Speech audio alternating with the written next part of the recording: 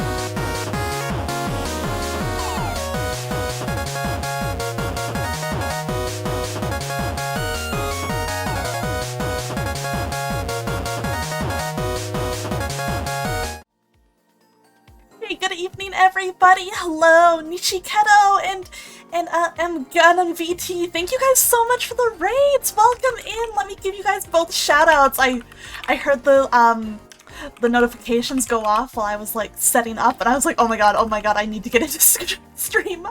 I need to say hello. But welcome both of you. Thank you so much for coming by.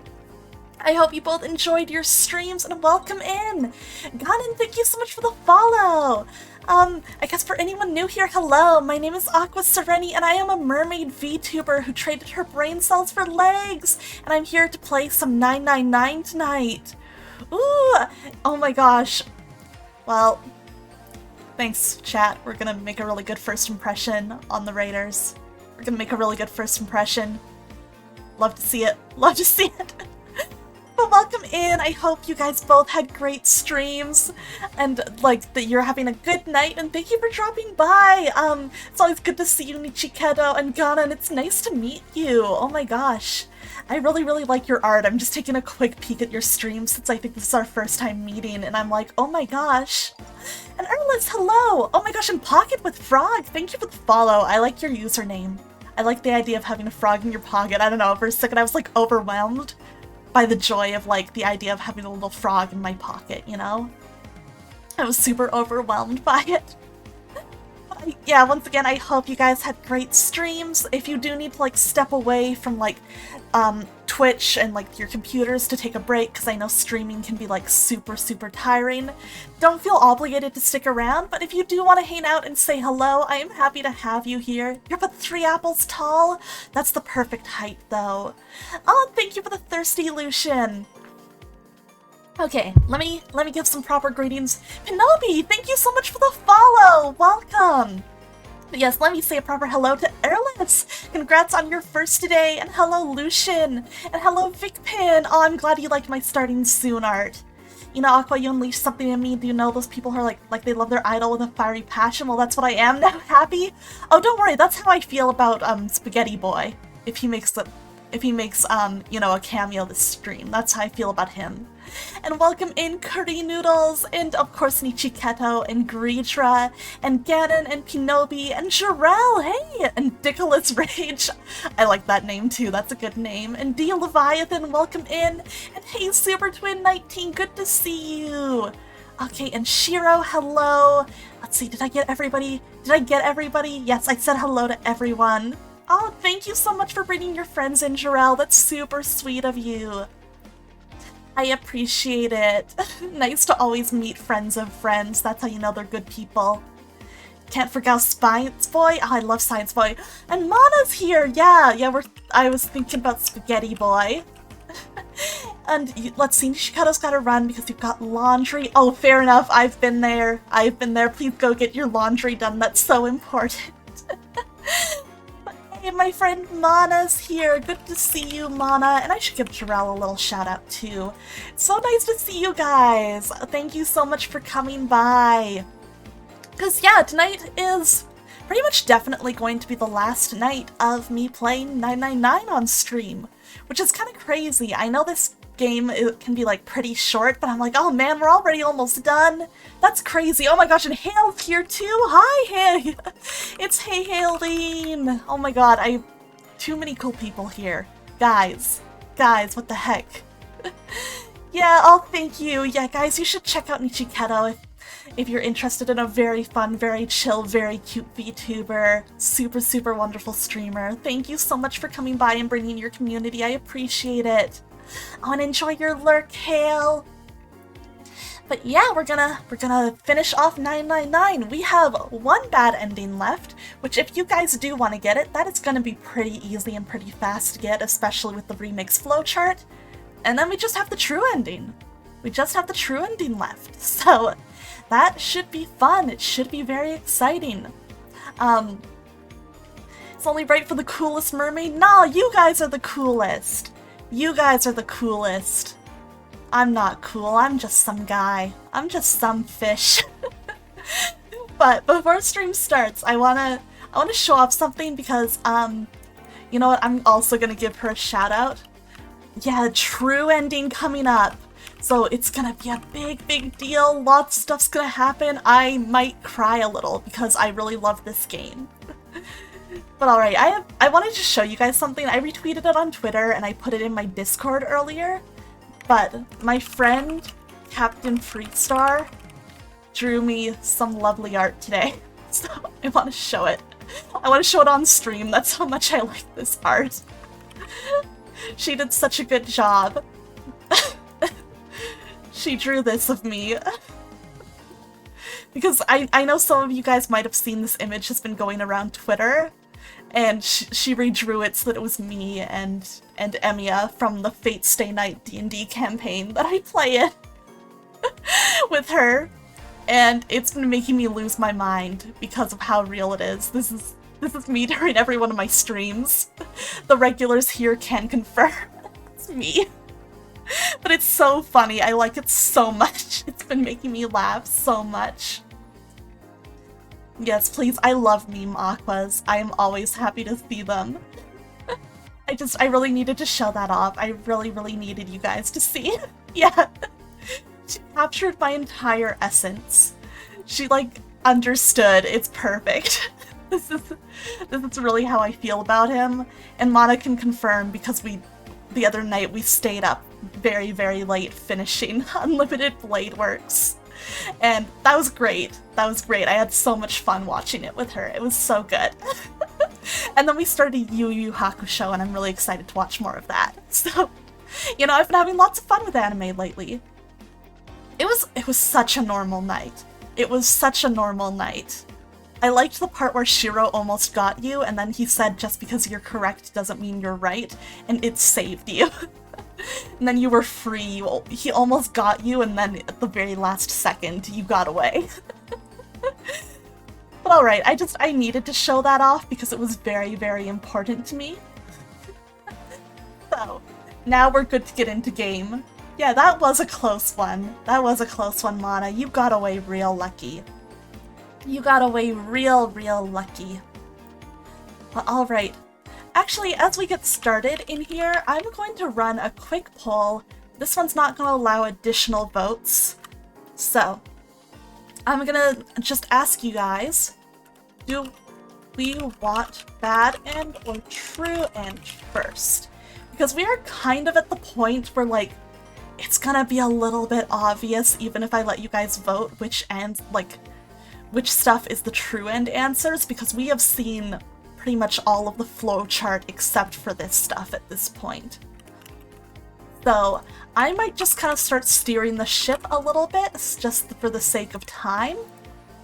But I'm gonna run a quick 1-minute poll just to see where you guys would like to end up first. It should be running now, so you guys feel free to vote. Just let me know what you would prefer to see first. I'm gonna get us both during this stream, so it's basically just up to you guys what order you want to see this stuff in. Whoa, okay, let me get into the game screen.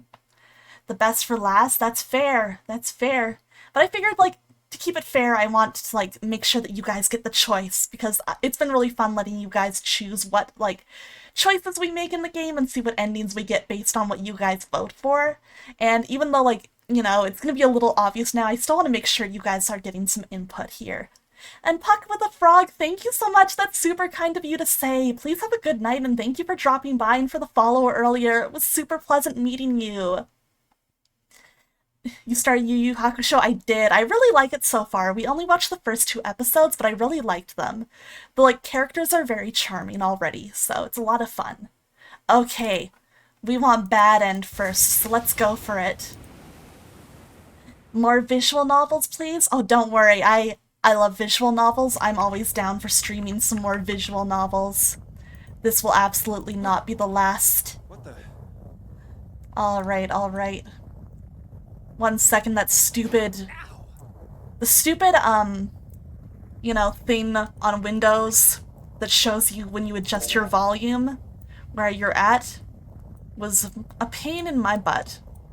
So, we're gonna just quickly do some skips to get us that bad end. I know what kind of path we can take to really easily get us there. So, we're gonna add there. And then let's go over here. All right. And then we're gonna run again, and we're gonna go back to after, do you get your wig back? I get it back after 10 minutes are up. Let me see, wig was taken 9 minutes ago, so it should be coming back any second now. Hopefully. All right. We will return to right after we finish that puzzle room with Santa and Ace and June. So, we're gonna see what happens if we did not get all of the requirements to get the safe ending, which was a time before. That was a real time. They took the elevator up to C deck. Once there, they headed back toward the main hall and the central staircase. It didn't take them long. Look, it's Seven and Lotus. Hey, they didn't look happy. We've got a problem. Yeah, the safe ending. That ending's so good, but the fact that it's called safe, you think it's gonna be at least, like, a pretty okay, like, you know, a safety ending. Everybody's safe, and then it's not. It is not, and it hurts. Instead, everything hurts. Clover is gone. What? Junpei and his 3 companions looked at one another. Turned back to Seven and What Lotus. do you mean, gone? Santa, Ace, and June had their own questions to ask. When? Why? You two went into door 1 with Clover, didn't you? Fuck you. Seven and Lotus responded as best they could. Yeah, we went through the door together. But Clover barely spoke to us. She just did her own thing the whole time. There were 4 rooms on the other side of door 1. She wouldn't let us into the 4th room. She just said, I'll take care of this one. And shut the door. She must have blocked it with something on the other side. We waited for a while, but Clover didn't come out. Uh-oh. We called for her, but she didn't answer. So I kicked down the door and we went into the room. But It was empty. Clover wasn't there. Hi, Kobeth! How are you doing? Came in to see Aqua super focused while being bald. The story's getting intense, and I'm bald. My wig was supposed to come back by now. Is my thing working? Oh my god, it's messed up, so it doesn't want to change my wig back for like another 8 minutes. Hell no, I'm bringing it back. I'm letting it come back. Nah. Alright.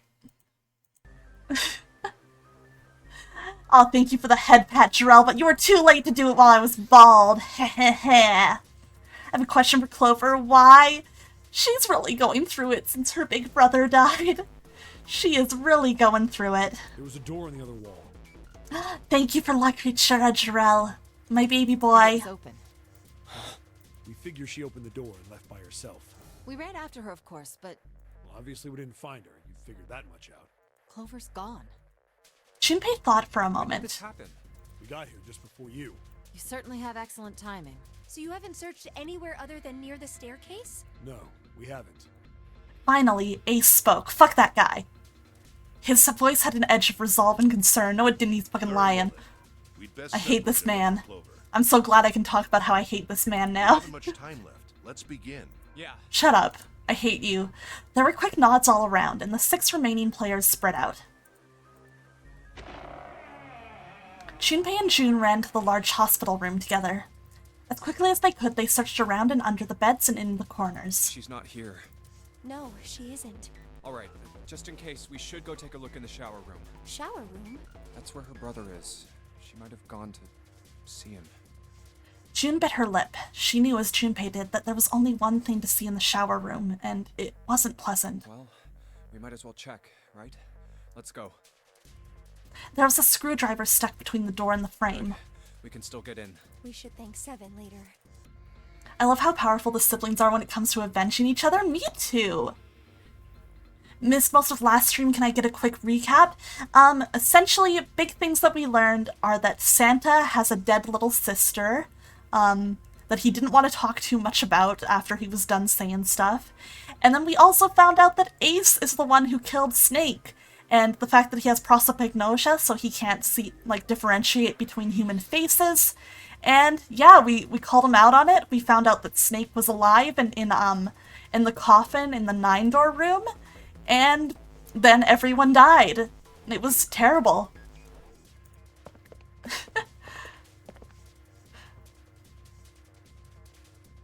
No luck. Yeah, I don't think she's here. June's voice was faint, and she placed her hands over her mouth. Her face looked a little green. The smell is horrible. No problem, Earlith. Happy to help. The stench in the room was almost unbearable. It had grown far more unpleasant since their last visit. If Junpei had eaten a lunch, he would have had difficulty retaining it. He wanted to leave the room as soon as possible, but he had to be sure. And the only way to be sure was to check the other side of the divider. Let's check the back. Just Whoops. Sorry, Junpei. J-Bomb, hey! You just showered? Oh, did you explode? I'm so sorry. June offered no resistance and nodded weakly to Junpei as he headed around the divider. He stopped at the corner and turned his head. oh, she's not here. As he'd expected, Clover was nowhere to be seen. The only thing on the other side of the divider was a dead body lying in a reddish-brown puddle of dry and drying blood. Snake, just where did your sister go? Junpei whispered to what once was Snake. He'd asked rhetorically, of course, as there was no way he'd get an answer. He gave a deep sigh. Such a horrible way to go. The skull shattered, the left arm's hideously twisted. Huh? Wait, Wait, what the fuck? I should not be getting this dialogue. Did I fuck up which door I went through? Did I fuck up which door I went through? I did. I'm fucking stupid. I'm fucking stupid. We're redoing this. I was like, huh, it sure isn't changing for a hot minute. And then I was like, wait a second, he shouldn't be noticing that. He shouldn't be noticing that. My bad, gamers. What? It's not an Aqua stream without a little scuff, though. Not an Aqua stream without a little scuff. Safe ending too. Let's do it again. Alright, thank you for the head pat. But good to see you, J-Bomb. Go Evening Aqua and Cruise Surprise the game still rolling? Yep. We're almost at the end though. This is gonna be the last stream. You can tell from the dialogue. It helps that I did this really recently, and also I know specifically that Junpei should not be noticing Snake's arm if I am not on the safe ending. That is basically like how I know which ending I'm on.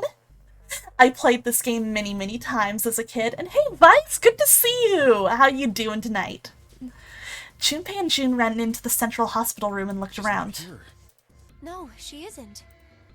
They searched a little longer, but with no luck. They couldn't find Clover. There's no sign of her. Let's go. Finally, they gave up and left the central hospital room. Well, yeah, Snake also died in the safe ending. So, it's rough. Slowly, they made their way back to the hallway. At last, they reached the stairs and Junpei spoke. Alright, I'm thinking we should probably split up. I'll head back to the stairs and take the elevator down to E deck. June, you can take the stairs up to B deck. All right, that sounds good. But, What? could you stop calling me by that code name when we're alone? Oh shit. Oh shit. Huh? Sure, right. I'll do that. Oh my god, his voice actor is so good at making him sound nervous. It's so cute. That's so cute.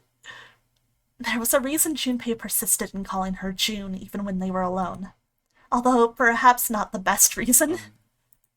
He was embarrassed to call her by the nickname he'd used when they were children. Connie.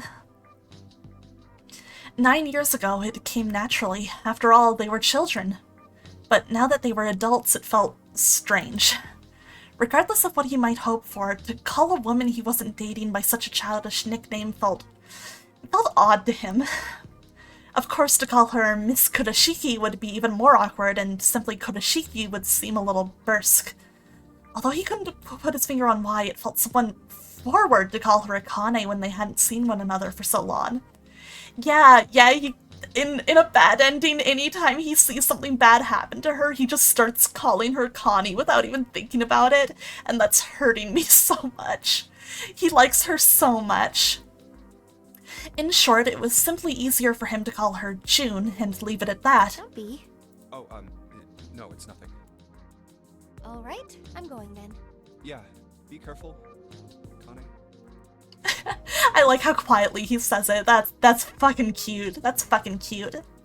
June, or perhaps more appropriately, Connie, blushed and smiled. You be careful too, Jumpy. Yeah, got it. Take care. Junpei looked after her for a moment as she ran up the stairs, then turned around and took off for the hallway. Man, I don't think we've heard this track before. It's really nice. Let's chill.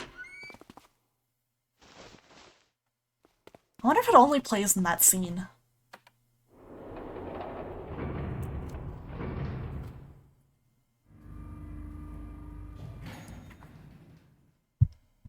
Tragedy always strikes when one least expects it.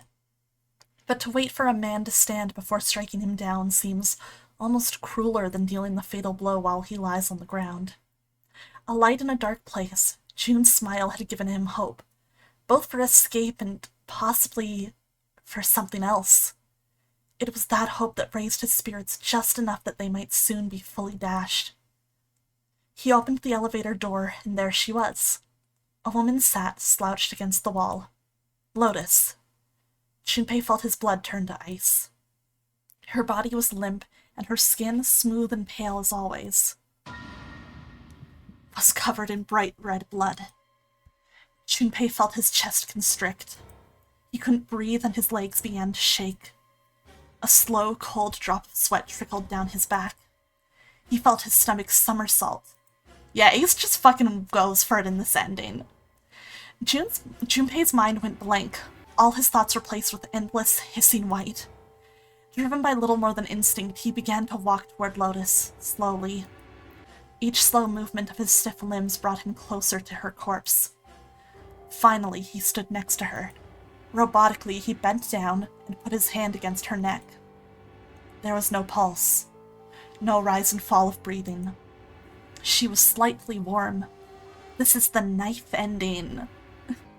Which, you know, I'm sure you guys can already guess why this might be named that. Something, somewhere in Junpei's shaken mind, told him that meant she had been killed recently. You know, someone who's very emotional and sensitive, it's kind of surprising that I've been watching your gameplay so much. Listen, I'm actually the same. I consider myself a very emotional person. But in some ways, I think that's kind of why I like intense media, because I think it's impressive when something can kind of pull at your, like, heartstrings, both in, like, kind of like, oh, this is sad, or this is heartwarming, or this is frightening way. I like really engaging storytelling in games. But this is definitely an intense one. Yes, Junpei thought, his mind slowly returning. She had been killed. Wait, knife going... Mono, what the fuck? You proud of that one? Oh, thank you for the thirsty, Lucian. Someone had killed her. There was a deep cut on the left side of her chest. Blood still oozed from it, although clearly her heart had stopped beating some time ago. The weapon had been a knife, then? Perhaps she'd been stabbed in the heart once. She would have died immediately. He took little comfort from knowing she must have suffered very little. Only then did Junpei notice. Lotus's bracelet was gone. Hey, there's the telltale sign that it was Ace. He always takes her bracelet.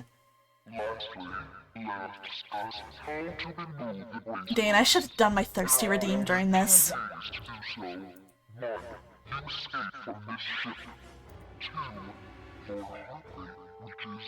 Stabbed through the heart and you're too late. Aqua, you give Viens a good read. I love visual novels.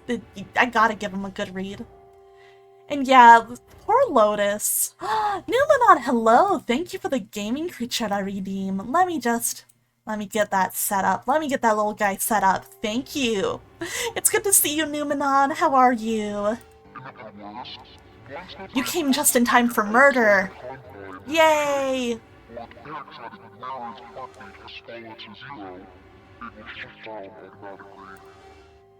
Was that why the killer had ended Lotus's life? So that they might have the number 8 bracelet? If that was true, then the killer was whoever wanted the number 8 bracelet. Hey, there's your clue if you haven't gotten safe ending yet. Or perhaps more accurately, the person who would gain the most by obtaining bracelet number 8. Yay, murder! Who is that? Who would benefit most from the number 8 bracelet? The thought had only just entered Junpei's mind when... Oh. He heard a noise. I'm sorry, just the whiplash between chat giving me head pats, which I appreciate and love, thank you, and what's happening in the game. A sound like a sharp knife cutting through wet meat. It struck him as strange that the noise came from inside his own body. A moment later, the pain hit him. It wasn't merely pain, there was heat, extreme heat as well. He felt as though molten iron had been splashed against the side of his body. Yep, that is why he asks to talk to her alone. He's giving Junpei a different kind of head pat? Oh god. Finally, his brain made the connection. He had been stabbed. But where? His body was quickly going numb. He couldn't tell where the knife had met his flesh. Given the circumstances, however, he had most likely been stabbed in the back. Whoever had killed Lotus had now done the same to Junpei as well. His voice was little more than a weak groan. With what little strength he had left, Junpei turned his body, trying to catch a glimpse of his attacker. But as he did, the knife dug itself in deeper, twisting viciously.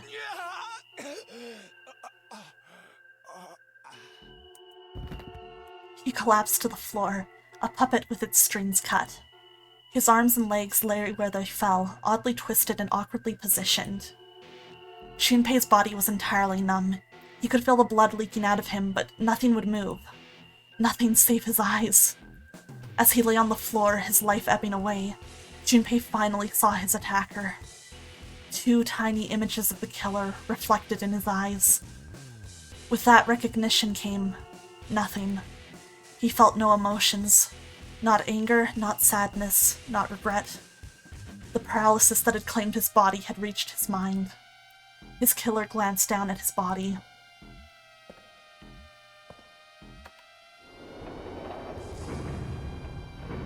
Fucking Ace. Hate this guy. Then without a word, climbed into the elevator and was gone. His eyesight began to fade.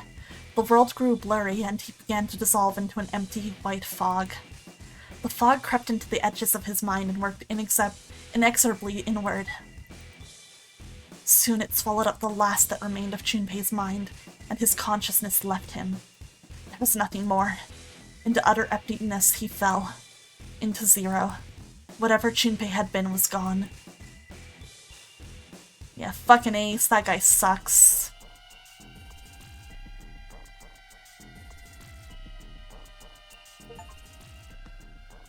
Alright.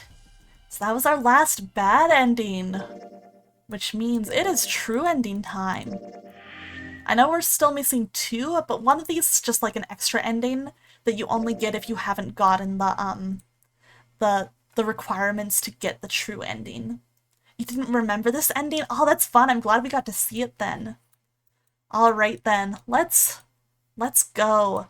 So, we have actually, in order to get the true ending, we got the keys from this first room. But we missed some keys when we did this escape room, so we're gonna have to do this again. So let's head on in. Oh wait, shit, I didn't mean to do that. I always think that back means like zoom out a little bit. But I'm dummy. I'm stupid.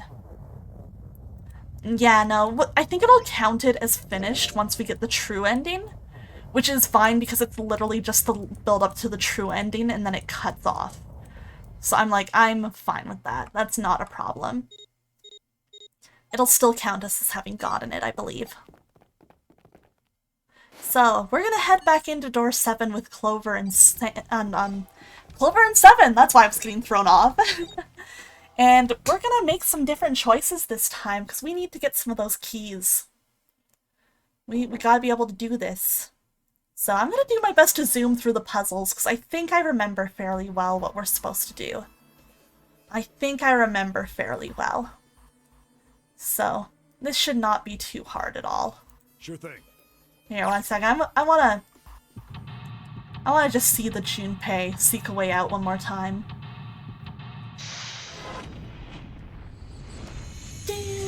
You went to Tisha's stream. She's pretty. She's super pretty. We love Tisha. She's very sweet and kind, and I really, really appreciate her. She's a super cool person. So, I'm gonna mostly zoom through a lot of this dialogue because we did see pretty much all of it before, and I just want to get all the stuff we need to get through these puzzles. Grab the scalpel. I don't think there was anything else here we needed. Whoops.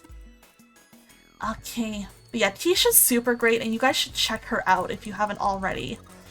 I really, really appreciate her. Hey, Curry Noodle! Yeah, it's 999 time! We're having a good time here. Let's see. Here we go. Here's what I needed. The little forceps. Just played it recently. Can't believe I missed this gem back in the DS days. It went super under the radar for how good it is. And I'm glad that it has a lot more recognition nowadays, but it definitely deserves more, which is part of why I decided to stream it, because I always like being able to show people games that maybe they wouldn't have already heard of on their own. I think that's kind of nice to be able to do that. It's kind of fun. You don't know how well you'll sleep after this? Oh, I know, this room's a little bit scary looking. This room's a little bit... Oh wait, I forgot, I'm supposed to combine these. There we go. I think with that we can get into this room. But yeah, this is definitely a creepier room. But if it helps, they're just mannequins. Okay. I think... Okay, no, we can't do anything in this room yet. So, I unlocked the door, but we're gonna back out for a minute. Head the other way. Okay, chemical room, let's go. Ah, shit. I still have my notes from this. I still have my notes. Let me grab the piece of paper. I might be able to just do this puzzle. Okay.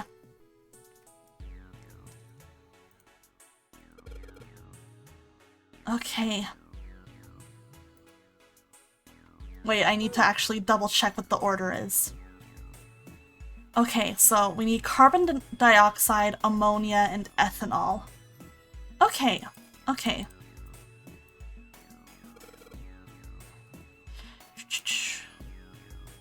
So carbon dioxide is 3. Ammonia is... was it 4? And then ethanol is either 8 or 9? Oh shit, I got it wrong. Oh, my wig! Who took my... Oh wait, no, that's because of the timer messing up from earlier. I get to have it back. Okay. Is it 3, 4, 9? There we go, there we go. So I remembered I was having some trouble counting. I think it was how many is in ethanol, because I'm not the smartest person ever. Okay. And then I do need to take these bottles. Ooh. You're welcome. Like I said, I'm trying to speed through this room for you, so hang in there. Think we should go back? Yeah, I think that's probably best. Oh, here we go, here we go. The built-in calculator was a 10 out of 10 quality life feature, right? It helps a ton.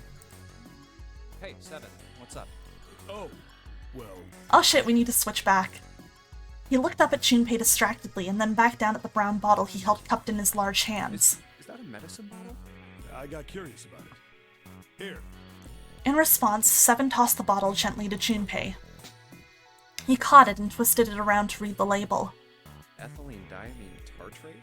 He's so powerful for saying that out loud, I couldn't. Yeah, that's right. CDT. What kind of medicine is that?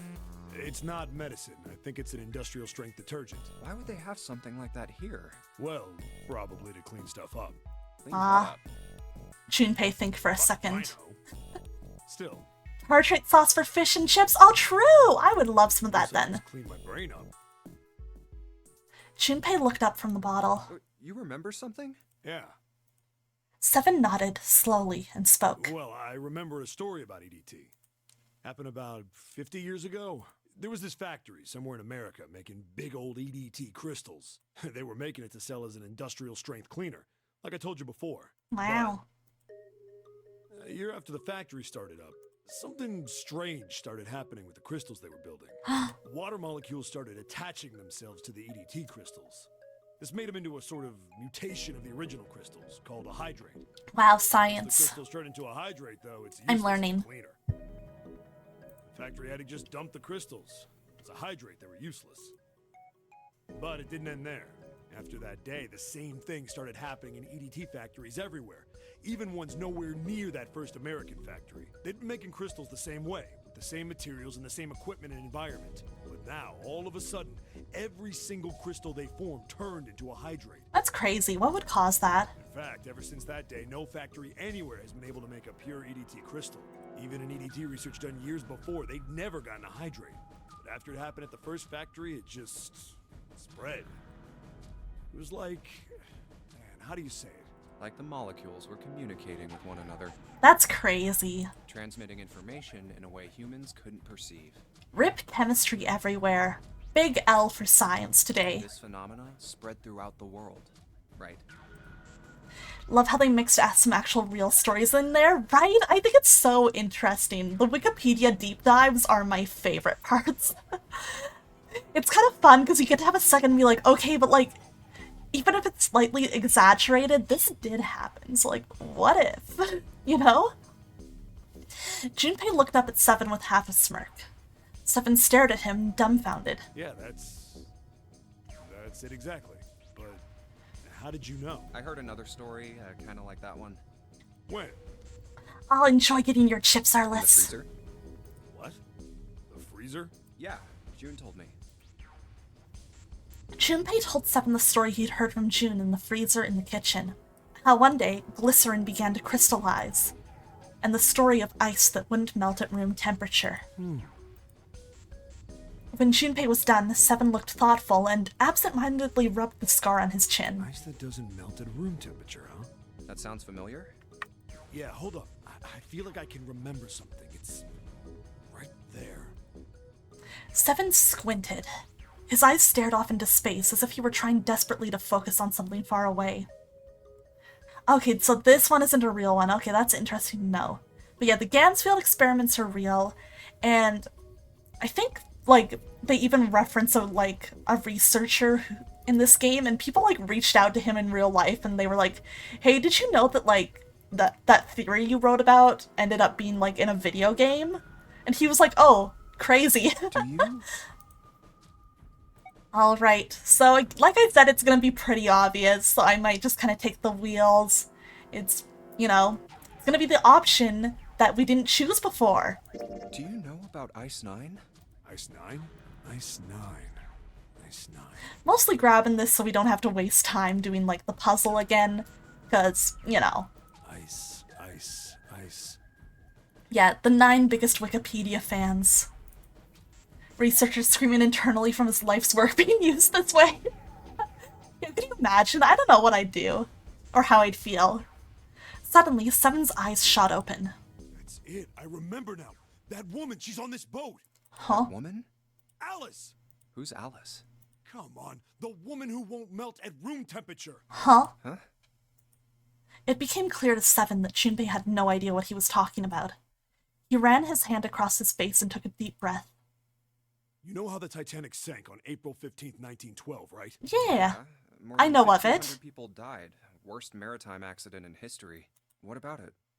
Did you hear about the boat that was sent to collect the dead bodies? I think that was the RMS Carpathia, right? It was a cruise liner, just like the Titanic. No, that was the ship that picked up the survivors. The ship that It's collected the history. dead bodies was the CS McKay Bennett. The McKay Bennett showed up on April 17th, 2 days after the accident. It set out from Halifax, a port in Canada, and recovered 306 bodies. A Canada mention, let's go. The Atlantic that far north was really cold.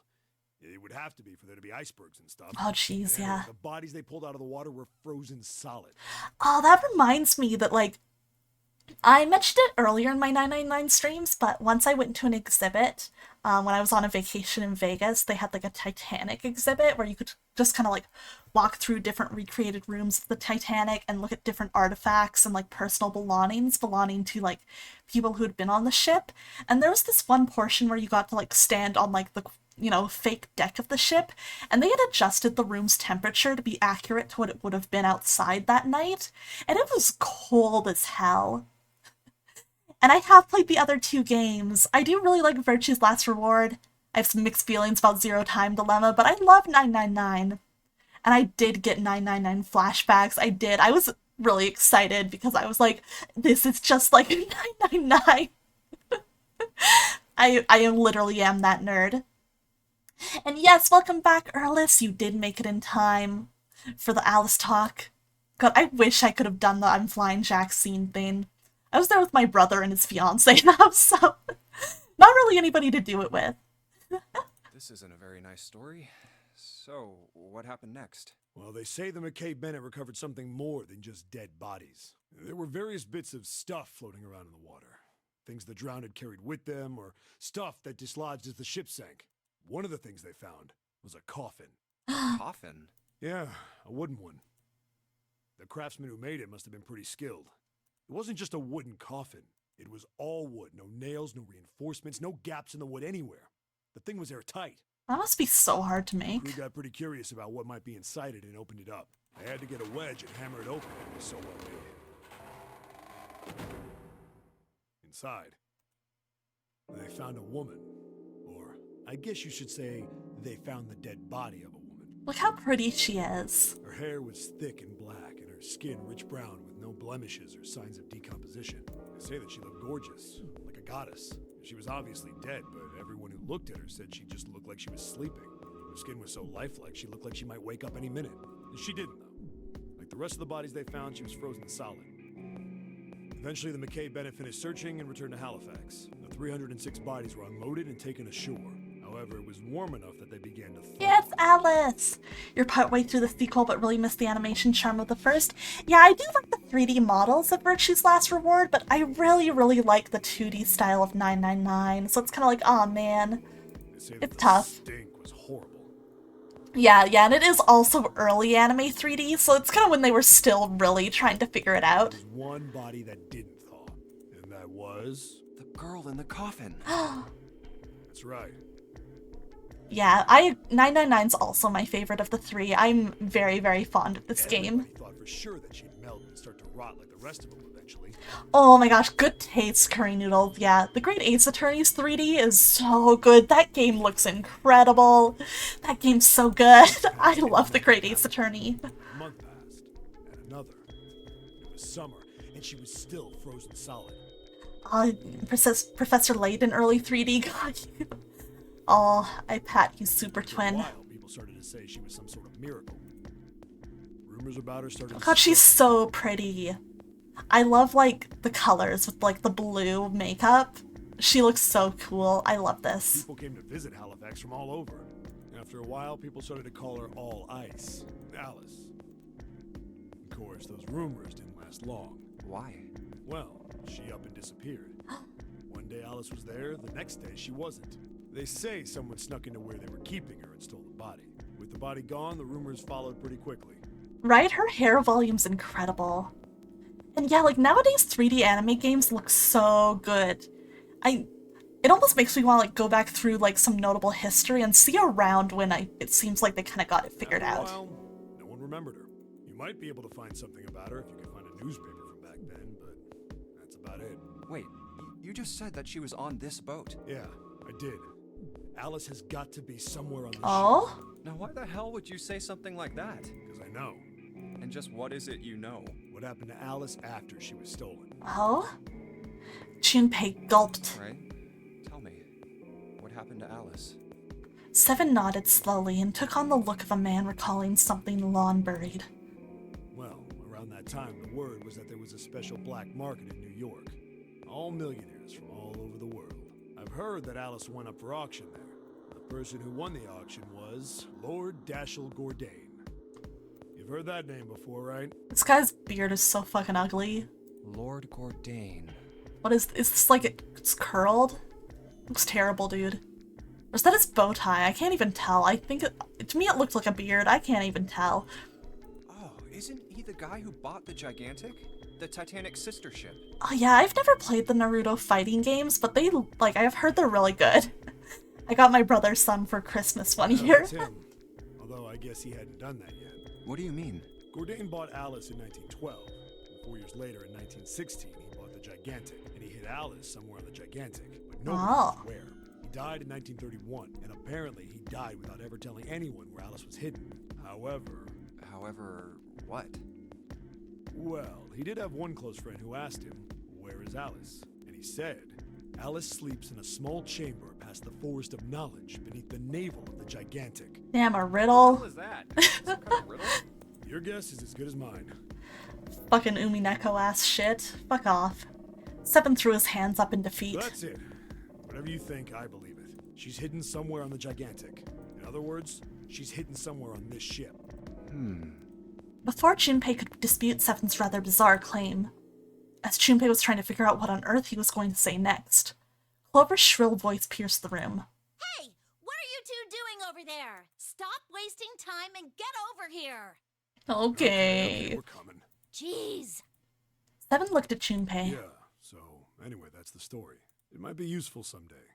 Don't forget it. With that cryptic remark, he turned and left the room. Alice. Huh. Thanks for the tip, Seven. Jeez! Junpei was left behind to ponder what he'd just heard. He tried to remember what June had told him earlier. That mummy wasn't just a normal mummy. They say that she was frozen. Oh. The story says that from the time of its discovery all the way through to when it got put on the Titanic, even though it was carried through the desert, her body never melted. That's And was that crazy. Egyptian priestess, Alice? Did the water in her body become Ice 9? That'd be crazy. No, that's nuts. Yeah! There's no That's way what I'm something saying. like that could exist. Junpei shook his head, trying desperately to clear it, and followed Seven to the operating room where Clover was waiting. Alright. Let's keep going, finishing up these puzzles, now that we have that to think about. Alright, blue light turned on. Alright. Then we'll turn on the red one. There we go. And then we combine them. And then we've opened all 3. Let's go. Then we'll unlock all the doors with the colors. Leggy, leggy, nose. Alright. Back we go. Back we go. God, what angle do we do this from? I think this one. Okay. Let's do it. Boop, boop, boop, boop. Combine. Okay. I'm clicking so fast. Okay, but I remember this one's actually pretty easy. I think we switch everything except for their hearts. There we go. There we go. Whoops. Okay. Then lid on the scale. We got a key! Let's go! Alright! And just like that, we have solved this puzzle room. I think, yeah, it's through here, wasn't it? Yes, it is. Hey, hold on. Junpei stopped, about to put the key into the doorknob. Oh, what's up? Where's Clover? Huh? Junpei turned around. Clover was nowhere to be seen. God damn it. Where the hell did she go? Let a girl live. Okay, just hold on a minute. I'll go get her. Sure thing. Yeah, easy peasy, I'm a puzzle master. We're not going to talk about last stream. Junpei left Seven at the door and headed back to the operating room. He found her, standing next to the operating table. She was staring at the mannequin. Hey, Clover. What's wrong? Come on. Let's get out of here. She didn't respond. If she hadn't been standing up and breathing, Junpei might have thought she was dead. What are you doing? Did you want to come back here and say goodbye to John? It wasn't the best joke, but it was something. An attempt to lighten the mood. Clover didn't laugh. She stood stock still and said nothing. Hey, Clover. Can you hear me? Perhaps it was something he'd said, or perhaps it was something else. Suddenly her mouth opened and she whispered in a dry, dead voice. My brother might be dead. Huh? That's why we couldn't find him. If he's dead, I'm going to be next. Man. Suddenly the operating room felt very, very cold. What are you talking about? What's wrong with you? He gave her a small shake, but she still didn't respond. The silence grew heavier. Junpei, what do you want to do? Well, last time we told her to get out of here, but this time we're gonna give her a neat little souvenir. He didn't know why, but suddenly Junpei remembered something he'd been given earlier. It's in my pocket somewhere. Here it is. Right, oh, me too, Erlist. He reached into his pocket and dug it out. A 4-leaf clover. Santa had given it to him in the second classroom. He held it out to Clover. Hey, did you know? Each leaf means something. Hope, faith, love, and luck. That's what a 4-leaf clover stands for. Take it. Use it as a good luck charm. He pressed the 4-leaf clover into her hand. Listen to me, Clover. No matter what happens, you can never lose hope. You have to remember what's most important, and that's to have faith and to have love. If you can remember all of those, that'll bring you good luck. Yeah, Santa hates all of this. Snake, I mean, your brother, he's not dead. He's alive, somewhere. I'm sure of it. You've just gotta believe in that. Clover stared at the 4-leaf clover in her hand. He could see tears start to form at the corner of her eyes. Thank you. Her voice was tiny and broken, and as she spoke, she started to cry. She tried to hide her tears by looking at the floor, but it did little good. She wiped away the tears with the baggy arms of her jacket, but more quickly took their place. No matter how she tried, she couldn't stop crying. Her tears made small, wet circles on the floor. Thank you. She said it again. Then she looked up at Junpei and seemed to choke down the last of her grief. She did her best to smile. Junpei wiped an errant tear from her cheek with his thumb and gave her the best smile he could manage. Come on. Seven's waiting for us at the exit. Man, that was kind of sweet. What the heck? But still, she didn't move. Wait, before we go, there's one thing I want to ask you. What's that?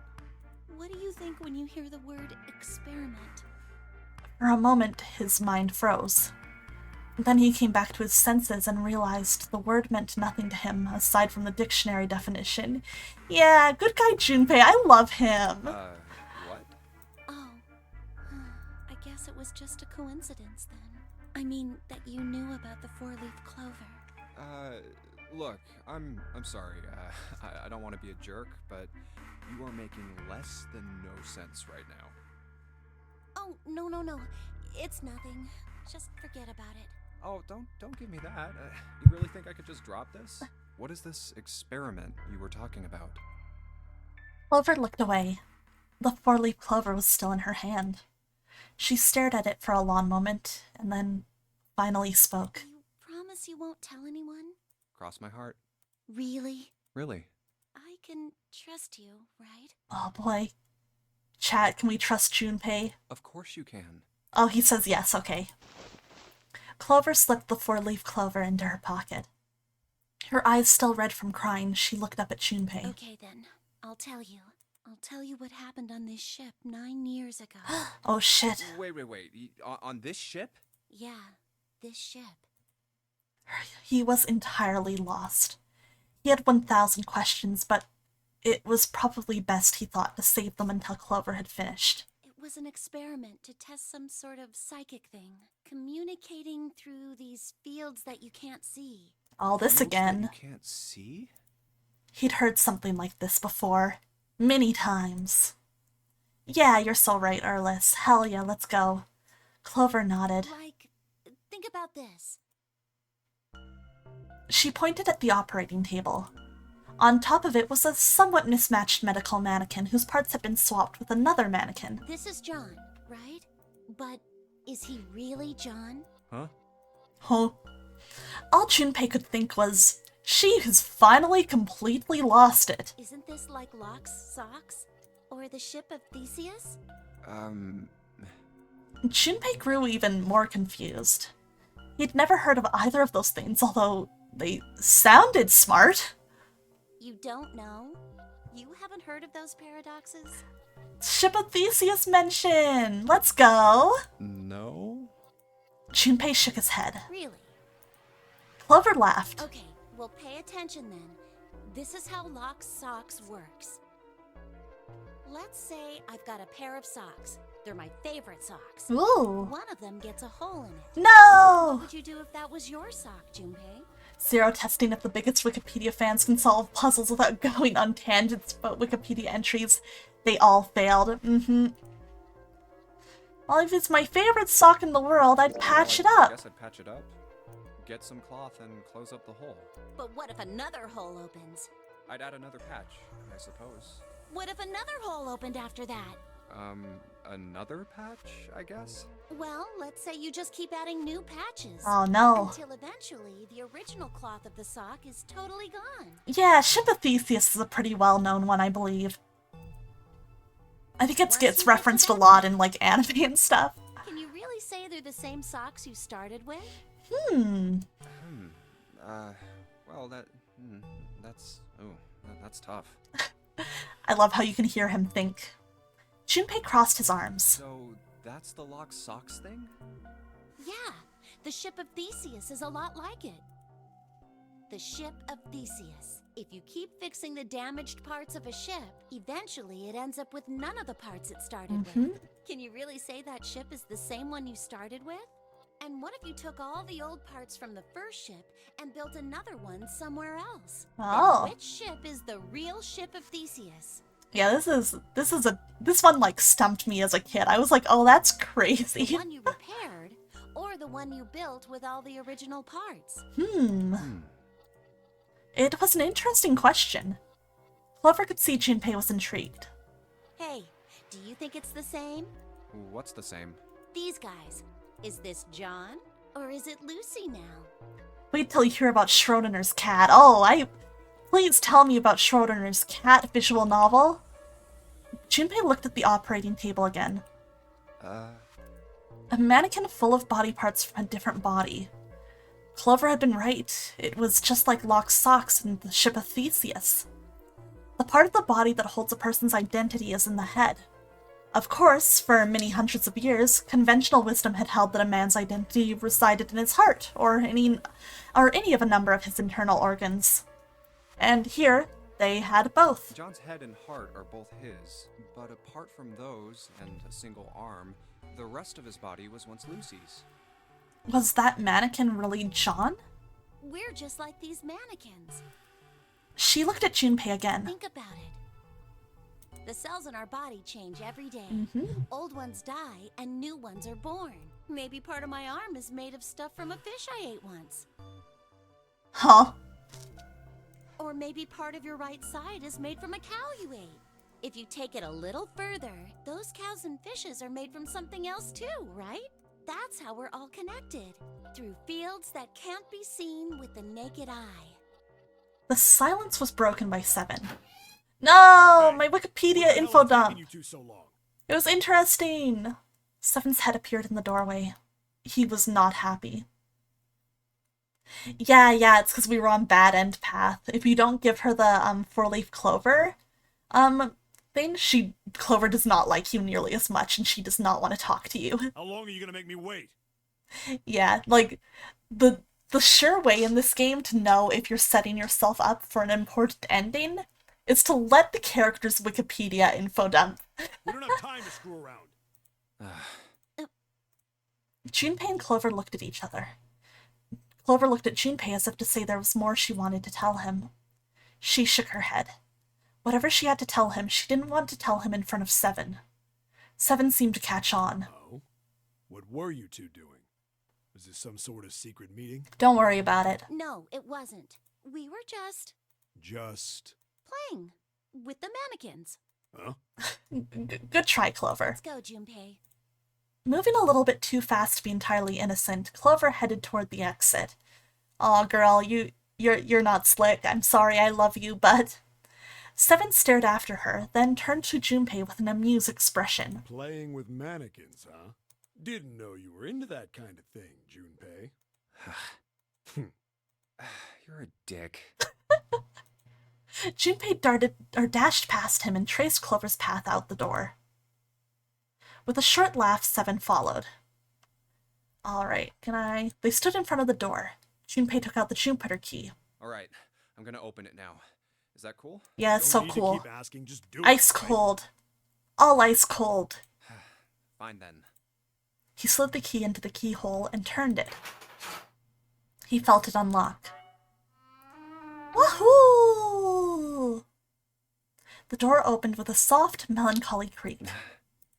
Beyond it lay a simple white hallway. There was no fanfare or confetti. Oh, there we go. All right. They left the operating room. The hallway took them around several corners and past several doors, but they were all locked. There too, huh? Every door in this place is locked up tight. How about that one? The final door... Oh, here we go. We can skip again. Okay. I think we are good to hop back into the flowchart. So we have gotten some more keys. We picked them up. Let's go see what happens if we go through door 1 and Clover likes us more. Now that we've formed a better relationship with her. So this is after the point where we find the body that we believe to be Snake's. So she's a little upset again, but we did form a bit of a better relationship with her earlier. So let's see how this goes now. Alright. I'm not sure if I remember the order in this room nearly as well as the previous room. So, you and your friend somehow got all the requirements for the true ending on our first time? So did I! I got like the ending that's like, hey, you got everything for the true ending, but you're not allowed to be here yet, so get out of here. Alright. Oh man, I think... Let's see.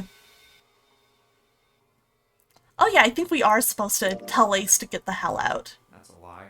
We didn't have to split up the work. Yes, okay, I remembered right. I just want to talk to Clover alone. Yes. That's why I sent Ace to the wheelhouse. Damn, There's Junpei. something I want to ask her, and I don't want anyone to overhear us. I'm pretty sure Clover won't talk if there's anyone else around. Mm-hmm. That's why when Ace showed up again, I got a little desperate.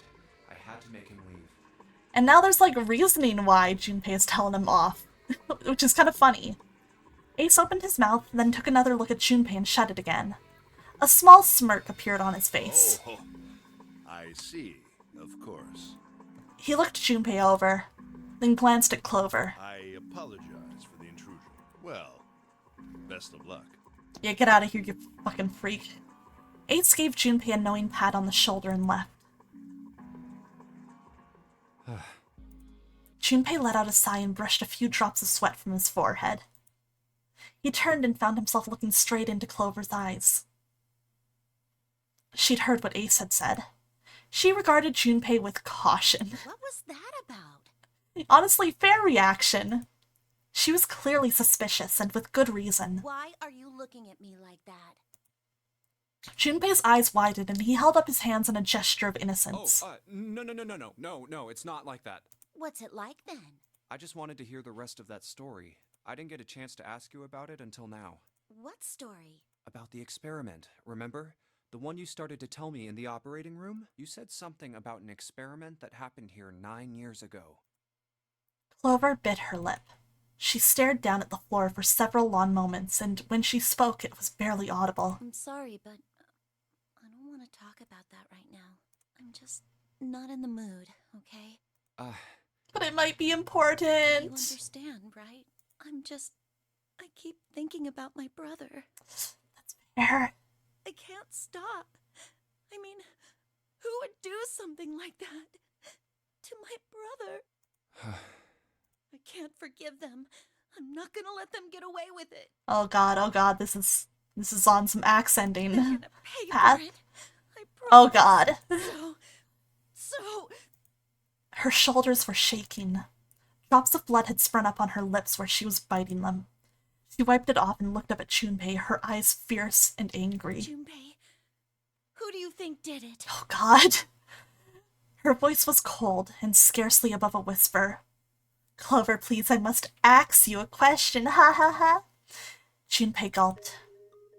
Well, if what Seven said was right, then there would have to be at least 2 of them. You need at least 3 people to open the numbered doors, and if you subtract Snake, that means there were at least 2 other people. You're right. So, what does that mean? Well, if we just look at the bracelet numbers, we should be able to figure it out. Who could have opened door 3 with Snake? Well, really, who and who, or who and who? You mean it could have been 4 people? Yeah, head pats for Well, Clover. technically, it's possible. I don't know. That doesn't seem very likely. Why? I'll tell you later. Why don't we just assume it was only 2 other people for now? Okay, got it. Let's do that then. Then who do you think it could be? Junpei crossed his arms in thought. Snake's bracelet number was 2. Which 2 bracelet numbers added to 2 would give a digital root of 3? Alright. Oh god, it's time for a big poll. We'll just do this a little bit at a time. Which bracelets? We'll just go down the list. Ace plus Santa, Ace plus June, Ace plus 7, Ace plus Lotus, or another answer. There goes the poll. It's starting. If you guys think one of these might be right, go for it. What's the digital root we're targeting? We are targeting the digital root of 3. So we need someone who with Snake. God, there's too many. I keep trying to say Snake and then Santa and 7. God. Which one of them do we think it would be? I see we have one Santa. I have one vote for a different answer. Somebody thinks that it's one of these other ones, which is fair enough. Let's see. You know, another vote for another one. Alright. What other combination would work? Let's Let's keep running the polls.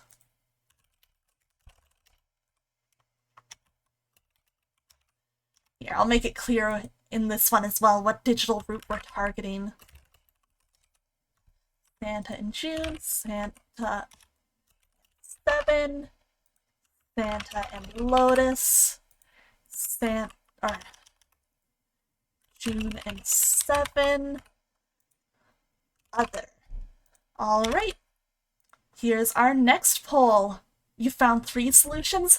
Hemlock, hey! Oh my god, it's good to see you! Welcome! How are you doing, guys? It's my friend Hemlock VT, who is also a very fun Kelpie VTuber. Also another 999 Zero Escape Appreciator. Y'all should check their streams out. Let me give them another. Right? These are truly the heads of all time. Truly the heads of all time. God, I wish I could spell properly. There we go. There's a shout out for Hemlock.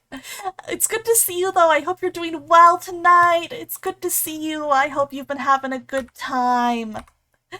Oh man, I'm excited because I haven't had a chance to see you in a while, so I'm just like, oh shit, Hemlock's here. I'm excited to see Hemlock, my buddy Hemlock.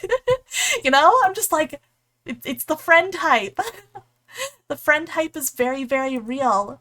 Yeah, I'm doing really good. It's nice to see you. Okay, I'm seeing we got some votes for Santa and 7, so we'll choose that option. Would it be Santa and 7? But yeah, it's been ages. I feel like we should like at least catch up in DMs sometime or something. I'd love to hear what you've been up to just in general lately. Man, I'm bad at reaching out. I get nervous about it, which I know is so silly, but I feel like I want to like catch up and just see how life's been going and what you've been up to. So if you don't mind, maybe after stream or tomorrow, in case I finish stream at an ungodly hour, maybe I'll just be like, hey, what's up? How's life? I know you said you can't stay long, so I won't hold you to catch up here, but I'm like, we definitely should. I would love to. Are Santa and 7 the killers? Oh, shit. What's wrong? I'll send you pin. Okay. I'm glad you understand, because man, it's one thing that I want to work on being better about, and I'm like, you know, if you want to hang out with people, you need to reach out first. But I'm so bad at staring, like, just sitting in my little corner and being like, oh, if people want to talk to me, they'll message me first. I shouldn't bother. Even though I know that way of thinking is flawed. I'm so bad about it. But yes, Clover! I love her! Yeah, it's that social anxiety. Unfortunately, maybe we're all pretending to be anime characters on the internet for a reason. Maybe socializing's a little hard. But yeah, I know it's a thing a lot of people go through, which is like why I'm trying to be better at it, because I'm like, you know, usually a lot of people are waiting to be reached out to first too. It's hard. It's hard. It's, you know, it's something I actively keep working on all the time. Clover looked at Junpei, and he looked back at her. There was no point in hiding it. Well, I thought about it, and... He told her his conclusions. That's what I thought. She looked less surprised than he'd expected. Santa and 7. If it was 2 people, then that's the only combination that works. Hey, wait a minute there. Don't you think it's a little too early to be jumping to conclusions? Well, all I said is that those 2 would have been able to open door 3 with your brother. Aw, the 4-leaf clover, let's go. Other possibilities. Well, what other possibilities? It's also because most of the time when I reach out first, people get back out of plans. I know that usually when that happens, it is not connected to you, but it's hard not to feel like it is in the moment. It's very hard. He didn't have an answer. He was ready to admit defeat when Clover spoke. Are you saying you think that it was 3 or 4 people? I really don't think that's likely. Why not? Can I borrow your pen and paper? Clover put her hand out expectantly. Yeah, here. Junpei pulled out his pen and pad of paper and handed them to her. She opened the notebook and wrote down several simple addition problems. Eventually, she had H, which provided a digital root of 3. A, 2 plus 1 plus 3 plus 6 equals 12. B, 2 plus 1 plus 4 plus 5 equals 12. C. 2 plus 4 plus 7 plus 8 equals 21. 2 plus 5 plus 6 plus 8 equals 21. 2 plus 1 plus 3 plus 7 plus 8 equals 21. I know math. 2 plus 1 plus 4 plus 6 plus 8 equals 21. 2 plus 1 plus 5 plus 6 plus 7 plus... equals 21. 2 plus 3 plus 4 plus 5 plus 7 equals 21. What's this? These are the combinations for 3 or 4 people. These 8 combinations are the only possible ones. Oh, I see. Junpei, Yeah? I can trust you, right? Math, hey SF. Of course. Why would you need to ask that? Really? Yeah, So then I should get rid of B, D, G, and H, right? of course. Just cross them out. And you should take off yours too. The ones with 4. So Aw. what does that leave? Hey Xander, how's it going? Good to see you. A and E. 1 or A, 2 plus 1 plus 3 plus 6 equals 12. E, 2 plus 1 plus 3 plus 7 equals 8. Thank you for the head pat, Hemlock. I appreciate it, and thank you for petting my little gamer on top of my head. We came here for gaming, not kindergarten PTSD. Too bad. Are we in this ending? We're almost Wait, there. It can't be A. We're picking up all the pieces we need. Why? Because June's in that one. There's no way in hell she'd do something like that. My girl would never. Are you sure? Heads of all time. I bet my life on it. Okay then. I can cross off A too, right? I like how they printed out dialogue over the exact same text. Yeah, Armstones, hello, good to see you. Welcome to the stream. How you doing? Let me give you a shout out. Gahayo. Let's see. Did I spell your name right? Yes, I did. You were playing No Game. What were you up to? How was your stream? Thank you for dropping by. If anyone here does not know me, hello. My name is Aqua Sereni, and I am a mermaid VTuber who traded her brain cells for legs. And tonight we are getting the true ending in 999. Chad Thunderfunk, thank you so much for the follow. Welcome in. Lion Raid, let's go. Accidentally put No Game for stream, you buy. Oops, that happens every now and then. I've made a couple small mistakes here and there with streaming stuff, and it's always been like, whoops, oops, uh-oh. But I hope you've had a good stream. Oh man, not the copium toggle for the Raiders. Come on. I wasn't even coping. I was just chilling. I was just vibing. Come on. I'm just a guy. You're watching a movie called Aoi Haru, super awesome delinquent film? Ooh, that sounds fun! I always enjoy, like, a good delinquent, like, anime or movie or series, so that sounds like something that might be fun to check out. I hope you had a great stream. Thank you for coming by. Of course, as always, if you need to take a step away from the computer and take a break after your stream, don't feel obligated to stick around, but otherwise, it's nice to see you. I hope you're doing well. Well, what have we got left? E. Yeah, the copium. Numenon out here ready to get me. E. 2 plus 1 plus 3 plus 7 plus 8 equals 21. Thank you for the thirsty. Everyone besides me, you, and June would be working together. Thank you for the stretch. Do you think that's likely? Nah. We're discussing the options for who might have killed somebody, for context. There were 4 people working together. They wouldn't be very cautious. Why are you being grumpy, Numenon? You know that was targeted. You know that was. I don't think they'd try that hard to hide what they were doing if they outnumbered us, right? Well, you do have a point. And besides, if Ace and Seven are working together, they could have easily gotten rid of me when I went to the shower room with them. But they didn't. They didn't even try anything. If they were killers, why wouldn't they? I don't know. Her voice was calm, but Junpei had to look her in the eye to know it was a forced calm. There were tears forming at the corners of her eyes, and she was blinking furiously to keep them back. Oh, if that were me, that would make me cry faster. By deduction, 3 and 7 are implicated in both combinations. It's true! Perhaps by attempting an objective analysis of who might have killed her brother, she'd been able to distance herself from the harsh reality of his death. The more she struggled to act unconcerned, the more Junpei felt his heart tighten. Oh, I see. Anyway, I understand now. It seems pretty unlikely that it was as many as 3 or 4 people. Yeah, Then that means there's a good chance it was Santa and Seven. that's how it looks. But why would they do it? It was a moment of silence. Their motive. He laid his hand gently on her shoulder. He was close. So close to the answer. When Ace chose the worst possible moment to return. Hate this guy. He raised a knowing eyebrow and then spoke. Have I interrupted something? Yes. What is it? There was something I wanted to speak with you about, Junpei. Could you come with me for a moment? No. No! He turned on his heel and walked back toward the wheelhouse. Go ahead. Okay. Junpei looked over at Clover. He gave her a short nod, hoped that she would be willing to talk to him again later, and followed Ace. Back with your hot dog, what's happening? We were talking about who killed Snake, and then Ace conveniently interrupted. Ace looked at Junpei and smiled, perhaps more of a smirk than a smile. There was something I wanted to check. Yeah? What's that? If you'll excuse me. Let's see, we got the knife ending earlier in the stream, and we've gotten every other bad ending. We're just trying to get the true ending now.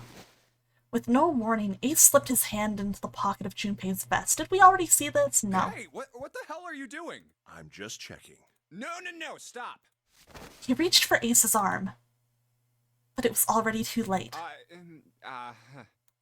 In the older man's hand were the pieces of paper Junpei had balled up and hidden in his pocket. Just as I thought. And this guy... What exactly are these pieces of paper hiding in your pocket?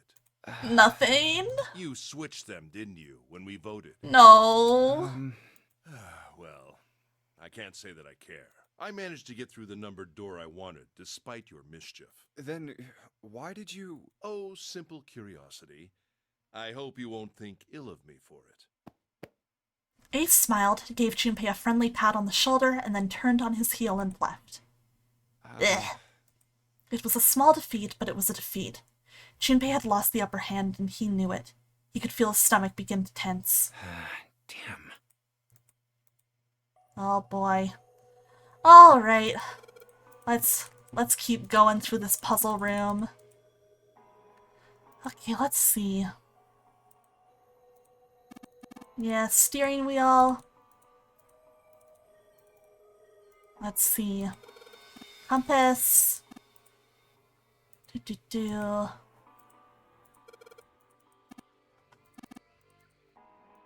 Let's see. Let's see. Shape. Pocket watch would fit. Need something else. I think there was something in the other room I needed to get. Fucking Ace took me away. Okay, the ship's log. Here we go. That's what we needed. Are you winning? I sure am. Okay. So let's see. Right? It makes you so mad when you realize you ever liked Ace. So... Oh wait, I've already got my notes on this. Perfect. Okay. I don't need to take more notes. We can speedrun this. Let's go. Let's see, which is this one? Yes. Whoops. How do I get it to let me actually do the puzzle? Oh, here we go. Here we go. Do. Okay. Did I get the handle off here? Oh, here we go.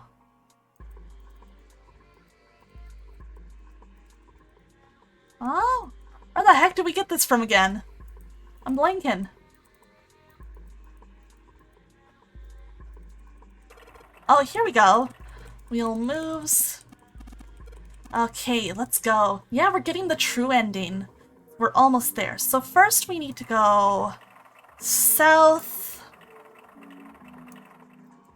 Then we go west.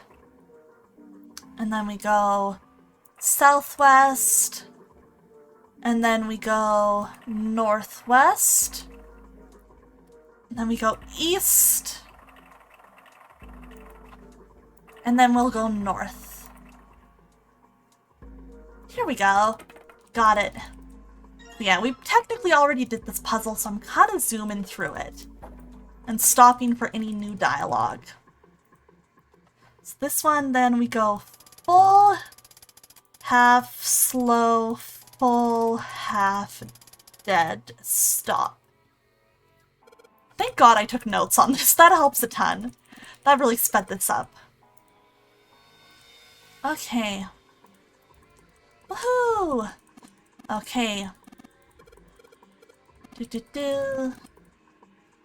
Then I need to have the key, or not the key, the pocket watch while examining this. And setting that.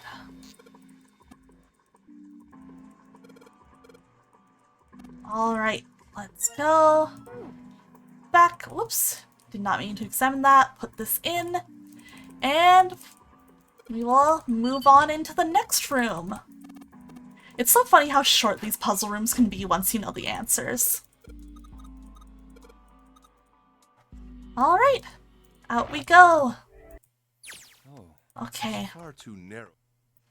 then through here, into this other room. Captain's quarters, oh no, is Zero in here? Oh god, some old dead dude, ew. I hate that, ew. That's so gross. Ethan123_Fortnite, thank you for the follow. Nice to have you here. Hope you're having a great night. Enjoy me speeding through these puzzles. Alright, alright. I think technically I still have the password for this setup. So, here we go. Okay, but I think, yeah, I need to turn on the power first. Someone dead, rip him, right? Rip to him, he would have loved Friends. Oh, nice story segment, let's go. Junpei snorted with grim humor for the second time since he'd come into the room. The 4 screens along the bottom had a single letter each, spelling out Z-E-R-O, huh? Yeah, dead body discovered. Class trial time. Fun of us.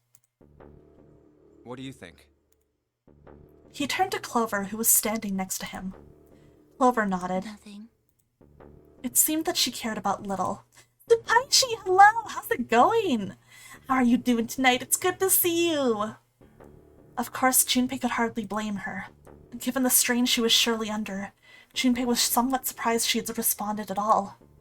Still, he had to ask. He gestured toward the corpse. How's everything going?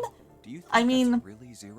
there's a dead guy on the ground, but otherwise things are going great. We are on track to get the true ending soon, so that's very exciting. How are you doing tonight? Snom, hey! I've arrived. I may or may not have accidentally poisoned myself with ground beef. Bet seashells to see if I die. Snom, are you good? What happened? You okay? I hope you're alright. Egg-headed mushroom. True, ew. Clover shook her head weakly. There's no way that's him. Didn't I tell you already? Zero is one of us. I made spaghetti, but it smelled funny? Why'd you eat it? Bro, don't do that! Yeah, right. Well, even if he wasn't one of us, there's no way that man could be Zero. I hope you feel better soon, though, Snom, if you start feeling sick. Food poisoning is not a good time. Don't you get it? The letters that spell Zero on the TV screen, the captain's clothes he's got on, and of course, the bracelet with a 0 on it. It's too obvious. In that situation before, Snom.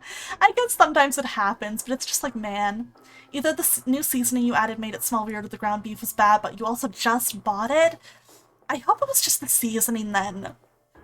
And in there, Snom, I hope you're okay. Look, this is Zero right here. This dead body is Zero. Isn't that kind of fishy? Kind of fishy. Only an Huh? idiot wouldn't see through something like that. No, that's not the point. I'm not trying to make fun of them for thinking a trick like this would work. I'm sure they didn't think it would work. Which makes me wonder. Why did they do it? You didn't finish recording the I think line. this is a challenge. A challenge from the person who's really behind all of this. He's making fun of us. Fish mentioned head pat Aqua, what the heck? I mean, you a dead person Denny's? Are y'all gonna fight in the parking lot? Don't you get it? Thank you, Xander. If whoever killed this guy really wanted us to think this corpse was Zero, they'd never have put a bracelet on him. Walking around with a 0 bracelet would be like hanging a sign around your neck that said, "I did it!" Anyone with a brain would be able to see that this guy is supposed to look like everything Zero is supposed to be, just like we did. The killer must have known we wouldn't think he was Zero and put the bracelet on him anyway. Do you know why? Why? Like I said, he's mocking us. Too bad, suckers. This isn't Zero. Where's the real me then? See if you can catch me. Thank you for the posture check, Erlis. Oh, and the stretch. Right, Junpei is cooking. He's really good. Oh, and thank you for the thirsty. This VA sounds familiar. I can't remember if he's been in much else other than Zero Escape and Monster High stuff. So, I don't know. I'd have to look into what he's been up to lately. Maybe he's gotten some more other roles. I'd have to see. At least 3 more gold stars, right? Like, okay, no, the headpad is working. It did come off on time. It's the same bad joke a lot of criminals like to play.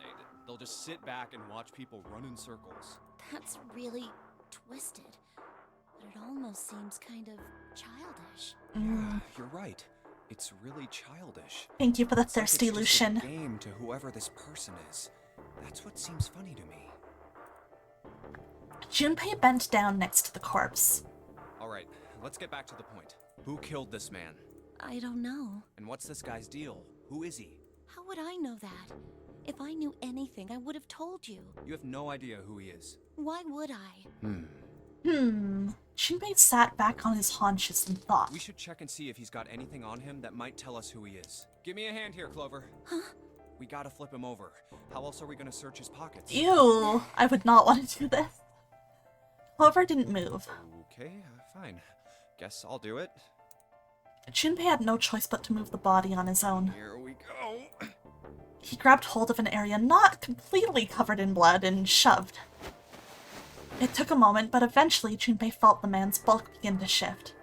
Did we not search this guy in the other ending? We did not. We just kind of were like, that's weird, and left it. But just as it did, Huh? something fell from the man's left wrist. Hey, it's the... The bracelet with 0 on the face. Oh my god, we've heard this so many times. Escape from the ship. 2. Your heart rate reaches 0. Yeah, the previous stream was a very big bad end Supaishi. It was an important one, so I would definitely recommend checking it out if you have the chance. Once the bracelet is taken outside the convoy in the ship, or the paraxatic mirror's heartbeat has fallen to 0, It will shut down automatically. Oh god. Junpei stared at the bracelet. This man... He's dead, isn't he? Huh? No, it's just... I guess I didn't really think about it until right now. If his bracelet's off, that means he's dead. Yep. Well, it's pretty obvious that he's dead. You don't really need to look at his bracelet to figure out that he's dead. He's dead, isn't he? With all the blood? I don't know. Yeah. I guess you're right. People die when they are killed. Stop, we cannot be pulling Junpei and Shiro parallels or I'll start, like, losing my mind. I can't do it. I can't. Well, he looks a lot better than the other bodies we've seen, though. You know? I mean, if there wasn't all this blood, he'd almost look like he was still alive. Honestly, though, I feel like if, like, the campaign was an actual voice-acted thing, I think Evan Smith would be a pretty good Emiya. That's my fan casting. I remember we were talking about it with, like, Multi and Tisha one night, trying to, like, be like, oh, who would, like, voice act some of the NPCs, and we couldn't figure out a good Emiya. And I genuinely am kind of like, actually, I think Evan Smith would be a good one. I kind of love and hate that. I mean, I know it's kind of a messed up thing to say, but he kind of has it better, you know? Dying from a bomb going off inside of you, I mean, that's just... The parallels draw themselves, we know how your men are. Listen, can a girl not just like a wet cat of a guy? Some of Snake's bones went right through his skin. I think the explosion must have thrown him against a wall or something. There was a broken bone just sticking out of his left arm. And, Suddenly, Junpei realized what he was saying. How could he have been so cruel? He clapped his hands over his mouth. But it was already too late. He turned to look at Clover. A wet noodle of a guy's spaghetti noodle of you. This is so much. Your men are the most flaccid potatoes. No, they're cool, Snom. They're cool. They're the coolest guys ever! Leave me alone! They're the coolest guys ever! She was glaring at him furiously. What did you just say? Her words sounded cold. He knew an apology could hardly atone for what he'd done, but he tried anyway. Oh man, I am so sorry. I shouldn't have said that. I really don't know what I was thinking. I mean... No, that's not what I'm talking about. What did you say about his arm? Arm? Yes, his left arm. You said it, didn't you? Junpei just casually being like, oh, he died alright, but your brother, man, that's on the next level of dead. Oh, Junpei. Well, yeah, I did, but I mean, didn't you see it too? Of course not. I could barely look at him. There's no way I was gonna see the details. Clover took a quick, deep breath. Are you sure it was his left arm? Junpei thought back. Yeah, I'm pretty sure it was. And he had a broken bone, right? What the hell are you getting at here? Just shut up and answer me! She shoved her face closer to his. He could see the fire in her eyes.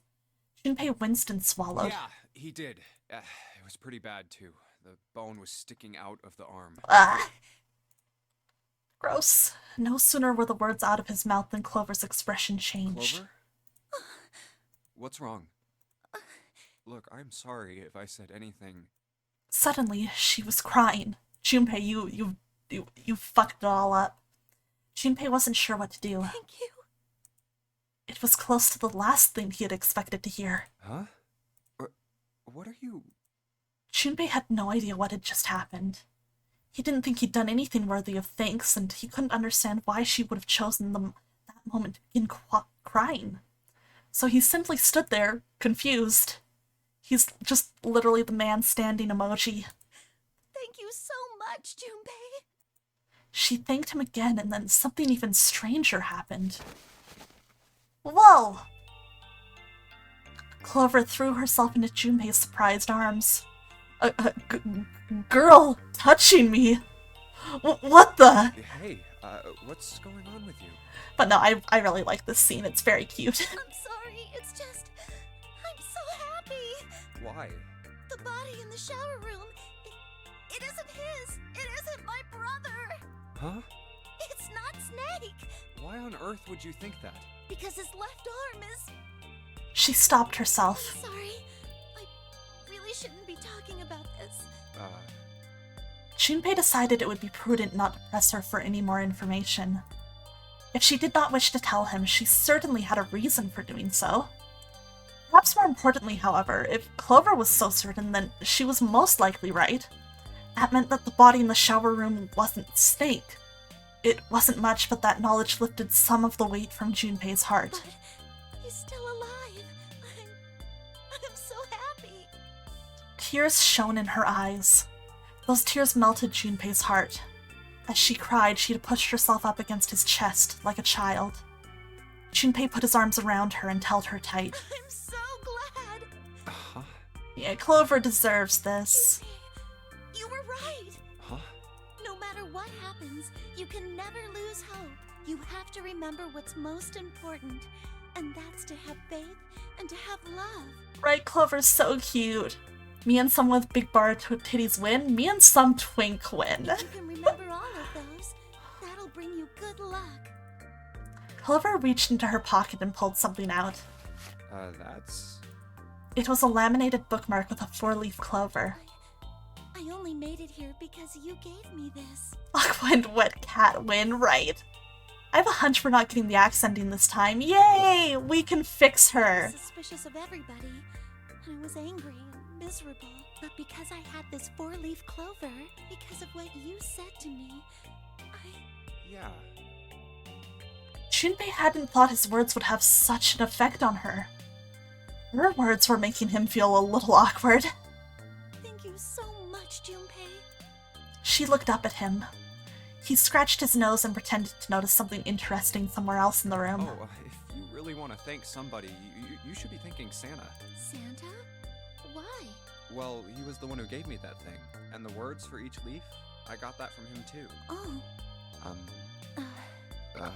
Oh. Then suddenly, in a room, hey Night Hours, how's it going? Clover broke away from Junpei. Huh? He looked confused. He hadn't thought she'd react that poorly.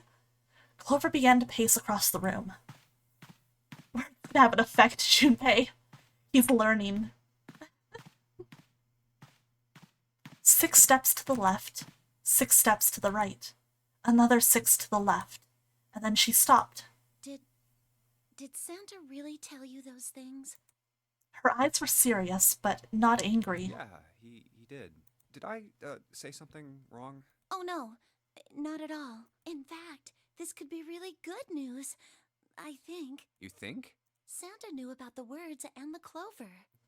How much did I miss? Just woke up from being EB all good morning night hours. You haven't missed too much. We got one bad ending where Ace stabs you in the back with a knife. And now we're on our way to true ending by making better friends with Clover. We showed her the 4-leaf clover. We mentioned that Snake's body had a arm sticking out of it. So she was like, wait, that's not my brother's body then. And so now she likes us a lot more, and we're probably not getting axe ending. The only people who should know about that are the other subjects. Subjects? The other people who were in the experiment 9 years ago, with my brother and me. Oh, shit. But he's blind, and I was part of the Nevada test group. The what? So neither of us would be able to recognize the faces of the people who were on this boat. Huh? Whoa. Okay, time out. Junpei held up his hands. He took a deep breath and let it out. Let's just calm down for a second, okay? Start from the top. Don't start with the end and then jump to the middle. You gotta start with 1 and then move to 2 and 3 and 4 and so on. Yeah, that is a lot to dump at once, exactly. Sure If you is. don't tell me stuff in the right order, I'm never gonna be able to figure it out. Right, Junpei literally said it too. You guys were connected for that moment, Tsubaishi. Okay. Clover nodded, trying to decide whether to get this game or Dramatical Murder for your birthday. Oh, I actually never played Dramatical Murder. I know it's very different from this game, so it really depends what you want. Let's start with this experiment. What happened on this boat 9 years ago? Do you know about morphogenetic fields? Morphogenetic fields. I know of them. He did, and the realization sent chills down Junpei's spine. All right, how about this? Theory of the telepathic mechanism. Oh, thank you for the review, Lotus. It's been a hot I minute. think Lotus mentioned something like that. All right, opens up Wikipedia. True. Please tell me about morphogenetic fields. Junpei recounted what Lotus had told him earlier. Clover nodded. Telepathy, huh? Well, that's not really it, but I suppose it's similar. So they were testing telepathy on this ship? Yeah, I guess so. So, what exactly did they have you guys do? The same thing that we're doing now. Exactly the same thing. What? The Nonary game. Oh, 9 shit. people were put on this boat, and 9 others were put in the building in Nevada, and the game started. Junpei grabbed the sides of his head. Look, I'm sorry, but I don't get it. What do the Nonary game and some telepathy experiment have to do with each other? Am I missing something here? Clover bit her lip. She blinked back sudden tears. What had happened to her in Nevada? The ability to access a morphogenetic field is affected by a couple of things. The first is epiphany, and the other is danger. You know how sometimes when you're up against a really tough problem, and then the answer just kind of pops in your head? That's an epiphany. And what you learn from the epiphany can be transmitted with telepathy. That's When crazy. you add danger to that equation, then it gets easier to transmit that information over telepathy. So you're saying the Nonary game was supposed to introduce that element of danger? Yeah, but it couldn't be just any old danger. It had to be life and death. And someone did actually die. A girl. Oh, jeez. I like how quiet her voice got there. Junpei felt the sudden grip of despair on his heart. Something deep and distant and powerful squeezed, and for a moment he felt very, very empty and alone. Oh gosh. Honeydew, hello. Thank you for the spaghetti boy redeem. There it is. What do you think, Honeydew? Is it everything you hoped it would be? How do you like this redeem? God, spaghetti boy. He's spilling his spaghetti. I want to help him so bad, or it sounds. I want to help him so bad. I want to lovingly help scoop the spaghetti back up. Let me make him even a little bigger. God. No, that's my food poisoning spaghetti. No, it's not. Leave him alone. And hey, Cube, how's it going? You came in at a good time. You came in at spaghetti time. Heh, pathetic man. Mana, you don't get to call him pathetic. I know what you are. I know what you are. I don't know if that redeem was worth the 10k points, but here it is. Yeah. Listen, it was in hot fucking demand a few streams ago, so, you know, 10k points. What's more wet cat than getting food poisoning from pocketed spaghetti? Leave him alone! Can I copium toggle onto Mana? I wish. I wish. God. I love how we're talking about how somebody died and then Spaghetti Boy got fucking hell. Another Spaghetti Boy. Means I have to put another one on the stream. Jesus Christ. There you go, Kukushi. Good to see you. God. God. Sorry, 1 second. 1 second. Trying to just... Okay. Hey, Kukushi. Hope you're doing well. Wasting all your spaghetti. Leave him alone. Came in and hurt Spaghetti Boy, so you had to redeem him. I see. I see. It's fine. I'm thinking of it as he's helping even out the points economy here. The Spaghetti Boy is communicating telepathically to the other Spaghetti Boys in the morphogenetic fields. God! Supaishi, how did you figure out the big twist? How did you know? She was on the boat with my brother. I was in Nevada. I never met her, but I did hear her name. It's for the flex, homie. God. Her name was... Oh my god, this fucker again. The sound of the door opening was like a gunshot. Junpei spun around. Oh, my apologies. I seem to have disturbed you. Can you fucking go away? I hate you. You two must have strong stomachs. I can't imagine how you could stay in this room for so long. Ace glanced down at the floor. At the corpse covered in blood. Why do we get multiple Spaghetti Boys but not Lacritura? Because we do have multiple Lacrituras. And also, it's really hard with, like, the automatic redeems to do something that, like, complicated. I'm gonna be real. I'm not sure if it's even possible. And thank you for the lurk, Kukushi! I can't believe this guy dropped a Spaghetti Boy here and then lurked. What the heck? At the corpse covered in blood.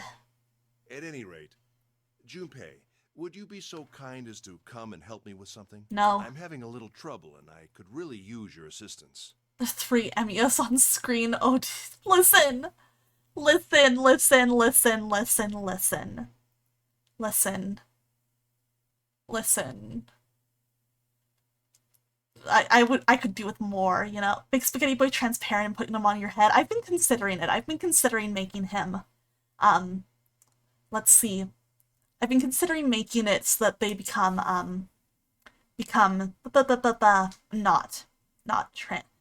like an automatic one that goes on my model. And game voices are pretty quiet. Oh, has it been that way the whole stream? Do you guys want me to turn up the game volume? Make the Spaghetti Boy the entire stream size, but the opacity to like 5 to 10%? God. Can I do that? Can I do that? Transform. So there's gotta be like a transparency thing I can do here, right? Where's the 4th? Bring him out? Somebody's gotta redeem him.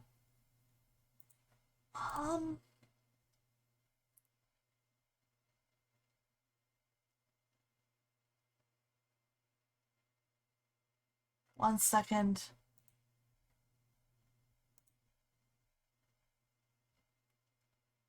Let's see.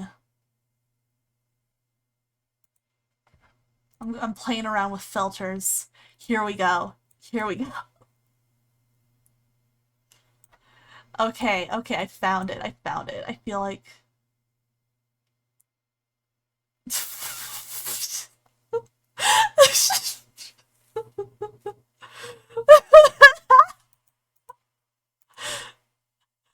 This is your YouTube thumbnail. Alright, this is the Aqua watermark, let's go. But also, do we need the game volume turned up? I do want to double check. Do we need the game volume turned up? Because this is probably a good chance for me to do that if it is a little too quiet. But let me know. Akira. All right. I just want to double check with people other than Kukushi just to make sure that it's not just one person. I just want to make sure.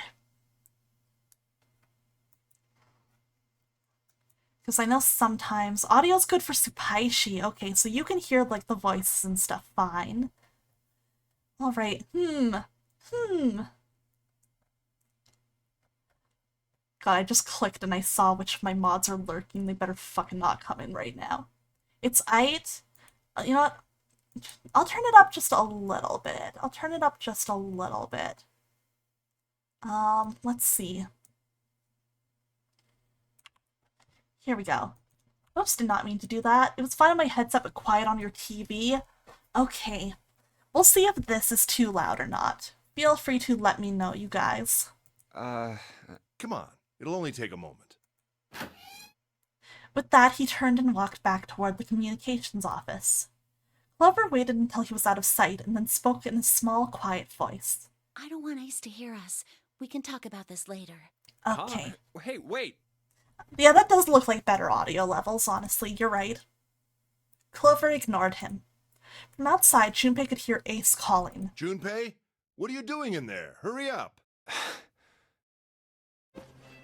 I fucking muted myself by accident. Oh, there we go. Me? Gungaga. Hopefully that wasn't too loud. Please let me know if that blurb blew out your eardrums because it goes through the same thing as the game audio does in OBS. I'm sorry, I looked at the OBS preview while the screen looks to black and he's so clear. He's so visible.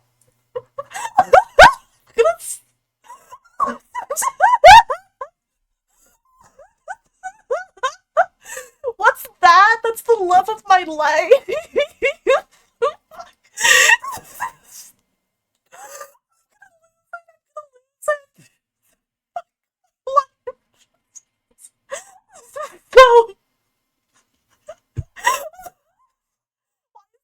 So it's falling out of his pockets, curry noodles. This is my ideal boyfriend. This is the perfect man to me. Sloppy. You're peeking so hard. I'm sorry, I'm giggling so bad. Guys, there are actual tears in my eyes. Fuck, if I laugh too hard, my voice gets really high-pitched and my filters don't like it. So why not? Who doesn't keep past in their pockets? Can somebody clip him just showing up? Because that is probably the funniest shit. Who calls Snom? I will fucking kill you. Yes, there we go. God, this is so much.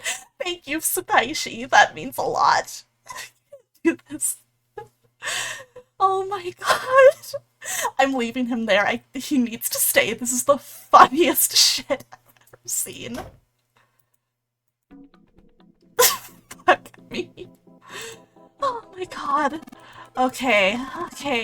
Let's try and solve some puzzles. I'm glad you guys enjoy this. Oh my god, I don't think this is the safe ending.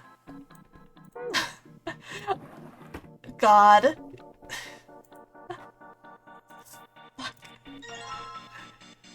I feel like he's showing up more than I want him to right now, though, so I'm gonna still turn his opacity down a little bit more. Yeah, okay, this is better. Thank you guys for clipping. Oh my god. Jesus Christ. Okay, I know we need to get,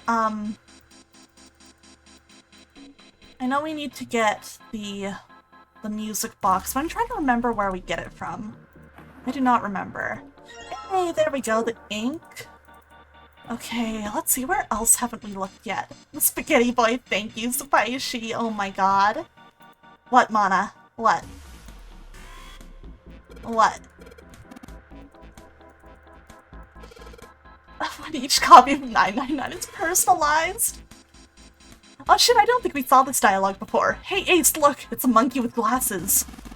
How on earth did you arrive at that conclusion? I'm just a funny little guy. There's a big-ass rat trap over here. I told you that's a telegraph key.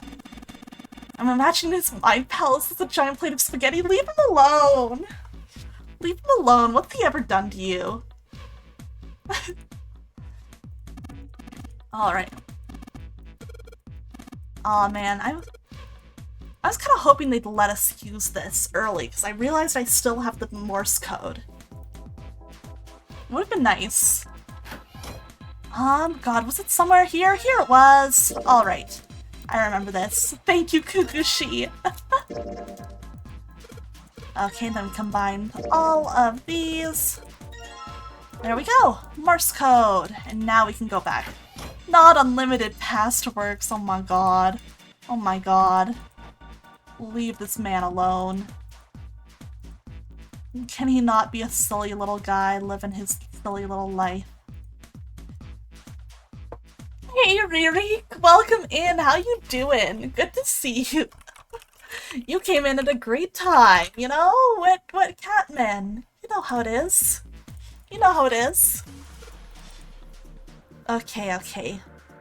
Boop, boop, boop, boop, boop, boop, boop, boop, boop, boop, boop, boop, boop, boop, boop, boop, boop, boop, boop.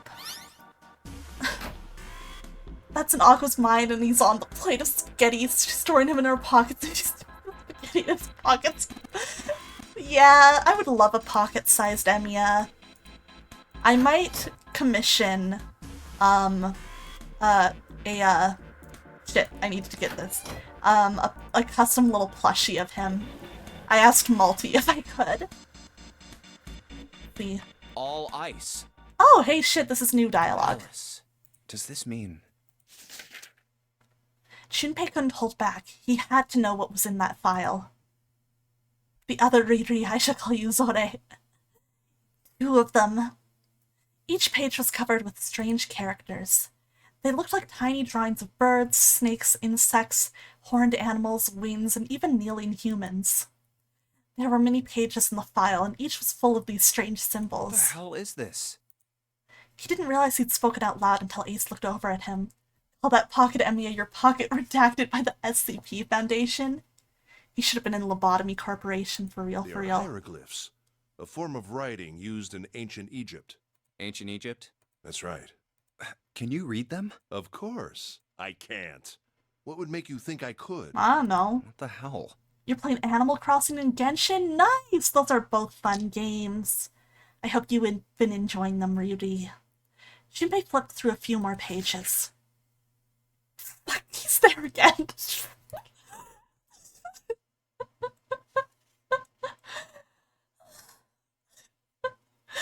It wasn't just 1 or 2 pages that was covered in strange symbols. Every single page was covered in them. The whole thing's like that. Trying to read them was pointless. Junpei wasn't going to waste any more time with them. He made to close the file. He's always there having his spaghetti spilled, and I'm always there eating it off the floor for him. And something fell out. Huh? What's this? He bent down and picked it up. Oh, a key card. There was a symbol on it that reminded Junpei of the symbols for Saturn and Mercury keycards. This one, however, had a dot in the center of the male symbol. Uranus. That's the Uranus symbol. Junpei looked over to see Ace examining the card. Your residential district is coming along nicely. Nice! Ooh, that sounds like you're having a good time, Riri. Good for you! In addition to the Uranus symbol, there were 3 words engraved on the card as well. Something's written on the bottom. Please do not eat floor spaghetti. I would, and I will, if he offered it to me. Bottom deck. Minus! This must be the key to the library, then. So it would seem. Bottom deck, library. Oh. Junpei remembered something he'd heard from Seven when they'd been in the chemical closet. Seven said something like... Alice sleeps in a small chamber past the Forest of Knowledge beneath the navel of the Gigantic. Whoa. Could beneath the navel mean the bottom deck? And the forest of knowledge is the library? Alright, enjoy your lurk, Kukushi. Lurk for... Listen, what about floor lasagna? As long as it's from Emiya. Guys, that man could feed me his floor spaghetti like a mother bird and I would be grateful, And okay? could Alice be in a room somewhere beyond the library? What's wrong? Something on your mind? Anyways, Junpei blinked. Only then did he notice Ace looking at him, curiosity and concern written across his face in equal parts. Yeah. I would not take just floor remembered lasagna from something. Shomes. Only from Emiya. I wish I could go back to the first before I heard that much. Why? I think I only said correct things. Is that so? What about? Well, don't laugh, okay? I only said normal things. There was no reason for Junpei to hide his thoughts. Also, thanks for the clip lotion. He began to explain his theory to Ace. Then he stopped. It wouldn't make any sense if Ace didn't know who Alice was supposed to be. So he told Ace everything June had told him. Man, I feel like we shouldn't be telling Ace stuff. The Egyptian priestess and Ice 9. Interesting. And the woman Oh, who what, wouldn't Emiya melt, floor who was spaghetti? recovered from the It's Titanic like, disaster? you know, guys, it's like Lady and the Tramp, but the spaghetti's on the floor. They called her All Ice, which eventually turned into Alice. She said so much worse, and yet that still made me worried. Come on. I summoned Emiya as a counter guardian to remove me from the timeline, and then I let him feed me like a mother bird. Come on, Arts, keep up. And she was purchased by an English millionaire who called himself Lord Gordain. God, there's so much plot happening, and this is all I want to talk about. What's wrong with me? This ship is where he hid Alice. And you think that he hid her in a small room beyond the library on the bottom deck? Oh, I would be that man's Roomba any day. Well, I mean, it is just a theory. Tell the Holy Grail that I don't want Aqua as my master. No. Listen. Ace stared off into the distance, his hand slowly and absent-mindedly stroking his beard. It's almost like Emiya keeps appearing in our minds. I'm doing that with morphogenetic fields to all of you. That's me transmitting that to all of you. After a few moments, his hand stopped. He turned slowly to look at Junpei, and his brows drew together. Junpei, have you ever heard of the term CAS? Stop transmitting? No, I can't. I need him. Cass. Everyone needs to know about him. It stands for Cells Alive System.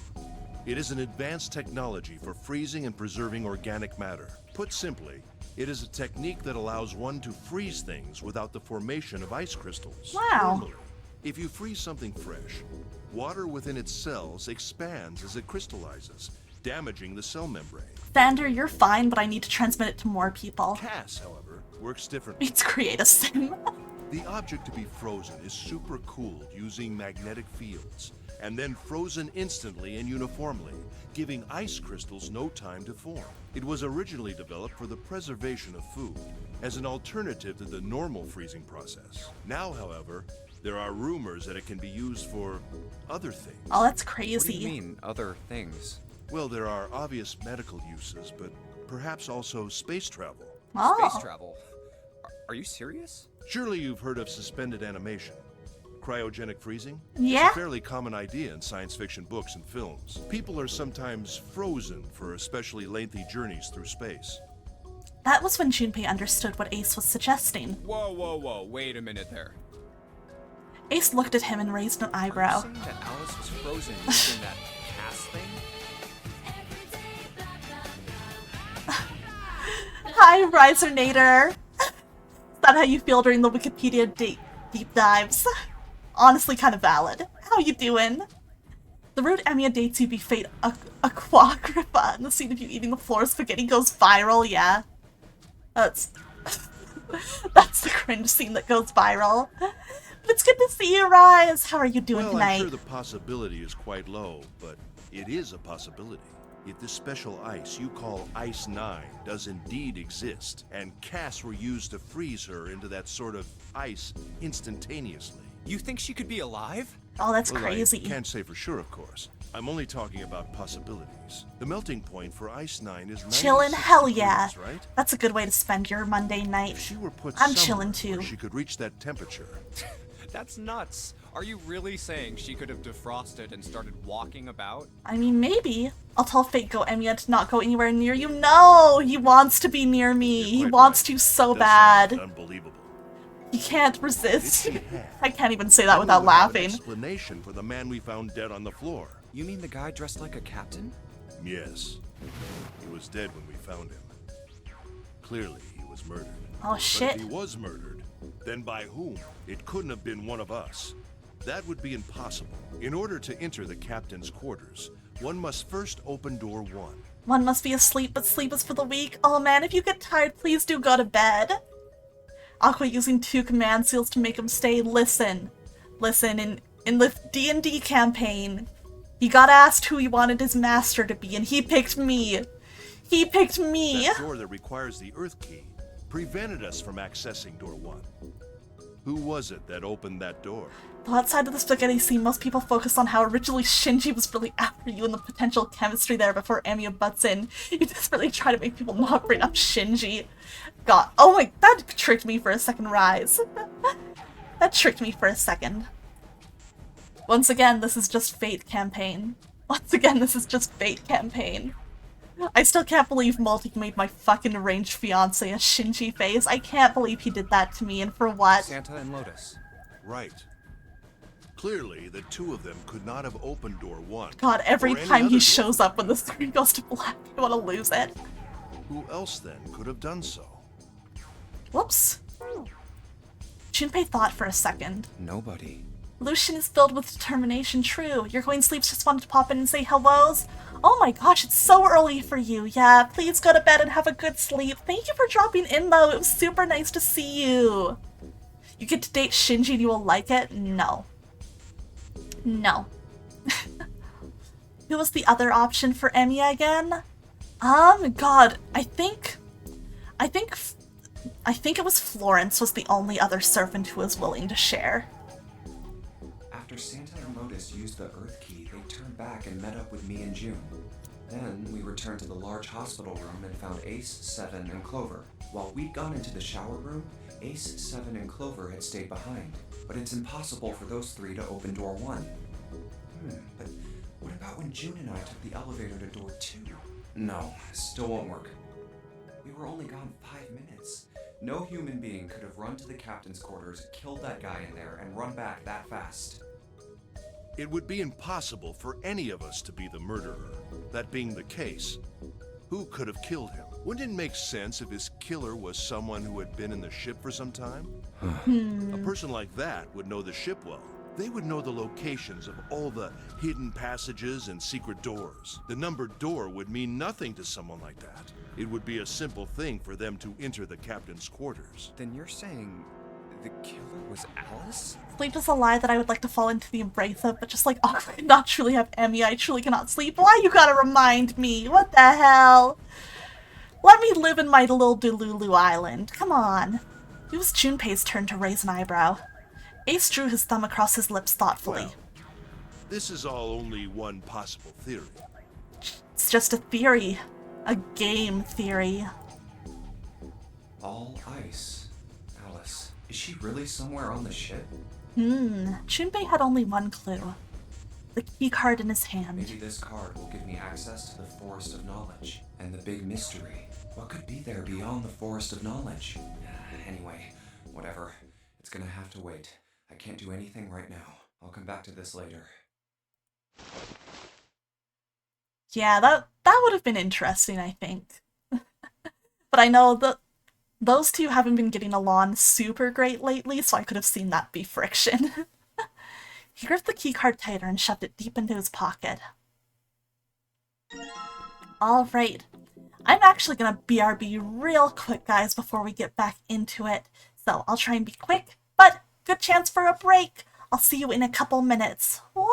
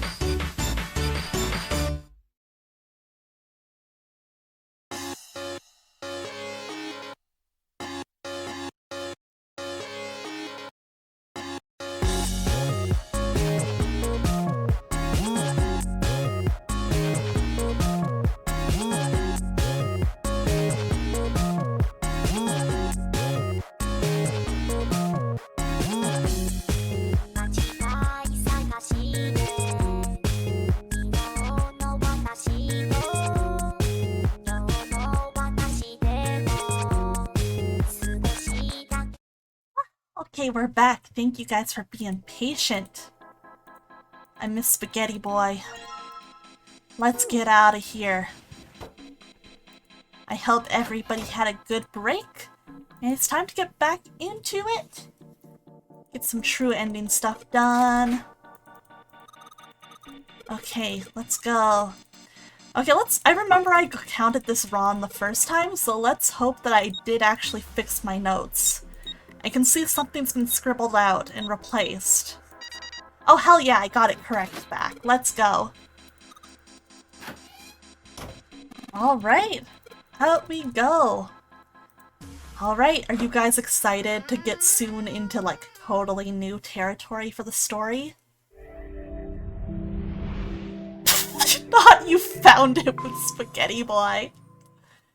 This transparent Emmy I think would be amazing for the 10K redeem. Yeah, I might keep it as this. Because this is pretty dang good. It's pretty amazing, I'm not gonna lie.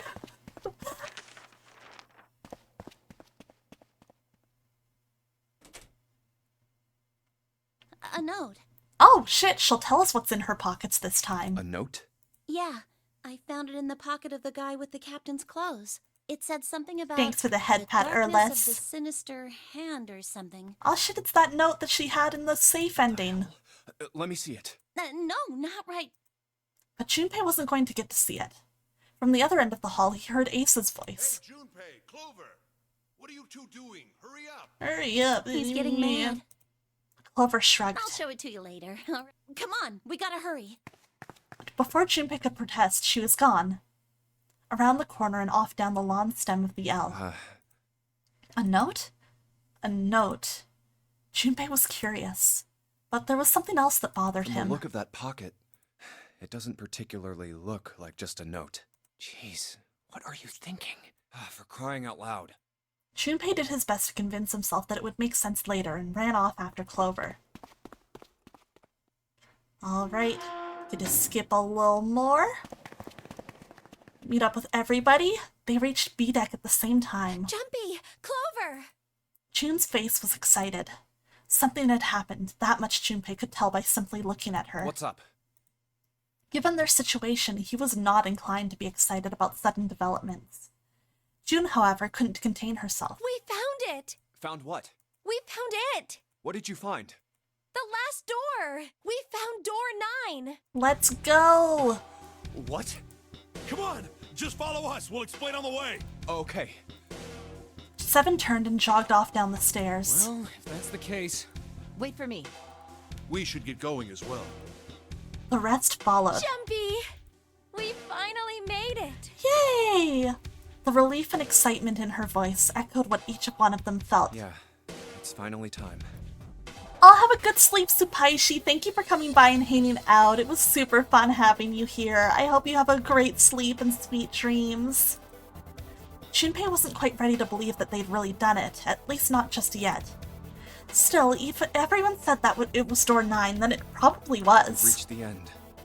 Aw, thank you, Supaishi. You're too kind. I appreciate it. He could feel his heart racing. Yeah, Ace cuts them off so much, this jerk. Case, having the Great Ace Attorney flashbacks. I miss the Great Ace Attorney. That was such a good game. A mixture of anticipation and fear ran through his veins, and he could feel his legs shaking. He was doing his best to maintain a sense of healthy skepticism, but he couldn't deny that the prospect of escape was an exciting one. Something's bothering me. Only 3 to 5 people can go through the numbered door. 7 of us are on our way to door 9. That means that, best case scenario, there will be 2 of us who have to stay behind. 2 people. Is there a way? Junpei looked over at the clock. 4:30. My beloved! I've only got 90 minutes left.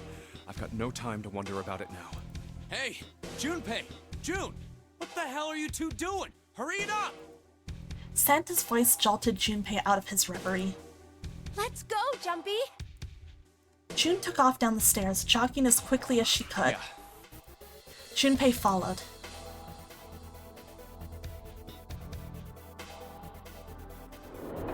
Ooh, down we go. Let's do it. Got it. I'm sorry. Every time I glance, the OBS. I'm gonna do a little something. Okay, we're gonna center him a little bit more better. There we go. That looks a little better. There we go. We can get him in his full glory. As a group, they piled onto the elevator and rode impatiently down to the E-deck. It looked familiar. There was a metal grate between the two elevators. Seven grabbed hold of it and began to talk. I know I told you I'd explain it earlier, but honestly, there ain't much to explain. After we split off from you guys, the four of us got into the elevator on the left, and that took us to the other side of the grate. Wow. After that, we headed down another hallway. It took us toward the bow, and eventually to the number 6 that you two found earlier. We opened it and kept going. There was another locked door behind it, like usual, but this time we had to complete 2 different areas before we could unlock it. Once we were through that door, there was another hallway that went the other direction, toward the stern. So, on your way, you found the elevator. If Ace tries anything, I'll shoot him. Alright, Erlis, I'm trusting you. That's right. Be ready. So, in other words, you kinda did a lap, huh? You came from that side to this side. Yeah. With that settled, Junpei looked around. So, where's the number 9 door? Over here. Seven began walking down the hallway that led toward the stern. Junpei and the others broke into a jog to keep up with him. By the way, Why spaghetti? Because this is the ideal man barrel. Now this is Chad's idea earlier. So, and now it's really funny, so I'm running with it. They had been walking for a while, June in silent step with Junpei when she spoke. you know, it's because of Santa that we're all here right now. Huh? That all 7 of us are going to door 9.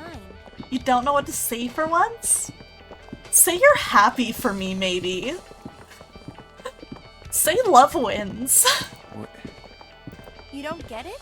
Thanks for the headpad, Erlis. Santa, 7, and Lotus, what's their digital root? 3 plus 7 plus 8 equals 18, and 1 plus 8 equals 9. No, I should greet you properly, though. How are you doing tonight, Beryl? It's good to see you. It's 9. That's right. They could have just left me behind and kept going if they'd wanted to. Yes, Get loves wins. But they didn't. As it should. Yes, because Santa wouldn't let them. You believe in Aqua X Emiya, thank you. I appreciate it. He said, we can't leave June and the others behind. I'm so happy for you, love always wins, right? You're doing okay? I'm glad to hear it. I hope you've had an okay Monday, or at least enjoying your night, assuming it's night where you are. That's why we went looking for you guys. And then you got on the elevator and went back to the central staircase. That's right. Well, I wouldn't have called that one. That Santa would be the one to stick up for you. I mean, How about ship fish fillet? Oh my god. What a ship name. What a ship name. You're the fish and in Bad Roots, he's the fillet. Leave him alone.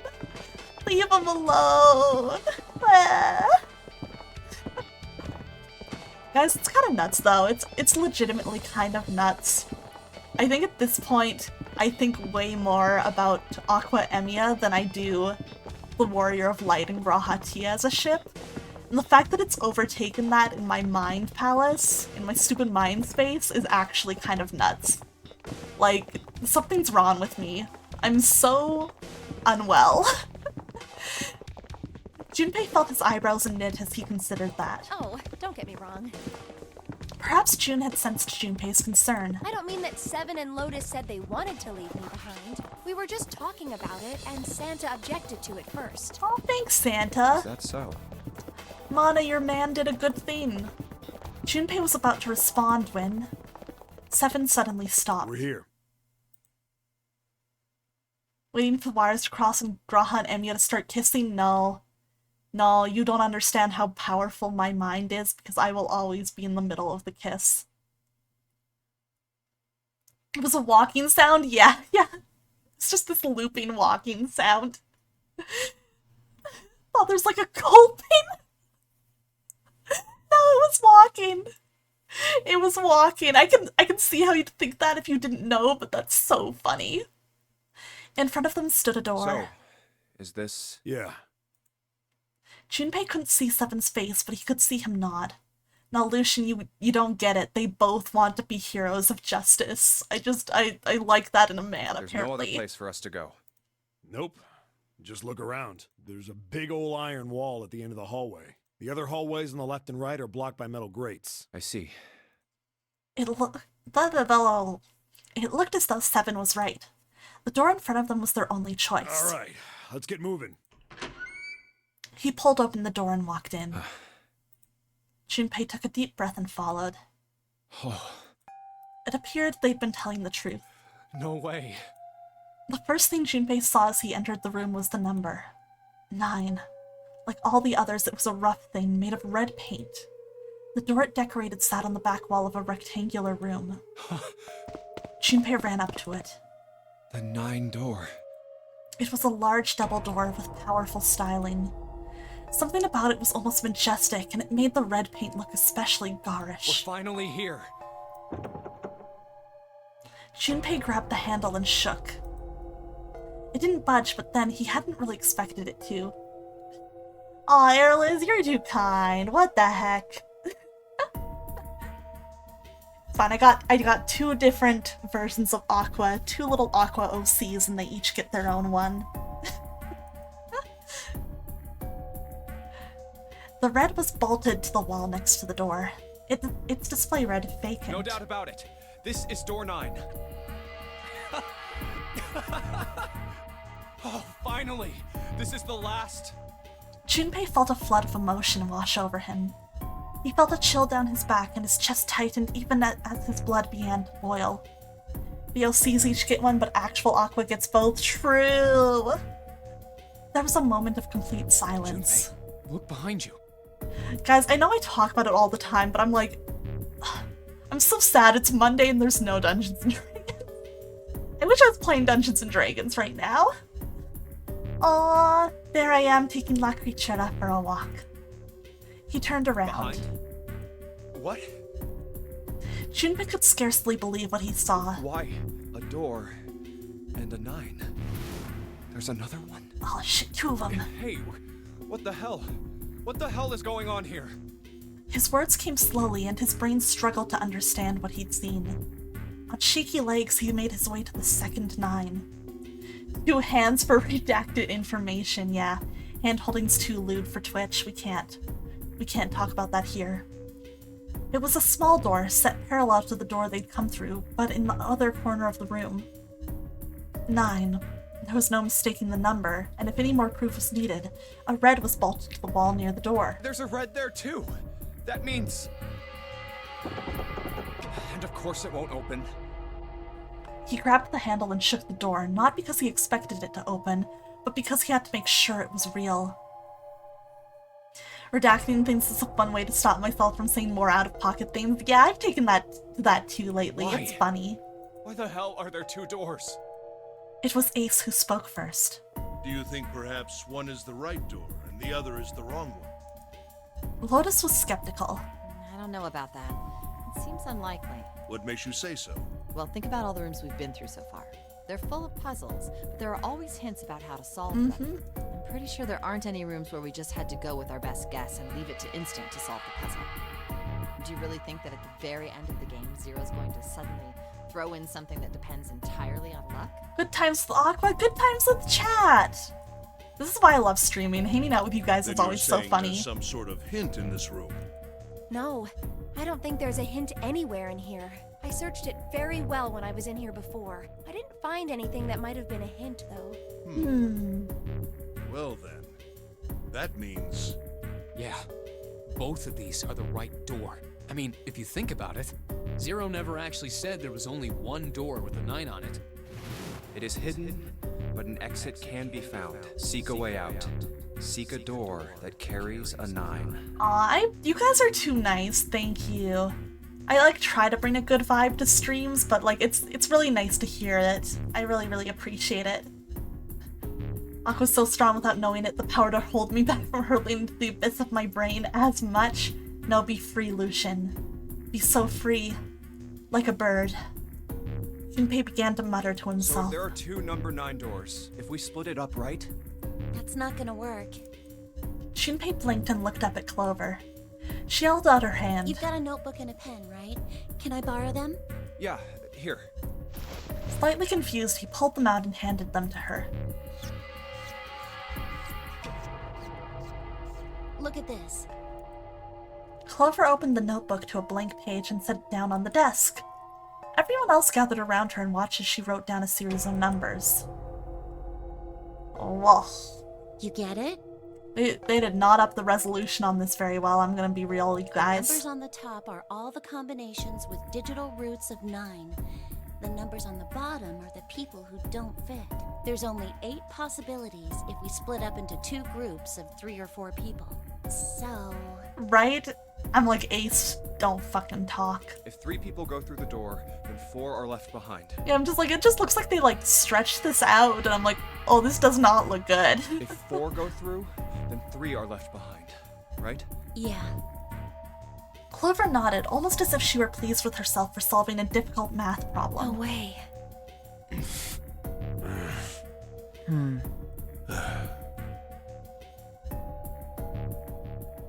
The room went very quiet.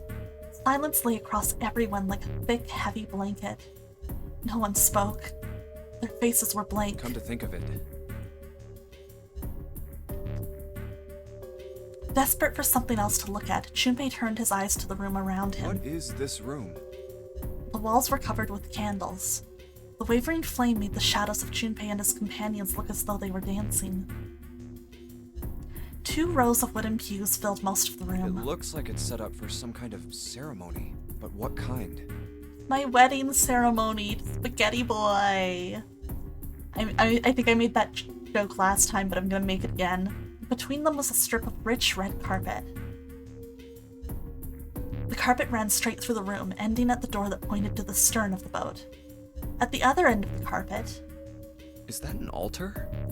it was a recessed space set into the wall between the 2 other doors. Sitting on a raised section of the altar was a coffin.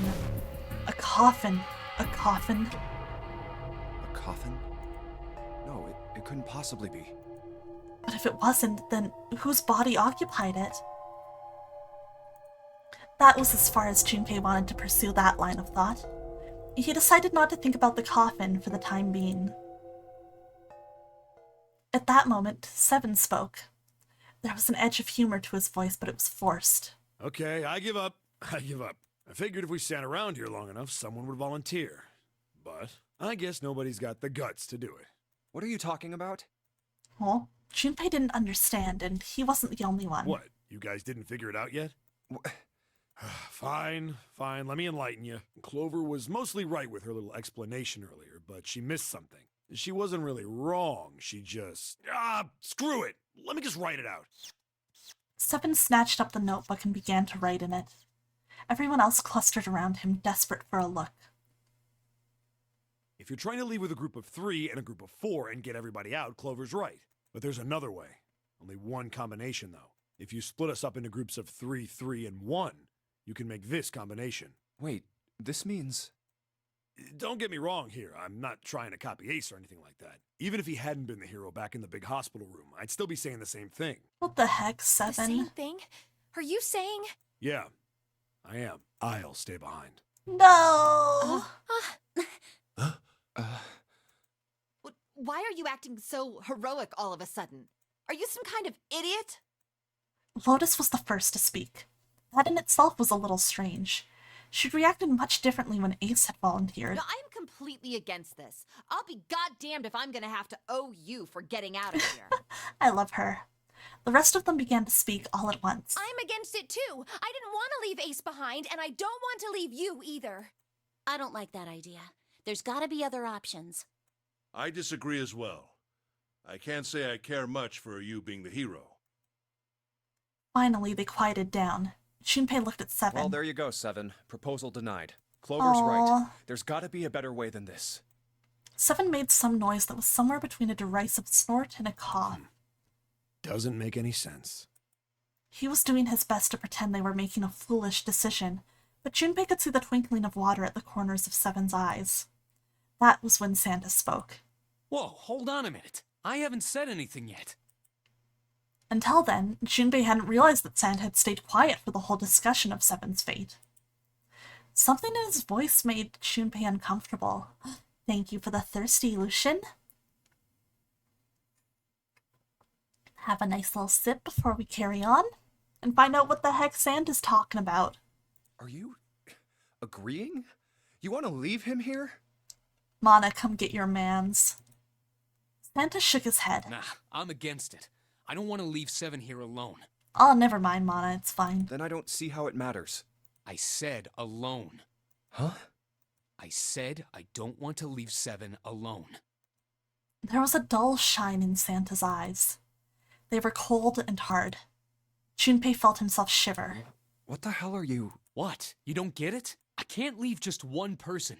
I need 2 more. 3 people, including Seven. I'll be leaving behind 3 people. That's my proposal. No, those are my orders. Huh? What do you mean, orders? What the hell makes you think you can order us around? Who the hell's gonna listen to you? You all will. In 3 seconds, you won't have a choice. What? 3, 2, 1. Santa was so fast Junpei could barely see him. When he moved, it was almost like watching a dance. His feet moving like lightning. He spun and... No! Not my girlfriend! He had June. Mana. Mana. Mana. You wanna think about what you said for a minute? See? I told you. His lips curled into a cruel, mocking smile. Huh? What? A shudder traveled the length of Junpei's spine. His chest froze and he could feel his breath going stale in his lungs. He's pointing a gun at my girlfriend! Nothing made sense. Junpei felt as though his head were about to explode. Santa's sudden change in attitude, saying that he needed 2 more. The gun in his right hand, a revolver. Santa had grabbed June from behind and pressed what Junpei's shaken brain identified as a revolver roughly against her temple. Numenon. Why? What the hell is that? Where on earth had Santa possibly found a gun? Junpei's questions roared in his mind, but his mouth refused to ask them. Me too, Super Twin. Seven spoke almost as though he had sensed Junpei's confusion. The gun's from the other room. What room? One of the rooms behind door 6. I should have known he was gonna do this. I should have taken the gun. This means every single girl gets held hostage in this game. Oh god, it's true. They all do. Well, it's too late now, fat ass. Damn it. A mixture of fury and frustration twisted Seven's face, and he glared at Santa. Santa, for his part, didn't so much as flinch. The corner of his lips twitched into a slightly wider smile. I know Santa's trying to cook, but damn boy, right? Who let him in the kitchen? Then the smile faded, and he began to move. He walked backward, dragging June with him. Before long, his back was resting against the door. On the wall next to him was the red. He put his hand on the scanner panel quickly, and then forced June to do the same. Now, time for you to start following my orders. Ace, Lotus, congratulations! I've chosen you to come with me. Put your hands in the red. 3 + 6 + 1 + 8 = 18. That was what Santa had meant when he said he needed 2 more. Hey, you deaf? I gave you an order. Santa's eyes narrowed to slits. He glared at Ace and Lotus. They stayed frozen, like deer caught in the headlights of an oncoming car. Right. Fine. Keep Ace away from Lotus, right? Quick, Emiya, do something. Oh geez, yeah, Night Hours, you picked a crazy time to come back. Things are getting nuts, as you can probably tell. I didn't want to waste any bullets, but you guys just don't get it. No sooner were the words out of Santa's mouth than his hand twitched. And the gun roared. A section of the floor exploded, scattering wooded splinters across the floor.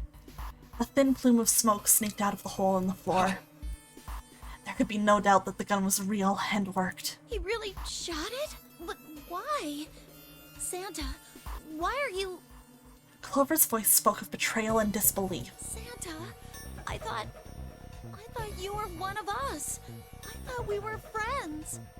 Yeah, so Santa's taken June hostage and making people go through the 9 door with him so he can get out. What?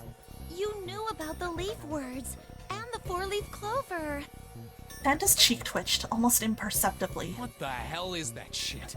I've got no idea. You're lying. Shut up. Just shut up, you stupid bitch! Whoa! You want me to put a bullet in your fucking head? Mana, come get your man. Flecks of spit flew from Santa's mouth, his face twisted with rage. Clover recoiled, her eyes wide. When she spoke, her voice was very small. Santa. He snorted, then shook his head vigorously and turned to face Ace and Lotus. Alright, assholes. What are you still standing there for? Get over here and scan those bracelets. I don't have all day. For shame, Santa Claus. What's the matter? Your hearing's starting to go? Going senile, maybe? Ace and Lotus still didn't move. It almost seemed as if they couldn't move. June's face was pale behind Santa's arm. Her eyes were wild and her chest heaved with every quick breath, like an animal cornered by a predator. Junpei's mind worked furiously. What were they going to do? Then he realized something. There was nothing they needed to do. There was nothing to debate. That's it. June's safety was their first priority. That much was obvious. Doing as Santa had commanded meant that she would be safe from at least 2 threats. She wouldn't be shot, and she would leave the ship alive, along with Santa, Ace, and Lotus. There was only one thing for Junpei to do. It's the only way. He turned to Ace and Lotus. Please, go. Huh? No way. Jumpy, what are you saying? If you stay here, you're going to be stuck, Jumpy. And so will Clover and Seven. I know, but you don't need to worry about us. We'll figure something out. And Junpei. Right, Seven? Right. You just leave it to us. It's gonna piss me off to do what Santa says, but... Don't worry about me either. There's still something I have to take care of. Oh? No, no, you can't! Ace, Lotus, don't... Sorry, 1 second. 1 second. 1 second. I need to check something real quick, guys.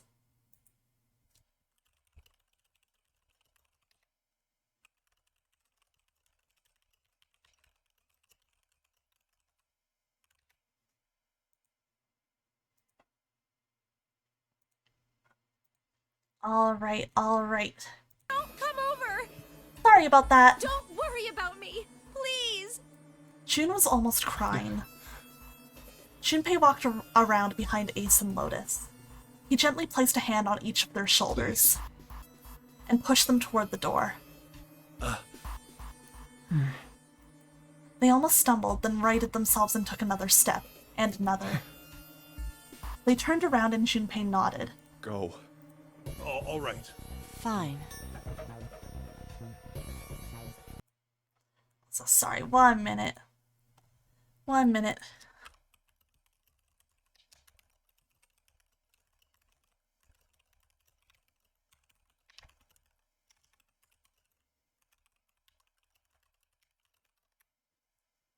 I'm so sorry about this, guys. I needed to check something super, super quick.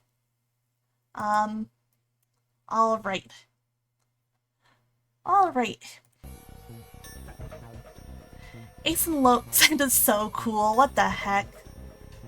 You love him? You love this guy? God, it's funny because like I can only tease Mana so much because it's like, man, Santa is a really interesting character, but then it's moments like this and I'm like, oh my god. Ace and Lotus turned around again and walked slowly toward the door where Santa was waiting for them. After what seemed like an eternity, they stopped in front of the door marked 9. Santa smiled. Alright, now let's get those hands on the scanner panel. What's the holdup? What? You think I'm fucking around here? I don't give a shit about this girl. Oh my god. The red doesn't need a person, you know? All I need is the bracelet. You get it? Good. Now put your fucking hands on the scanner. God, his voice acting is really good too. Santa's voice acting is really, really good. Say it again. He shoved the revolver harder against June's head and she winced. Fine.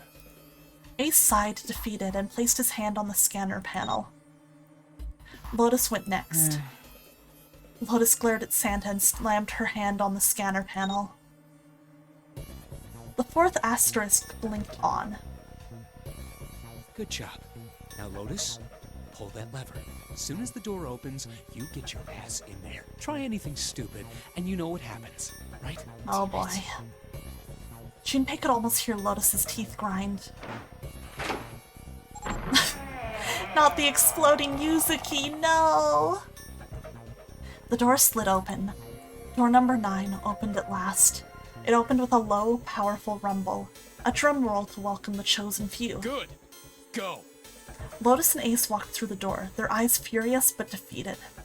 Santa waited until they were all the way inside, then hauled himself and June across the threshold as well. 6, 7, 8. Later. Aw, jeez. After exactly 9 seconds, the door swung shut. The gust of air it created caused the candles on the altar to flicker and die.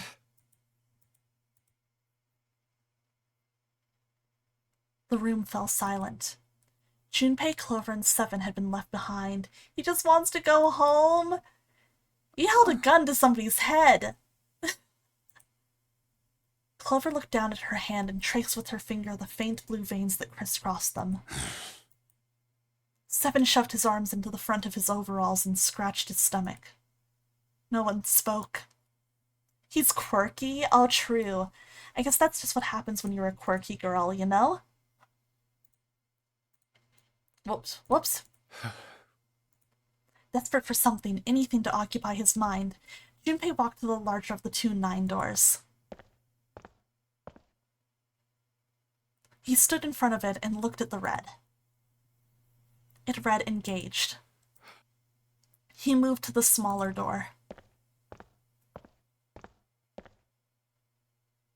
The red read vacant. The digital root of the remaining people was 7. 5 plus 4 plus 7 equals 16. 1 plus 6 equals 7. There's no possible way for them to open a door with 9 on it. Junpei touched the surface of the door. June. He thought about June, about Akane Kodashiki. Was she safe? That was all that mattered to him. If she was alive, if she had escaped this horrible boat. That was what Junpei prayed for. 7 came up next to him. He pulled off his hat, scratched his head, and sighed. So, what do you want to do, Junpei? What do you mean, what do I want to do? What can we do? 7 opened his mouth to respond when... Oh shit. A noise echoed through the room. Someone was pounding on something vigorously. It wasn't mechanical. It was certainly human. Junpei and 7 looked at one another. What the hell is that? Shh, quiet! Clover motioned to 7 to be quiet. She put one finger to her lips and closed her eyes in concentration. The 3 of them listened, trying to determine where the sound was coming from. Where is it coming from? Could it be? Oh, spooky. Hey, I think it's coming from this coffin. You're Who right. could it be? So yeah, if you get safe ending, or if you haven't gotten safe ending and you follow along this path, this is a round where the ending just cuts off and doesn't let you progress, which is nuts. I did that my first playthrough, and it was like I didn't know how to react. I was like, huh? What? Let's open it. But how? What are those muscles for? For show? You're telling me to force it open? Just shut up and try! Junpei and 7 grabbed hold of the coffin. They tried to get a good grip with what little purchase they could find and pulled with all their strength.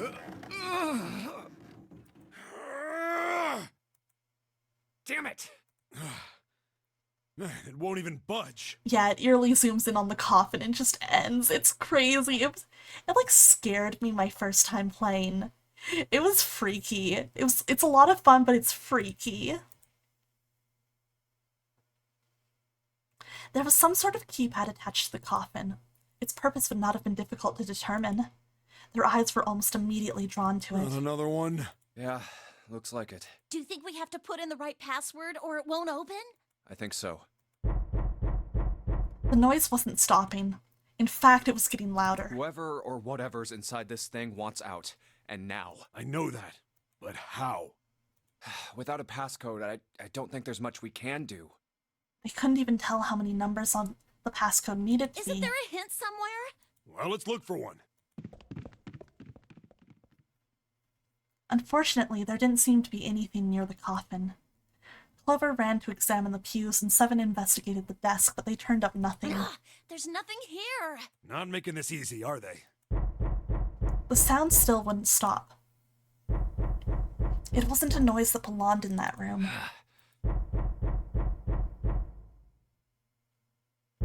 What's the passcode? What am I supposed to do? How can we figure it out? I need something. Oh yeah, here's where the ending cuts off if you haven't gotten safe ending. Oh, what a cliffhanger. The world blinked. Suddenly, there was a voice inside of Junpei's head. Truth had gone, and truth had gone. Ah, now truth is asleep in the darkness of the sinister hand. Wait, what? What the hell was that? That voice? Junpei was utterly and completely baffled. Huh? What? What's up? Seven and Clover ran over to him, but Junpei didn't know what to tell them. Huh? If he told them he'd heard a voice, they'd laugh, or worse, think he was going insane. So all he said was... Nothing. He cleared his throat a little too loud and looked pointedly down at his bracelet. There were a pair of small buttons protruding from either side of it. Junpei. He pressed the buttons. Let's go, it's a poll time. Buttons. R. You guys remember? You guys remember what it was? Or was it L? God, this one always takes me a hot minute to type out. L.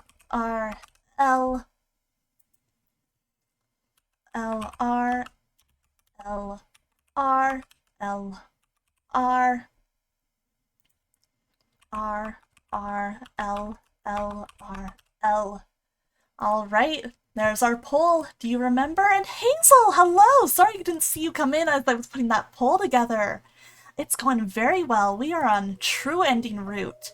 So this is getting very exciting. We're getting some revelations. How are you doing tonight? It's good to see you. Once again, poll is running. If you do not see it, just, refresh Twitch. Let's see if anybody remembers. See if anybody remembers. You'd be chilling before bed? Nice! That's always a nice way to spend your time. I hope you're having a nice peaceful evening, resting a little bit after Monday. Bleh. Never fun. Never fun. Alright, I'm seeing voting is almost done. Voting is almost done. Yeah, I hope you're having a nice chill night, Hazel. It's always nice to see you. Alright, yeah, looks like this one won. Right, left, right, left, right, left. That was it. Aw, chat, you got it. Let's go. Good job. 8 numbers blinked on and then off on the bracelet display. Junpei checked one last time. 1, 4, 3, 8, 3, 4, 2, 1. 1, 4, 3, 8, 3, 4, 2, 1. Huh? Huh? Hey, what the hell are Oh those god, numbers? the baning scared me a little Oh my bit. gosh, are those? Junpei didn't answer. He simply walked straight to the coffin. He knelt down in front of the keypad, running over the numbers in his head so that he wouldn't forget. 1, 4, 3, 8, 3, 4, 2, 1. 1, 4, 3, 8, 3, 4, 2, 1. With trembling fingers, he punched them in. 1, 4, 3, 8, 3, 4, 2, 1. That was all of them. He punched the E button. Learn Echo, hello! 999's going super well. We are Getting right into true ending territory. How are you doing? Welcome to the chat. There was a moment of complete silence. Oh, let's go. We got it open. Then there was the sound of the coffin lid unlatching. Someone sat up out of it. No way. You're doing well. Good to hear it. Always nice to see someone new coming by. Are you like a VTuber fan or a Zero Escape fan? What? Why are you... Both? Hell yeah. Is that you, Clover? Two good things to be fans I of. apologize for worrying you. Oh, and you came at a good time. Let's go, Snake. Snake? You? Why? Junpei? And Seven? Is that you? Is everyone else there as well? Just like Rip Von Winkle. Still, it was very much like Snake to simply cut to the heart of the matter and ask. Jeez. Aw, Snake. Yay! Junpei and Seven shared a wry smile. Clover's eyes were filled with tears. You're back! With a cry of joy, she leapt into Snake's arms. Aw, I love this Gently one. now. My body's still a little weak. Oh, you're back! No, he's not British. He just, he just talks proper. Clover looked like nothing so much as a lost child who had finally found her home. She cried and cried and cried. Her eyes were red and her nose was running. She hiccuped and gasped as if she were about to begin hyperventilating. You're back! You're really here! Her voice was happy but almost desperate, as if she feared he would disappear again if she stopped talking to him. Tear after tremendous tear rolled its way down her face. Her small arms strained as she clutched Snake's body as tightly as she could. Right, it's so nice. I love this scene. Perhaps she had to convince herself he was real. Perhaps she was worried he would be gone the moment she let go. Perhaps she simply didn't know what else to do. You're back! Come now, what's gotten into you? You're acting as though I've returned from the grave. Yeah, family. Not as though you did! I really thought you were dead! Huh? Man. You jerk! Idiot! Idiot! Idiot! Clover broke into sobs so great she could no longer talk. It was a touching reunion between brother and sister. Even though Junpei knew they had little time, and every minute they waited was a minute they wasted, it felt cruel to pull them apart. Junpei and Seven sat down on one of the pews, waiting for Clover to calm down before explaining to Snake what had transpired.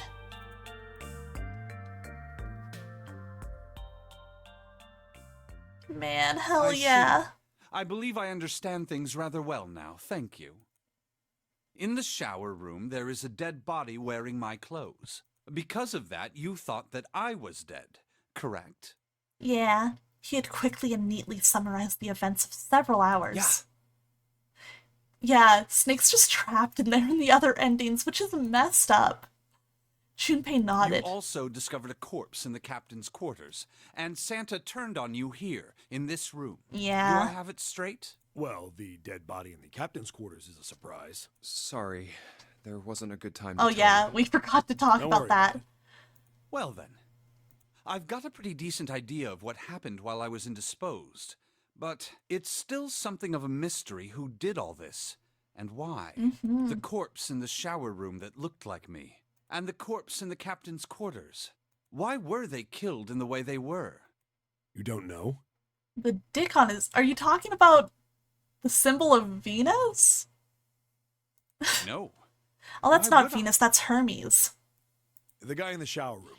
We don't know who he is, so let's just call him Mr. X. Anyway, this Mr. X is wearing Snake's clothes, but you're wearing some kind of weird robes. That means someone took your clothes and put them on Mr. X. We need to figure out who that was.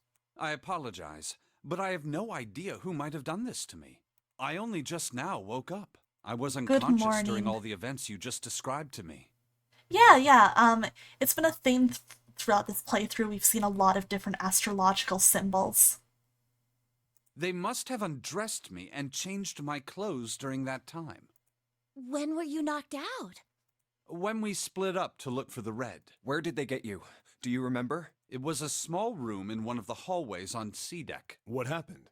The same thing that happened to every one of us when we were abducted. A canister releasing some sort of gas was thrown into the room. Oh, Dane. The thing above the symbol, you mean like this? Oh, that's just a pattern on the shirt.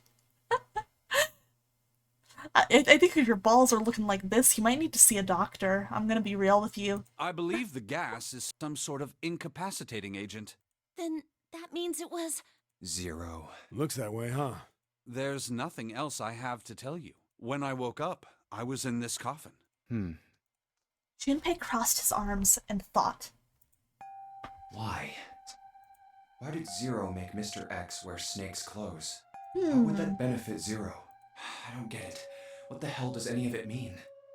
And I have no idea how I got the passcode for the coffin either.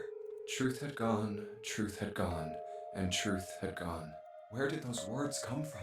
Oh, you know, those are just regular words everybody knows. Why did I feel compelled to push the buttons on the bracelet after hearing them? Thank you for the dote night hours. Here, give me a second. It'll get there. My model will get there. It'll figure it out. It'll manage to get doted. Oh, here it comes. Let's go. Ah, thank you. I appreciate it. Seven had asked him about it while they waited for Clover to finish crying. He'd had no answer for him then, and he still didn't. All I know is my fingers moved on their own. It was like I did it subconsciously. I don't get it. What the hell does any of it mean? His mind was a maelstrom of mysteries, clues, theories, and more mysteries. He could barely think. Also, Snake and Clover had been subjects in a similar experiment 9 years ago. The ability to access a morphogenetic field is affected by a couple of things. The first is epiphany, and the other is danger. And someone did actually die. A girl. Her name was... There had been another experiment conducted on this same ship 9 years ago. Yeah, the incident 9 years and ago. A girl had died during it. Morphogenetic field theory. The 2 murders. Switching clothes. The nonary game. And whatever strange thing was happening to Junpei himself. The maelstrom in his head spat out words and ideas that disappeared back into it almost as soon as he grasped them. But as he struggled through them, Junpei began to realize something. There's something that tied all of them together. And the point connecting the dots. Zero. He's the ringleader. The person who trapped 9 of us on this sinking ship. Zero should know everything. If we can uncover Zero's identity, all of our questions will be answered. Who was Zero? Junpei had the beginnings of a theory. If he could only test it. Or perhaps... At any rate, we'll have plenty of time to decipher the details later.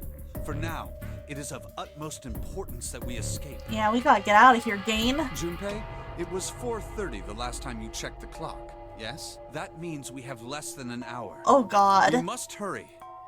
Hey, how are we gonna get out of here? Isn't that obvious? Through the other number 9 door. 4 plus 5 plus 7 plus 2 equals 18, and 1 plus 8 equals 9. Oh yeah, you're right. With Snake, we can open the door. Let's go. Don't tell me you hadn't figured that out. As they sniped back and forth, Junpei glanced at Snake's left hand. He was wearing a bracelet with a 2 on it. Come on, you gotta tell me these things. I, assumed you'd figured it out. Forget it. Let's just get going. Alright, let's get out of here. 7 stomped off toward the smaller number 9 door. How convenient!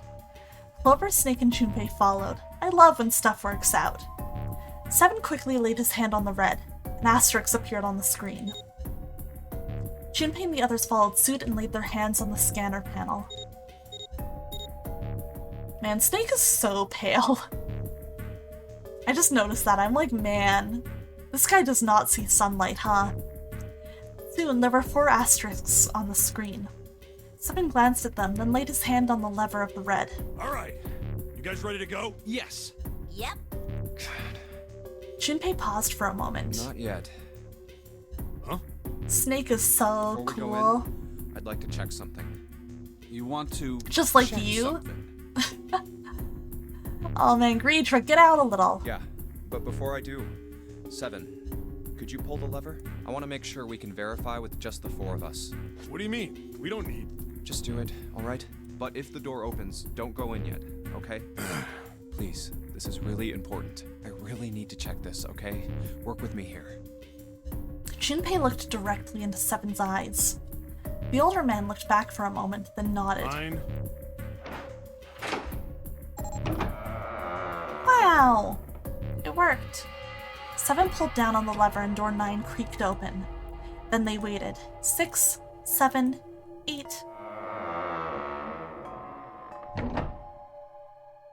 After 9 seconds, the door closed. Alright, that means the 4 of us can go into door 9. Let's go. So? We knew that already. It's obvious. Obvious. Yeah, you're right. It is. Now, what happens if we add Zero's bracelet? What? Zero's bracelet? Why don't you take it out, Clover? For a moment, Clover looked surprised, but she recovered quickly and stuck her tongue out at Junpei. So you did know I had it. I picked it up because I thought it might be useful sometime. Oh, Clover. She reached into one of the pockets of her voluminous jacket and produced a bracelet. Junpei took it from her and turned to Seven. This was on the left hand of the corpse in the A captain's doublet? quarters. If you look at it, you can see it's got a 0 on the face. Just to make this a little easier to talk about, I'm gonna call the guy we found dead in the captain's quarters, Cap. Then I should be able to open door 9 with just me, Clover, Klepto and an his axe bracelet. murderer, what a catch. Listen, she's a good girl. We love Clover. She's just doing girly things, you know? The big question is, if Cap is the mastermind of this game, would he really put one of these bracelets on? Anyway, let's just give it a shot. Clover, give me your hand. Okay. Come on, Greedra. Yeah, girl boss gaslight gatekeep. Good for her. Now the captain's bracelet. And pull the lever. However, the door didn't open. The Red's display read, "Error." I knew it. Now, what does this tell us? Maybe the bracelet has to be on your wrist in order for it to work? She's fine as long as you don't murder her brother. Exactly. That's It's simple. Did you see how the panel showed a 3rd asterisk when I scanned Cap's bracelet? Whether or not it's on your wrist doesn't matter. All you have to do is put the bracelet near the panel for it to register. Seven waved his bracelet in front of the scanner panel.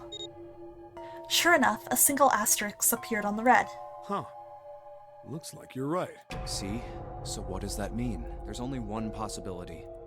That bracelet isn't the number 0. Is that what you're saying? That's Oh. right. Then what number is it? Do we remember from Let's find safe out. ending? Junpei scanned the bracelets with this combination.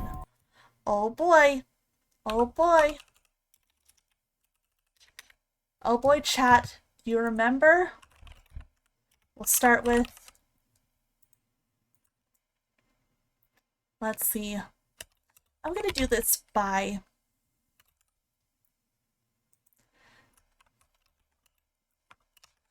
everybody's number, so that we can do it a little bit easier. Let's see.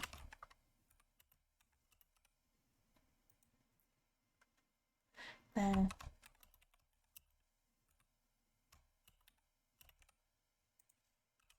alright, quick poll. Do you think it's any of these combos, chat? Do you guys remember what one worked in safe ending?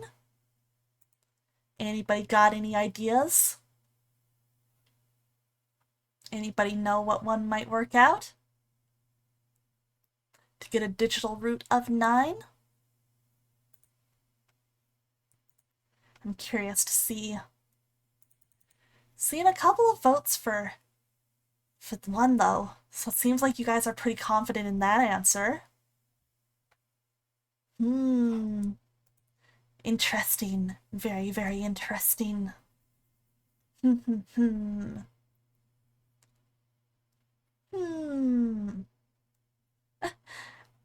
All right.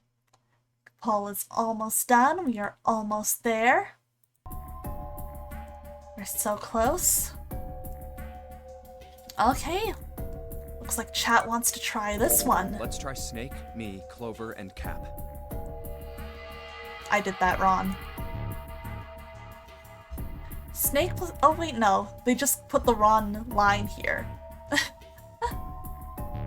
Snake plus Junpei plus 7, 2 plus 5 plus 7, 14, 1 plus 4 equals If 5. this combination opens the door, then Cap's bracelet is number 4.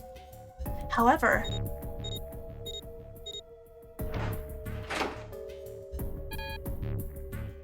Dang, that wasn't it, chat. The door didn't open. Didn't open. So Cap's number isn't 4. How about... Alright, Junpei proceeded to... Alright, let's try a different combo. Run it again. We're going for it one more time.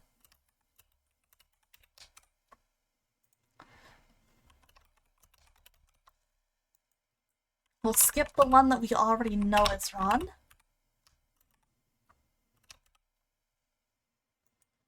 Let's see. Oh nice, there's just enough that if you take the one away, we can fit all of them. Alright, last chance, let's go for it. Twitch is scuffed, but Twitch app is so much worse, right?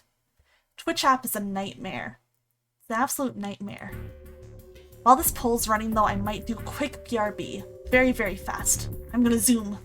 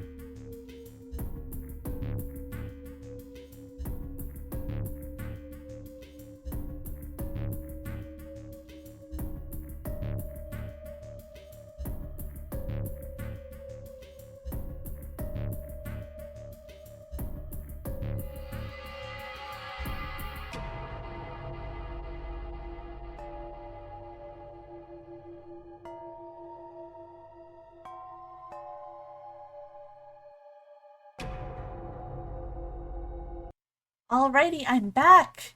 And you guys want Snake and Clover in 7. Alright, let's give that a shot. Let's try Snake, Clover, 7, and Cap.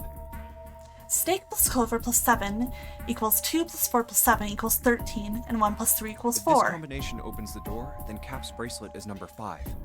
However... Ooh, you guys aren't remembering what it was in Safe End. Yeah, that was a very, very quick detail. The door didn't open. Didn't open. So it's not 5. How about... Alright. We get another chance. Let's go. Don't worry about the hostage, it's fine. It's fine.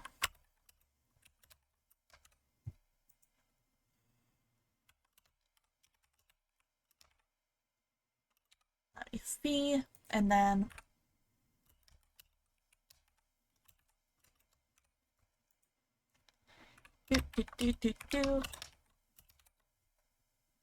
Alright, another poll you remember, but you can't vote. Twitch really said no metagaming this. Twitch said you're not allowed.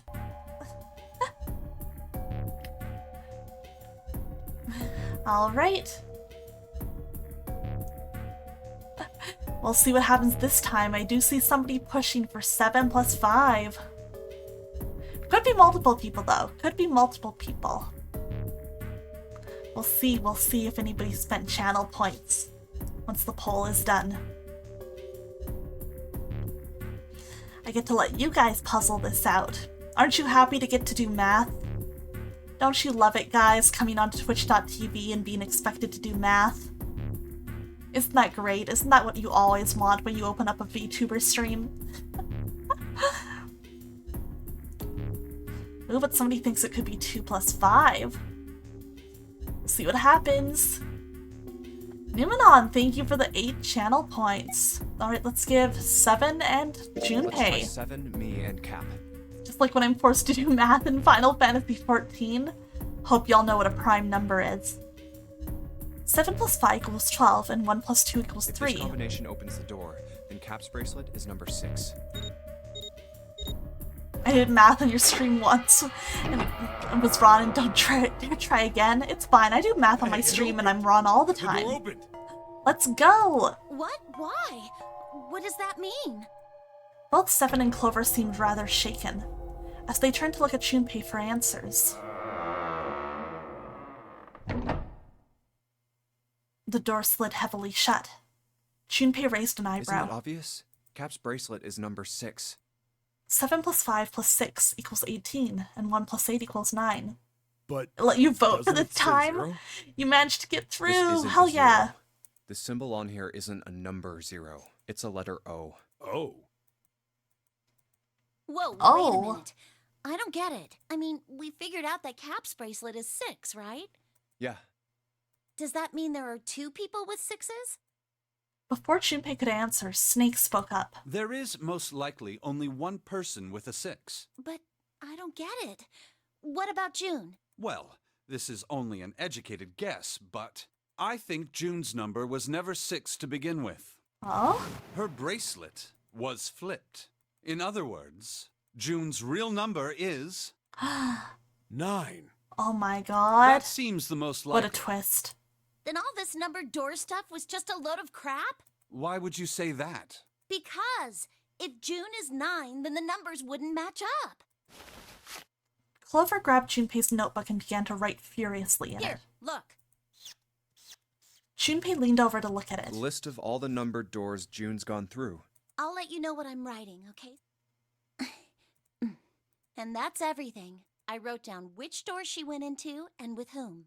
And I wrote what all the numbers were. So if you switch 9 in wherever there's a 6, Oh, the numbers if the don't digital work. root is 7, then you can't open door 4. If the digital root is 2, then you can't open door 8. Clover, do you notice anything interesting on that list? What do you mean? You're talking about 3, right? 3? Santa's always in the room with her. That's what you're saying, isn't it? Oh shit. Did anybody ever notice that? Yes, that's right. What about it? That's quite simple, really. You told me that the first time you came to this room, Santa was the first to refuse to leave June behind. Now, doesn't that beg the question why? Why would Santa do such a thing? He's such a cool guy. The answer is easy. Because Santa can't open door 9 with only 7 and Lotus. Of course, there's only one reason for that. His number isn't actually 3. Santa's real number, 7? Would you be so kind as to modify my sister's equations? Yeah, sure. Seven took the pen from a confused Clover and began to adjust her calculations. This is what you were getting at, right, Snake? Huh. He read out the changes he'd made. When he finished, he looked at Snake. Snake smiled. Thank you. That is exactly right, 7. I just noticed they made a mistake here. They put 4 when this is almost definitely supposed to be 9 door. Santa's true number wasn't 3. When we were talking about leaving June behind, I wanted to talk about leaving Santa behind, but didn't want to draw attention to it, right? And yeah, when I first played this, I was like, wait, what? It was 0. No way. Santa is 0? And June was 9, not 6. Conversely, Santa was 0, not 3.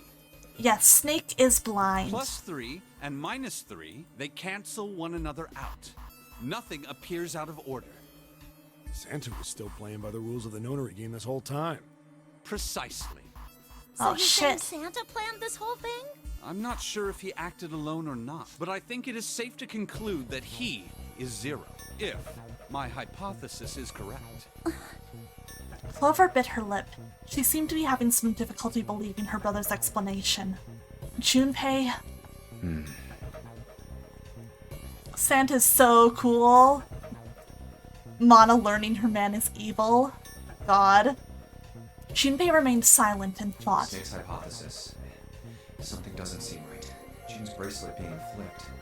Even if that were possible, that would mean there are 2 number 9 bracelets. And if that's the case... All right, that's enough talk. That is weird. Let's go. It's high time we went through that I've door. been new, it's true, you did. You did been new. You've been new for a good long while.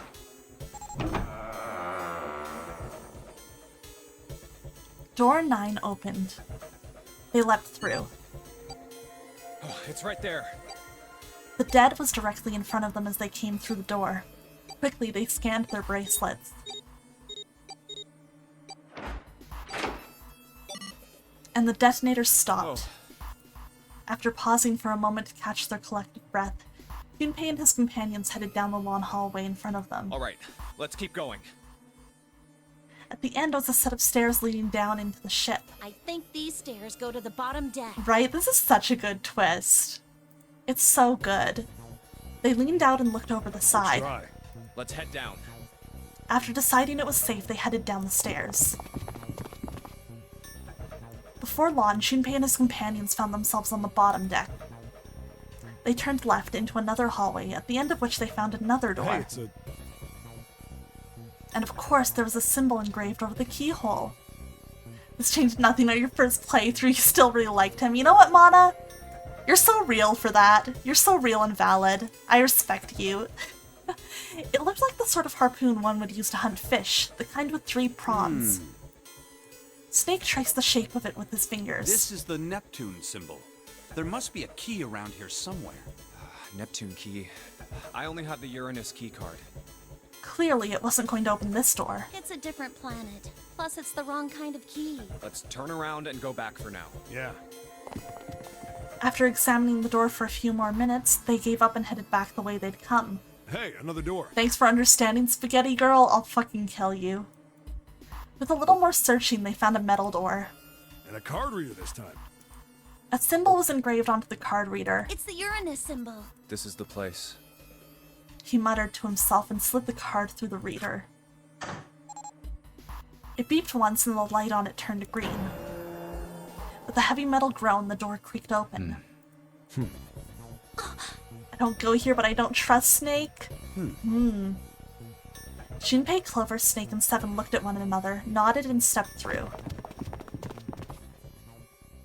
The room they found themselves in was full of books. Wow! It's totally full of books! Whoa! There's so many. I don't know where to look. It looked remarkably like a library. Not the sort of library where large numbers of people came to read books, more the sort of library that was simply a place to store books. He felt a little overwhelmed by the sheer number of books, but Junpei did his best to speak with authority. All right, if we want to get through that door out there, we need the Neptune key. I say we split up and look for it. Okay. Very well. Sure All thing. right, let's go. Good. Let's get started then. We don't have a lot of time. Hurry. Whoa. Oh, shit, we're forced into novel mode. Alice sleeps in a small chamber past the Forest of Knowledge. As he began his search, for reasons he didn't fully understand, Junpei felt those particular words float through his mind. Weird. That's crazy. Bam, bam, bam. You hate this puzzle room? Oh, we're gonna do our best with it. Thank God we get a second escape room with Snake. Mana is winning. Paleontology. This one's about fossils, right? Ammonites are pretty nasty looking. The theory of evolution. Heck, even I know this one. This is that Darwin guy, right? Well, yes and no. Charles Darwin wrote a book called On the Origin of the Species. In it, he put forth his theory of evolution. Yeah, I remember that part. He called it natural selection. Exactly. Okay. I was wondering if we could examine the books that looked important. This is really cool, but man, missed out on most of the game. Yeah, you've gone most of it. Mother Nature. Is that some sort of book about hippie chicks? Probably not, except perhaps tangentially. It's most likely about environmental protection. I was just trying to make a joke. Dude, hippie chicks? Really? The path where Junpei forced the 3-door and brought June with him, Santa panicked hard. Yeah, we saw that in our first playthrough! Which is crazy. Santa fucking booked it to get into the room with her. Because could you imagine if he hadn't made it? It would have fallen apart right there. This one says, transition of extinct species. We need to hurry it up or we're going to end up in the pages of a book like that. Introduction to geology, huh? Thinking about the Earth, even when you're on the ocean. Kind of romantic in a way, I guess. Theories of the Cambrian explosion. Did a bomb go off near somewhere called Cambria? Wrong kind of explosion. Roughly 500 million years ago, during what is known as the Cambrian period, research suggests that the variety of living organisms increased by an order of magnitude. Why this happened is, however, still something of a mystery. There are a number of theories. This book is most likely a collection of them. Yeah, they were very thorough. I really am impressed with how consistent it was able to be. Features of the South Seas, huh? I wonder if this one's got pictures of colorful fish and stuff. I'm in there! Micrographia, huh? Oh yes, Robert Hooke's famous work, first published in 1665. He built a microscope and examined insects and organic substances and other things too small to be seen in detail by human eyes. He then drew pictures of many of the things he'd examined and published them in a book. I'd hazard a guess this shelf is concerned with natural sciences. Why did mankind lose their tails? Junpei, do you know what this one's about? Are you asking me? I didn't even know we had tails to lose. Maybe you should ask a human with a tail. Where the cat girl's at. Mankind's ancestors most likely lost their tails as they were no longer useful and the nutrients required to grow them were better put to use elsewhere. At least, that's what I read. It was rather young. I may have remembered it incorrectly. Huh? Why the hell would a kid be reading a book like that? Oh, you know. You know. Oh, what's the deal with these titles? Snake knows too much? He's just well read. They're all just gibberish. Hey, what if we, like, switch them around? Switch them around? Yeah. If we move them around, maybe they'll spell something. Oh, I get it. Yeah, heck, it's worth a shot. Alright, this is pretty easy. Wow. How about this? Looks like putting those books in the right order opened this thing right up. That was a piece of cake. Hooray! You did it, Junpei! I guess that turned out well enough. So the letters from the title spell out. Open here, find bulb. Trust Snake with my life, I've not played this game. Love that the one-time jumpy joke Zero must be a monkey and Santa laughs, right? The light bulb looks like it's brand new. It's really big, so it'll make a lot of light. Neat. Quantum gravity. Seven, do you have any idea what this is? How about you start by using real words? Then maybe we'll get somewhere. What's this? An overview of conformal field theory. Oh, well, it's a theory that posits an invariant quantum field where conformal transformation can take place. Knock it off with this science voodoo stuff. You trying to put me to sleep? The theory of general relativity, huh? Oh, I know this one! That's Einstein, right? All that's here is Faraday's laws of electrolysis. I believe that's going to be about electrolysis in an electrolyte solution. These particular laws were set down by Michael Faraday. Jeez. Are property values going up in space too these days? Man, guess times are tough for aliens too. This one says cosmic inflation. Supersymmetric string theory in 10-dimensional space-time. They're just talking about superstring theory. The theory of reality where... how to explain? It says that all elements of the universe are governed by the vibrations and harmonics of tiny supersymmetric strings. Sando's missing the safe ending when Junpei was holding June and Zero spoke to him over the loudspeaker. He sure was. Man, the thoroughness. I love a good twist. There's a note on that table. Lights to the books. Huh, what does that mean? Interesting. Well, intelligence often hides itself in darkness. Have you ever thought about the pages of a book? Each page only sees, what, maybe 2 or 3 minutes of light before the reader is on to the next? They spend the rest of their lives locked in darkness. Rather like myself. That's horrible. Oh, don't get me wrong. I'm not complaining, not at all. I live in the darkness, yes, but that has given me the ability to catch the truths others might miss. I can hear the voices hidden in the darkness, you might say. Can I hold beret for you? I'll make sure it doesn't get dirty. Yeah, sure, I trust you, Erlis. Go for it. Energy theory, development of nanotechnology materials, interactions between shortwave energy and matter. What else have we got? Just listening to you read those titles is giving me a headache. Can't say fancy technology stuff and I get along real well. Keep on talking about that stuff and you're gonna put me to sleep. You know that Snake has never read a proper textbook because that shit's boring as hell? Man, the black hole hypothesis. Alright, there it goes. Whoa, for once it didn't take the boy! La Creatura stayed! Gamma ray astrophysics. I guess this bookshelf has an astronomy theme. Oh look, Stephanie, here's a book that's perfect for you.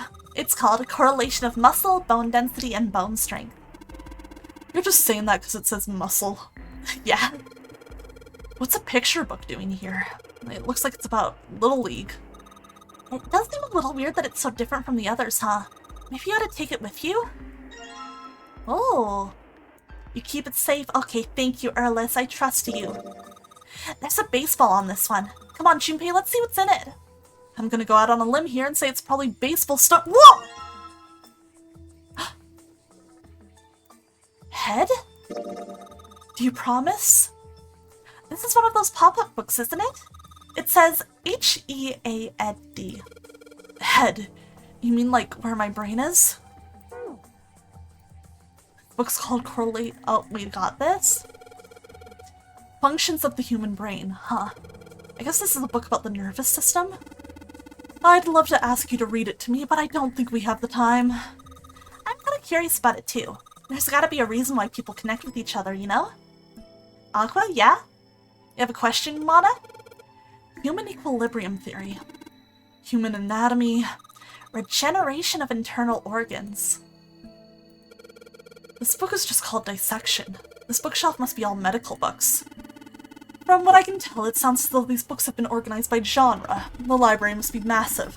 I'm rather impressed by how well organized it is. Ancient Gladiators. What's this book doing here? Maybe they were researching human physical limits across history. Look, this one's called Recreation of Lost Human Functions. What did you mean by this? What do you think I meant? You think they're talking about if you, like, lose part of your body, then you could grow it back? I don't think so. Maybe they're talking about reconstructing abilities that humankind once possessed. In other words, they may be talking about cultivating a sixth sense. Dissection Atlas, huh? This whole shelf is full of medical books. But why, Bonk? I didn't do nothing. I didn't do nothing. Principles of monkey behavior, huh? I'd imagine that's a book describing praxeology studies on monkeys. Monkeys are very similar to humans evolutionary, so I imagine the research was fruitful. Oh, so fucking mini. Oh shit, we were already here. This big opening is the door to the library. It's pretty impressive. Almost looks like the door to a shrine or a church or something. There's another door after it, and then a passageway beyond that. At the end of that passageway is a door with that Neptune symbol engraved on it. Hurry up, we need to find the key with the mark of Neptune. Okay, this sounds like a job for the best brother and sister team in the world. Man, it's like Seven and I don't even exist. Listen, I can't read everything in chat and do puzzles at the same time. Automatic robotic assembly line techniques, huh? What's that? Some sort of comic book? Geez, I guess boys really like that stuff, huh? No, you're thinking of a different sort of robot. This book is talking about automated machinery that's used to build things like cars. What's that one called? It says Foundations of DNA and Genetic Engineering. An overview of photochemistry. I think whoever set this up wanted us to see the cover, not the spine. Let's look at it, okay? Huh, looks like there's a whole lot of space behind these books. Look, Junpei! I think there's something hidden behind the books! Let's go! Woohoo, another one! Communication and computer science, huh? That's a pretty generic title. To be honest, it's so vague I don't really know what it might be about. Let's see... I guess the books on the shelf with Transition of Extinct Species. Did we see these ones? Kobes, hello! Thank you for the raid! And Paisa! Or Pasha, thank you so much! Welcome in, Raiders! How you doing? Oh my gosh, let me give you guys both a shout out. Welcome! I hope you guys had a good stream. For anyone who does not know me, hello! My name is Aqua Sereni and I'm a mermaid VTuber who traded her brain cells for legs!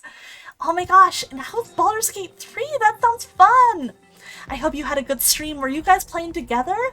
Welcome in Squid Gear and let me see, Quanarok and Kobes and the Dart Runner and Pasha. 999's going great. We are making our slow but steady way to the true ending, which is a lot of fun so far. I'm having a good time. Algebraic number theory. Math, huh? There's another one like that over here. You mean something like primary number theory or analytical number theory or geometry? Oh my gosh, how did you know? Nothing said anything about those. Well, number theory is usually split into 4 chief disciplines. If there was a book named Algebraic Number Theory, I took a wild guess that the other 3 would be there as well. Looks like I was right. You love 999? Hell yeah, good taste! Welcome in then! 999 is one of my favorite games ever. The Pythagorean Theorem. This is a famous one. It sounds like there are a number of math books in this section. Okay. This one's Goldbach's Conjecture. Conjecture? What's it about? Like magic or psychic stuff or something? Right, I bet it's about jewelry, isn't it? It may have an odd title, but it's actually a very respectable mathematic books. It deals with one of the unsolved problems of additive number theory. Sorry I said anything. Look, let's not get into this right now, okay? It says Riemann hypothesis. Oh, I know this one. What is there to hypothesize about the Riemann? Isn't it pretty straightforward? Heavens no. There are many factors. Length, girth, lubrication, or lack of. Chat, what did he mean by this? It's an exciting and rapidly growing field. Chat, what did he mean by this? Snake, what? Whoa! That's a weird book, Junpei. Indian mathematics. That's funny. Why is that funny? Snake is so cool. She read it as Ron. It's about rimming theory. Oh, true. What's this? Origin of Japanese folklore? Looks like there are a bunch of books about Japanese culture here. Mostly ones about folklore, though. Well, folklore can cover a wide range of subjects. History, urban life, religious trends, environmental changes, or oral traditions. Folklore can cover all those things if you know where to look. This looks pretty deep. Aw, no problem, Kobes. Please go enjoy getting ready for work. I hope you have a good day. Thank you for the lurk and the raid. Modern Japanese literature, huh? Hey, there's another one of those picture books here. Something about these feels kind of nice, you know? Brings back good memories. I guess even people like Seven were kids once. No shit, you little brat. Hey guys, cool it. Alright, I think I'm gonna take this picture book with me. Wow! It's got a magic wand on it. Okay. So, what's inside? Miolin, hello! Good to see you! How are you doing? Let me drop you a quick little shout out. What is up, Mio? Guys, if you want to see a super cute VTuber with super good taste, you should check out Mio. How are you doing tonight? It's good to see you. I hope you're having a good night. So we are just almost at the true ending of this game I'm playing, and we're solving some puzzles. Some escape room puzzles. So I am having a lot of fun, but it's also even better now that you're here. Oh, and thank you for the thirsty Riri. Appreciate it. So, what's inside? Well, are you two going to open it? Pretty sure it's just gonna have pages inside, smartass. Whoa! Whoa! Looks like another pop-up book. This book has an S, an E, and a dash, and a number 5 sticking out of it. I might be surprised if I was 5. Let's see anything else. Agriculture and historical organizations and folklore. Alright, how about... what's this? Who said that? This bookshelf has a sort of glass inlay. It's pretty big, but there are only 6 books on it. But it seems kind of weird. Hey, it looks like there's something on the bottom. I can't really see it though. The glass is all foggy. There's a lock on the glass door. Yep, won't budge. In the middle of the glass door is a cylinder lock. You know, the kind of lock where you rotate the numbers around until you've got the right ones to open it. What the hell is this? It's like they just gave us the answer. Guess I might as well give it a shot. Oh wait, I didn't look. 632415. Alright.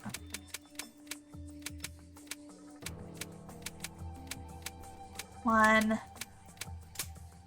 Oh man, I didn't expect that to actually work, I'm gonna be real.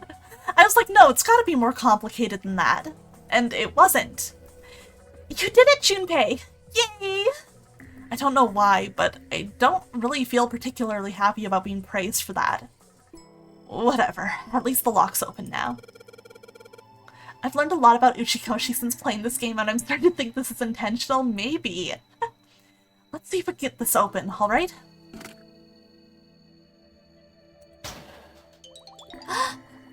Pasha! Thank you so much for the follow! You need to head out yourself, we'll catch up on some C's. Please have a good sleep and sweet dreams. Thank you for the raid and coming by and bringing your community here. I appreciate it a ton, it's super kind of you. All 6 books seem to be pointing at the cylinder number lock. Was that it for in here? I guess so. There are books here in all sorts of languages. I can't read them. Well, I didn't want to go down. Alright, what's going on down here? Bad kind. What the hell is this? Wasn't that a German mathematician? Maybe it's a compilation of his work. Owen, huh? Owen isn't enough to go on. Perhaps it's about the English Revolutionary? Leibniz?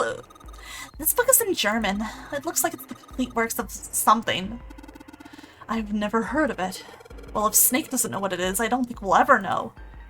Ah, why are we yelling? Sheldrake. Sheldrake. Oh, I think it's Reflection. Don't worry about it. Isn't Sheldrake? Oh yeah, we have heard that name before. There's a scaffold made of wired netting that goes all the way to the edges of the cylinder. Okay. Let's see, have I got everything I need here? Oh shit, how many pop-up books do I have? I only have 2. A small enclosure with 9 sides. Let me out, let me out, let me out! Beg the name doesn't come up again! Oh, good night, Erlis! Sleep well! Just had severe whiplash? What was it from me trying to say the German? There are 3 of these things that look kind of like music stands. Hey Junpei, you think maybe you're supposed to put those pop-up books on the stands? Then you could open them up.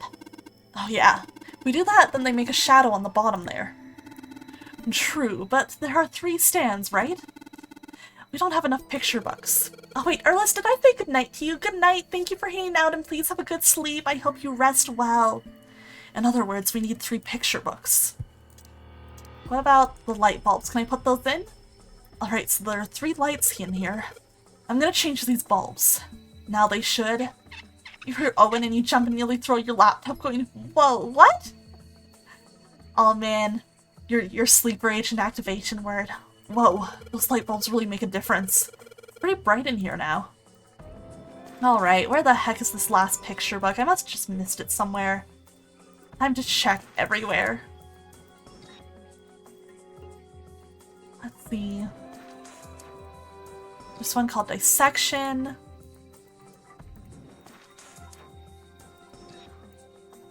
Is that here? Yeah. Oh, I didn't do this side! Let's go! Permian creatures. Seems a little fancy for some kind of prehistoric critter. Yeah, just click everything. Good night, Aqua. I'll leave your beret with Emiya. Okay, I'll go pick it up from him later. Thank you. Without hair, I can't imagine they had much need of perms. It's got nothing to do with this. Hey, it's another one of those kids' picture books. Looks all like the other one we found. Oh, let's go. That's what I needed. This one has some Native Americans on the cover. Hey, Junpei, take a look at this one. Native Americans, huh? Maybe it's got some... Whoa! Let's go. Okay, now we've got all the picture books. Good night, Erlis. Thank you for hanging out and please rest well. It's a small enclosure with 9 sides. Okay, how about we try putting these picture books on the stands? Then... Awesome! It looks like it worked! Way to go, Junpei. Good job, buddy. There's something projecting on the bottom. These letters, they seem familiar. Sheldrake 5? Junpei read the text out loud. I think I saw the rest of this collection somewhere. Yeah, I think it was somewhere around here. Let's go take a look. Okay. Seven and Clover walked off, leaving Junpei and Snake behind. Sheldrake. Have you heard of him? Sheldrake, I mean. Junpei grinned. Yeah, Lotus told me about him. Yeah! There's a British biochemist named Sheldrake. He has a rather interesting theory. Morphogenetic fields, which relies on the theory of morphic resonance. Really? From Lotus, huh? Well, Clover also said something to me about that stuff. She did? Yeah, what was it? The ability to access a morphogenetic field is affected by a couple of things. The first is epiphany, and the other is danger. That girl. I told her not to tell Fucking anyone. Emiya showing up during black screens is still getting you good. It's still getting me too. You did? Why? Well... Junpei's eyes narrowed. Look, man, I didn't push it because we're in a hurry, but I'm kind of sick of this. How about you just tell me, okay? Oh boy. Tell you what? Don't give me that. About the experiment. Snake's shoulders slumped and he shook his head slowly. He'd finally given up. Very well, fine. I'll tell you everything. But not here. Let's move to the top floor. Junpei nodded. With that, they climbed the stairs to the top floor.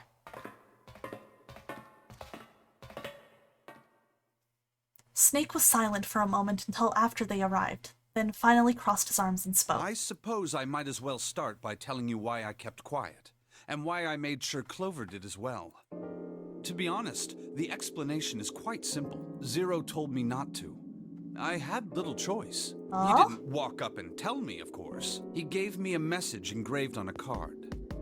Snake reached into his sleeve and pulled out a small, stiff piece of paper. That's a Braille card. It looks just like the one you showed us earlier. So you had 2 cards? No, only one. Huh? What do you mean? I thought that card just had some rules for the nonary game on it. Yes, it did. And those were the rules I read you. However, they were not the only thing on the card. That's so funny, but it also makes sense, because if he just kept part of it to himself, like, who would be able to call him out on that? Nobody. There was something I didn't read. Well, perhaps I should say, there was something I couldn't read. And that was? Tell no one of the events that took place 9 years ago. Oh, Tell, shit. and I activate your sister's detonator. Oh, It's a jeez. threat on our lives. Oh. Well, Snake nodded. Well, what about Clover? Did she get a message from Zero too? I don't believe she did. But doesn't it strike you as strange that Zero would shut my mouth, but not hers? Yeah. To be on the safe side, however, I told her it was best not to tell anyone. Still, apparently she told you. That girl. Aw, What's wrong with her Clover. telling me? I figured some stuff out with the things she told me. You mean none of these other Wikipedia deep divers learned Braille? I guess not. I mean, it looks like the whole activate her detonator thing was just a bluff. She's prancing around downstairs happy as a clam now that you're back. Snake glanced down at Clover and Seven, examining one of the bookshelves. That's very true. I've decided I can trust you. I've decided to tell you the truth. Oh, let's The go. chance that Santa is Zero is very high. I feel I can assume Santa doesn't have the time to observe us at the moment. And at any rate, even if he were, I very much doubt he would kill us. Why? Let's go. Clover told me about the 4-leaf clover, about the words. If he knew about that, then he was in my group during the first experiment. I'm sure of it. Oh, he shit. wouldn't kill us, no matter what the situation was. Snake paused and cocked his head, as though he was listening to something very far away. His face looked dark, as though something was weighing on him. Hey, Snake? One second, I'm sorry. It's very warm in my room right now. I'm just gonna open my window up.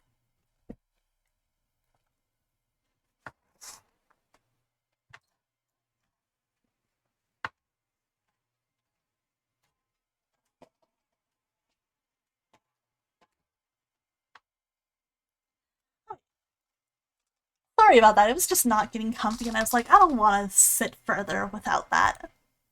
Junpei wasn't quite sure what to say. Snake turned and looked at him. Yes, I know. You want to know what happened during the experiment. Yeah. How much do you know? Clover told me about... I see. The morphogenetic field in the Thanks, experiments 9 brevity. years prior.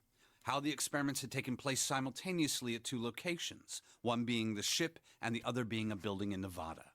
And the girl that died during the experiment. She told you all that, did she? Snake looked down. His face was tight. A slight tremor shook his body, and he tried to hide it. He was putting on a good front, but even Junpei could tell that he was holding back something deep and powerful. He made as if to brush something from his face and looked up at Junpei. At any rate, I now know how much you've learned. All that remains for us to determine is who did this and why, right? Yes. Can you tell me what happened? Yes. Snake nodded slowly. The people who organized the initial experiment were from a company called Cradle Pharmaceuticals. There were 4 of them running the show. Gentaro Hongo, Nagisa Nijisaki, Teruaki Kubota, Kagechika Musashido. Hongo was the CEO of Cradle Pharmaceuticals. Look, God, look at all these shadowy-faced guys. What the hell? Nijisaki was his right-hand man and did the lion's share of the planning. Kubota led the company's research and development division. Musashido was their majority stockholder. It was these 4 people who planned the initial experiment. Who's that? Let me Well, simplify it for I don't you. know. Hongo designed it, and Nijisaki put it all together. Kubota developed the technology required, and Musashido provided the cash. So it's Hongo, Nijisaki, Kubota, Musashido... Yeah, they are some shady figures for real. Not guys you would trust. Junpei couldn't shake the sense that he had heard those 4 names somewhere before. Of course, more than 4 people were required to conduct an experiment of this scale. To that end, they organized a top-secret team to assist them with their research. All in all, they gathered 10 people or so. Those 10 completed their team, and they were able to begin the project. They named it the Nonori Project. The purpose of the experiment was to research the prospect of controlling a human mind through sheer will. The vessel, I suppose you could say, for this control was the morphogenetic field. And that is some shady Why research for did the glycerin shady suddenly guys. begin to crystallize? Why did the crystal structure of EDT undergo a sudden change? Why did the rats improve their puzzle-solving skills with each generation? Rats. Where are the Experiments rats? with humans produce the same results. The more people who knew the answer to a question, the more there were who could answer correctly without having seen the problem before. Why is that? How could it happen? The answer is that the shape of the answer has been stored in a field invisible to the naked eye. And through that field, the resonant event transmits information related to that answer. That's essentially the idea behind morphogenetic fields. I But see, that's I just see. a theory. A game theory. Can't bring yourself to believe it? Yeah. Let's say someone killed another person because the devil told them to do it. Whether the devil exists or not has no relevance to the murder. They believe the devil exists. Whether or not he does is immaterial. So what matters here is that Hongo believed in the morphogenetic field. That's right. Snake nodded. But I still don't get it. You said they wanted to figure out how to control people, right? That is what you were saying. Yeah, Snake's turn to info Yes. dump. Everybody's got to get at least one. So how are they going to do that with a morphogenetic field? I'll keep it simple. Let's suppose 10,000 people have solved a certain problem. The chance of you knowing that answer, even if no one has told you, will go up. That's Let's have crazy. another example, shall we? Say 1 million people were to do a handstand right now. Tomorrow, the chances of you doing a handstand would be higher, even if you had heard nothing of this hypothetical mass handstanding. Isn't that what people kept trying to organize on Facebook and stuff for a while there? Mankind's thought process and actions are all part of a resonant event. All of the resonant events encoded in the fields are projected onto you. Of course, this assumes you believe in this theory. Do you follow so far? Yeah. Now, if there was a person who had the same effect as those millions He of predicted planking? He people, what would did. happen? Wow, If that one Snake. person were to do a handstand, other people would find themselves wanting to do handstands as well. That's called the dancing plague. And also TikTok. Can you imagine what a person with powers like that would be able to do? Come on, there's no way. I'm not done.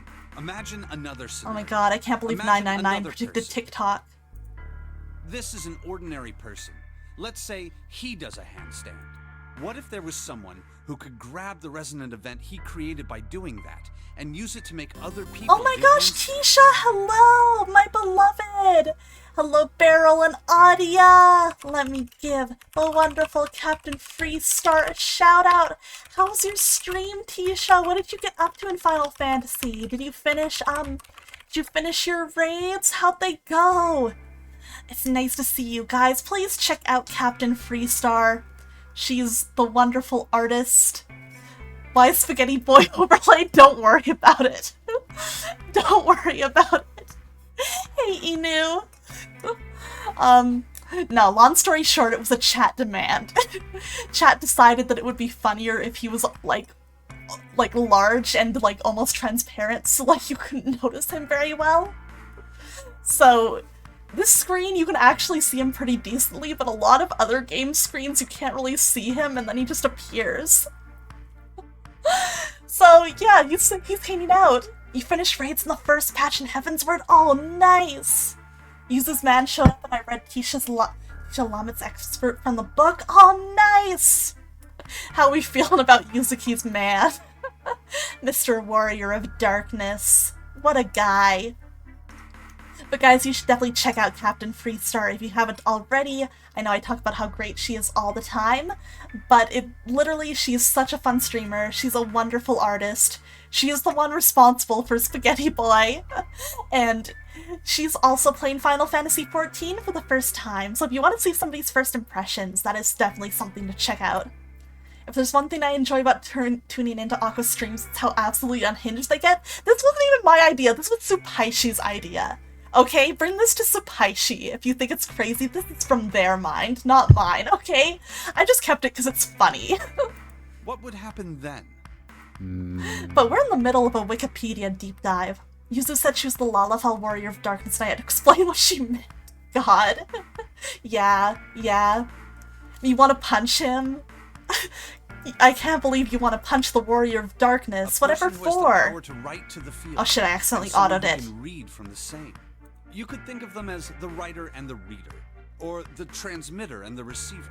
But yeah, we're learning about how there was an experiment to try and control people with telepathy, which is nuts. What would the world be like if there were people with abilities like these? Junpei thought about it for a moment. So the transmitter's resonant event can be transmitted through the field and sent to the receiver. And then the transmitter can control the receiver however they wish. That's crazy. That's what you're saying, right? Yes. Close enough, at least. Come on, that's just crazy. Well, if you want to prove that, then you'll have to test it first. Oh my gosh, yeah, it is about bedtime for you, isn't it? Please have a good night, Tisha. Rest well, and thank you for the raid. I appreciate it. Please have a wonderful night, and I'll talk to you later. At least, that once was again, how they thought. Follow Tisha. I'm not asking, I'm demanding. That was why they decided to do their experiment. That was how the Nonary project began. Snake suddenly looked very serious. By the way, Junpei, have you ever heard of the Gansfeld experiment? Junpei cleared his throat and tried to act calm. Yeah, that was an experiment in telepathy, right? You place a pair of subjects in separate rooms. Then you show one a picture and ask the other what they see. Interesting. I'm impressed. Yes, that is exactly correct. Yeah, I think that's a pretty famous experiment, actually. So, why did you bring up the Gansfeld experiment? It was used to screen subjects for the Nonary project. The hospital in a remote town was affiliated with Cradle Pharmaceuticals. Hongo used it to conduct experiments on visiting children in secret. Some of them, he found, had potential. So this is like what we heard about with what happened to Lotus's kids. He began to gather children that showed promise. Children that seemed as though they might be able to access the field. Night Souls, hello! Welcome! What's happening? You're confused? Oh boy, quick rundown of this game. 9 people were kidnapped and put on a sinking ship that only has 9 hours before it goes under the water. We have found out that this ship has connections to an experiment that happened 9 years ago, where people were trying to, find a way to control people through telepathy. So, basically these 4 guys, they kidnapped a bunch of kids and tried to, put them through a life or death situation 9 years ago, and one girl did die. And what's going on now has some connection to that. We just don't know exactly what yet. But we're talking to a dude who was like one of the kids kidnapped in the experiment 9 years ago, and he's telling us a bit about it. In summation, shit's fucked. Yeah. Oh my god, God himself, thank you for the follow! I'm taking this as validation for everything that I do on stream, okay, you guys? I have literally God's approval. Of course, none of them volunteered. Yeah, Uchikoshi really loves his writing leitmotifs. He does. He sure does. God, though, Lucian, you're right. I can't unsee that. Kidnapped. Here, we're taking him off because it's freaking me out too much, but he'll come back after. His face barely moved as he spoke. There were 9 pairs of siblings taken, for 18 children total. For reasons that were not fully understood at the time, each pair had 1 transmitter and 1 receiver. They were split perfectly. As such, the 18 children were split into 2 groups of 9. The children who were put into Group Q were the ones who excelled at transmitting. Why does Big Man look like Grossberg? Because he's a gross man. They were transferred to the mock experiment building known as Building Q in the Nevada desert. That's the one Clover was in. The children who excelled at receiving were put in Group A. Group A was then placed on the former hospital ship Gigantic. From the experiments he had conducted God, so look far, at him. Hongo had learned the following. There are 2 things that can increase one's resonance with the fields. The first is epiphany. The other is danger. Have you ever been faced with an especially difficult problem and thought about it very long and very hard until finally an answer suddenly appeared in your mind? No, I'm too dumb for that. It may seem obvious to say so, but that is what is meant by epiphany. The information obtained through that epiphany can be easily transmitted through the fields, where it can be easily interpreted. Wow. Adding danger to that equation allows for even easier field access. That's where Hongo came in. Comes to me after quitting. Aw, man. They set up a number of puzzles across the Gigantic. The participants had to solve each one before they could move to the next room. Of course, he hadn't forgotten to include danger. Aw. He had detonated a bomb on the hull of the Gigantic. The children in Group A were forced to play the nonary game as the ship sunk. By forcing the children into a life-or-death situation, Hongo hoped to increase the likelihood of their tapping into the fields. The children from Group Q, on the other hand, were confined to the mock experiment building, Building Q. Building Q duplicated the interior and puzzles of the Gigantic exactly. That'd be so much fucking work to build. Every detail was exactly the That'd be same. so much work. Hongo explained the situation to the children in Group Q. Solve the puzzles you find throughout the rooms. When you have the answers, transmit that information to the children in Group A. If you succeed, they will be able to solve the puzzles and escape. But if you fail, then the Gigantic will sink, and your brothers and sisters will drown. Oh. Those were his orders. That's messed up. Do you know God, I forgot about the eyes. Of Apollo 13 were able to return to Earth safely? It was because NASA had access to a replica of the Apollo 13 capsule. All of the equipment, the instruments, everything. All of it identical. Everything was just like the real Apollo 13. NASA was able to replicate the situation the astronauts found themselves in. By putting themselves in the same situation, they attempted to solve the problems the astronauts were dealing with. I mean, yeah, that is a good way to solve a problem. Once they found solutions, they reported their findings to the men aboard the actual capsule. That was how they were able to return safely. It was the same with the Gigantic and Building Q. The children from Group Q had to use the power of epiphany to solve the puzzles they found and transmit what they learned through the fields. The children in Group A, however, they had to access the fields to learn how they might advance to the next stage. That is the simplest explanation I can manage. Banks sounded defeated. His half-hearted attempt at derision served only to show how much the story had affected him. Just as Junpei was about to speak. Hey, Junpei, Snake! How much longer are you two gonna sit around on those bony asses? Get down here already! We're talking about important stuff, come on. Seven's voice echoed up from below. Snake took a deep breath and blinked rapidly, as if just waking up from a long nap. He's right. Let's go, shall we? We don't have much time. We need to get out of here, and soon. He did. He said y'all have flat asses. That's so sad. Snake headed for the stairs, but Junpei put out an arm to stop him. Hold it. There's one more thing I want to ask you. Have no ass. Are you sure that there were 18 kids? Why?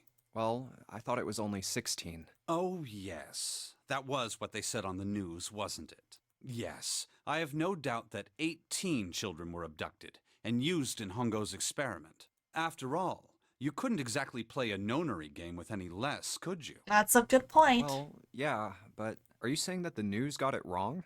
Yes, I am. There were 2 more children. However, they had no relatives that I'm aware of.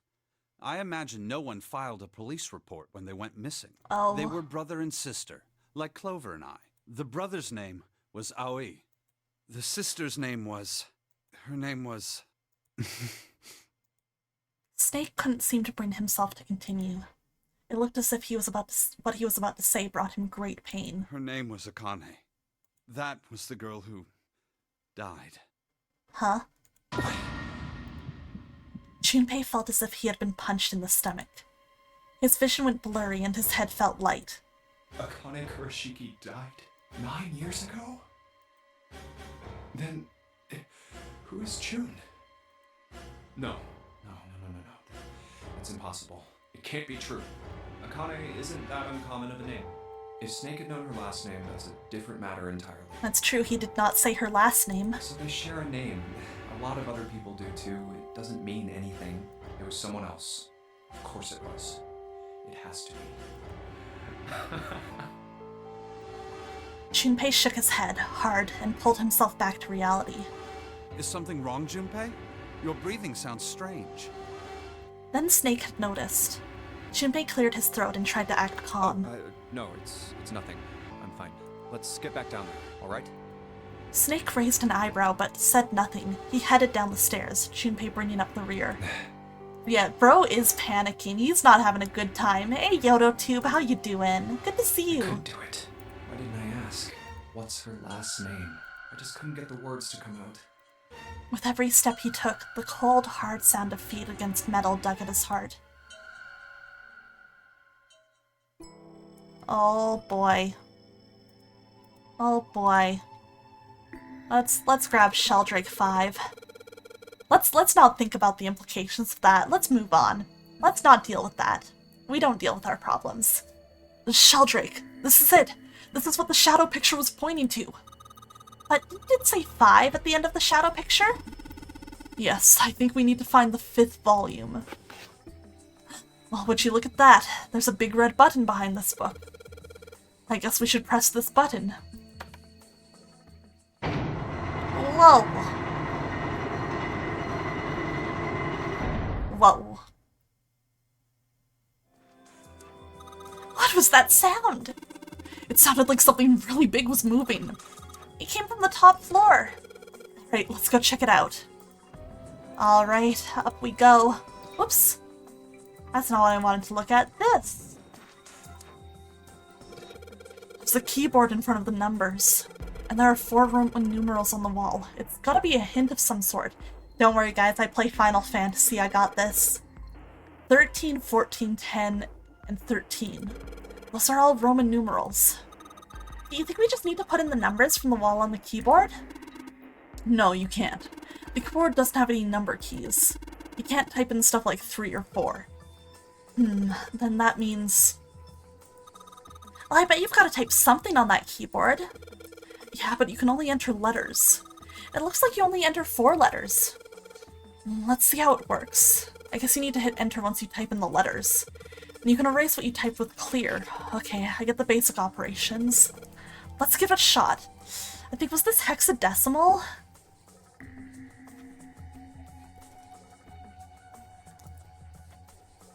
$13.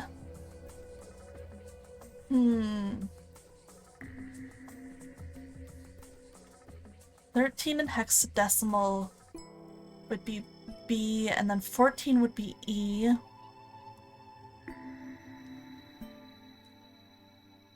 And is that right? Am I stupid? This is I absolutely fucking got this wrong. What was this again? Damn it, I just don't get this. What the hell's the point of these Roman... What is Snake doing? These Roman numerals, if you convert them to Arabic numerals, We'll have 13, 14, 10, and 13. True. But this keyboard only has letters, and we can only enter 4 letters. Then why don't you just convert the numbers to letters? Convert the numbers to letters? Okay, God. Hexadecimal, I need to figure this out again. So, 13, 14, 10, 13. Okay, God, what are the rules of hexadecimal again? A is 10, right? Yeah. Or you could just do this by order in the alphabet. That might be where I'm getting mixed up. I might be making this too complicated.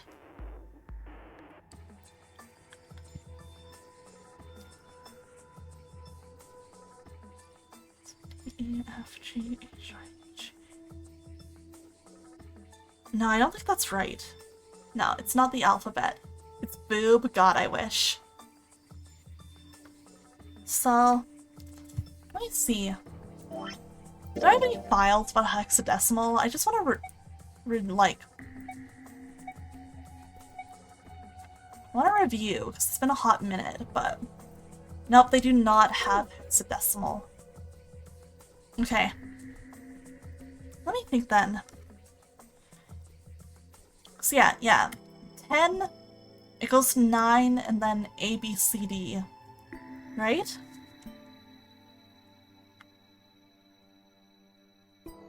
$10, $11, $12. 13 would be D. 14 would be E. Then... Oh my gosh, I've got it. This was easy. Okay. Let's try this again. Let's go. I just miscounted. That was my bad. Alright, let's go. Yay! You did it, Junpei. It's unlocked now. Good job, Junpei. Well there, don't get too excited. The password was dead, remember?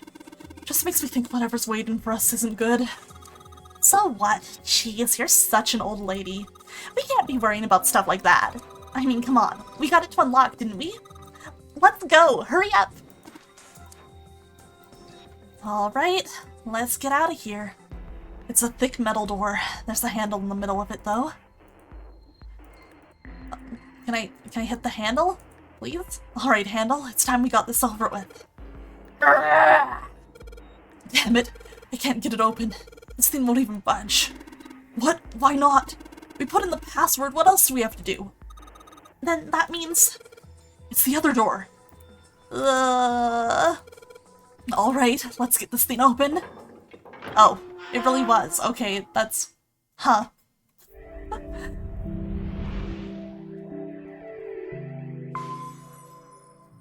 I'm sorry, but something about you found it overlaid with Spaghetti Boy is a lot. The door opened, and Junpei and the others leapt through it. Alright, this is the next...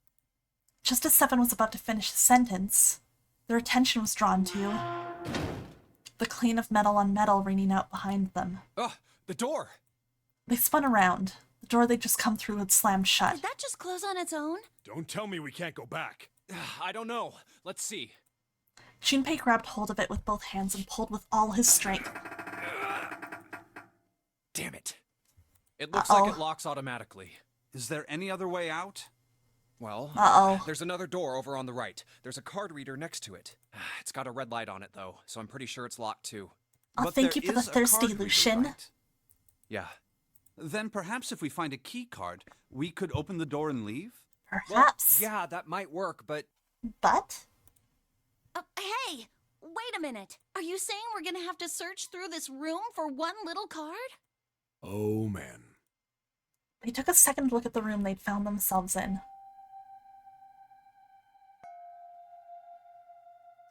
It was filled with piles upon piles of all manner of things. The only word that could describe it was chaotic. It was like a tornado had passed through, followed by a giant who'd picked up and shaken the entire room a few times. Looks that way. Oh boy. Junpei's heart fell. No way! For real? Clover and Seven looked as though they were about to cry. Well, we can sit down and wait to die, if that's what you prefer. I rather doubt that, however, so it would be wise to start looking. We haven't much time. Let's find that key card. Oh, and the Neptune key as well. We won't be able to get through the hallway without it. All right then, let's begin. All right. Another room. Let's do it.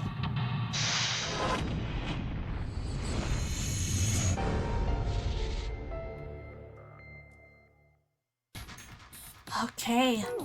Oh, I like this song a lot. This track is good. There are piles of crap everywhere. Man, this place is a mess. It's so messy, I don't know where to start. Some of this crap looks familiar. I think a lot of these are parts of the puzzles we've solved in the other rooms. If that's true, then the room could be Zero's laboratory. Perhaps Zero would shut himself in this room to devise the machines and puzzles he'd need to see his plan come to fruition. I do like that as a concept for a puzzle room. Hey Junpei, is this a nautical table? Yeah, I feel like I've seen this before. Alright. Look, Junpei, the restaurant here looks like Elvis's face. Yeah. How exciting. I love her. Gosh, this desk is really big and it feels really sturdy. Yeah, it does seem pretty heavy-duty. I suppose it belongs to whoever uses this room, wouldn't you say? Pile of junk, nothing useful. Already looked here, whoops. There's a control panel in front of the big screen here. Wonder if any of these buttons do anything. There's something on the screen now. What's this? There are 15 cells here with numbers and letters in them. Let me see that. I see. So whenever you touch a cell, the ones next to it turn on or off. You just gotta use that to make the all cells on the right and the bottom green. Hey Junpei, I found this piece of paper under that thing. Wanna take a look at it? Do you think this might have something to do with the puzzle? It's the piece of paper Clover gave me. There are a bunch of numbers and letters connected by equal signs on it. Just like she said, this is probably related to the puzzle on the screen somehow. Thanks, Clover. This really helps. Alright, let's go back and try again. Anyway, it looks like I just need to make all of the cells all green. Alright, let's look at this hint. Oh god. Nah, we press buttons like men. Let's go. Zero was not ready for me in the Nonary game. I've absolutely already fucked it up in some way. But I want to believe that if I keep going, eventually I'll get it.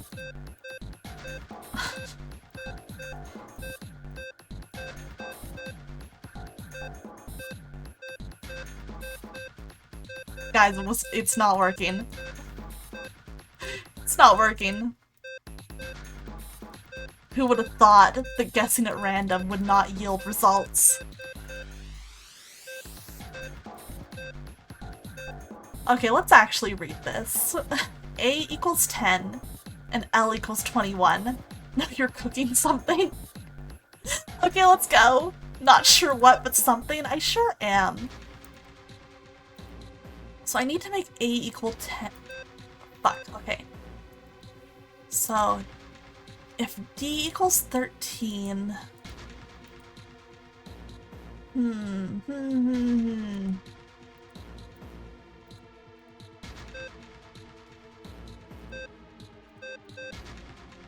Man, I'm so close. It's driving me a little nuts.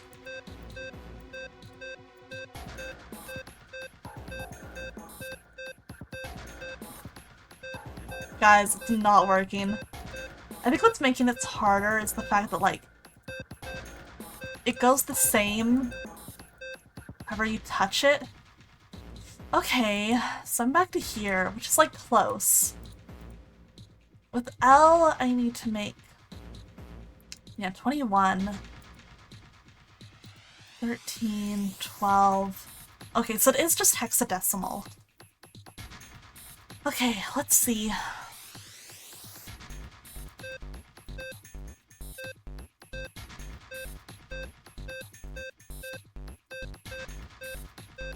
Maybe if I reset this and actually think about it. and actually think about this. Maybe I put in some actual thought. You're trying to send the answer to me through the morphogenetic field. Alright, if everybody does it, I will surely get the answer. So right now, this is at 13 plus 6. That would be 19. So I need to remove 9 somehow. And down here... Oh my gosh! Welcome to the raid, Saku! Thank you so much for coming by! Welcome, Saku, and hello, Relics! Good to see you guys! Let me give you a shout out. How are you doing? Oh, you are playing Taisho X Alice? Oh my gosh, I really need to play that. I've heard extremely good things. How was your stream? Welcome. For anyone who does not know me, my name is Aqua Sereni, and I'm a mermaid VTuber who traded her brain cells for legs. Oh, thank you for the thirsty relics. Tonight we are playing Zero Escape 999, which is an escape room puzzle game, and I am attempting my very best to do some math here. But it's hard. My little brain is small. Surprised you know Taisho X Alice? I'm a huge Otome fan. I actually own all of Taisho X Alice, but I've never played it, so I really need to sit down and do it sometime. But yeah, I love otomes and I love visual novels, so I've been meaning to play it for a good while. It's super cool that you're streaming it. How have you been liking it? I've started just pressing at random again. Okay, what combinations get any of the A's lit up? I think I want to figure that out. Okay, so if I have D off and the rest of these on...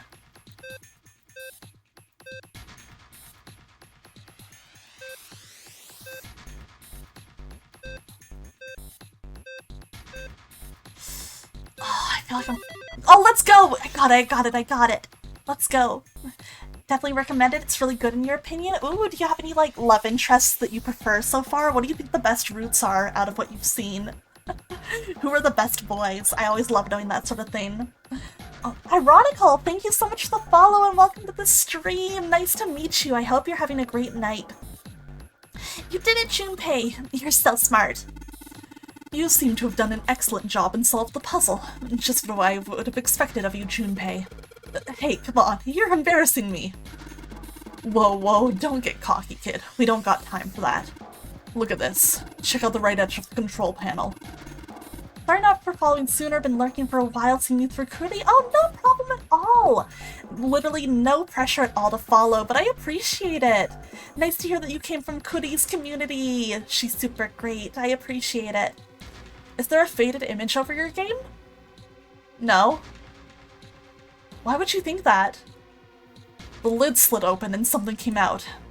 Oh? A metal plate shaped like a shield. There's a cross engraved on it.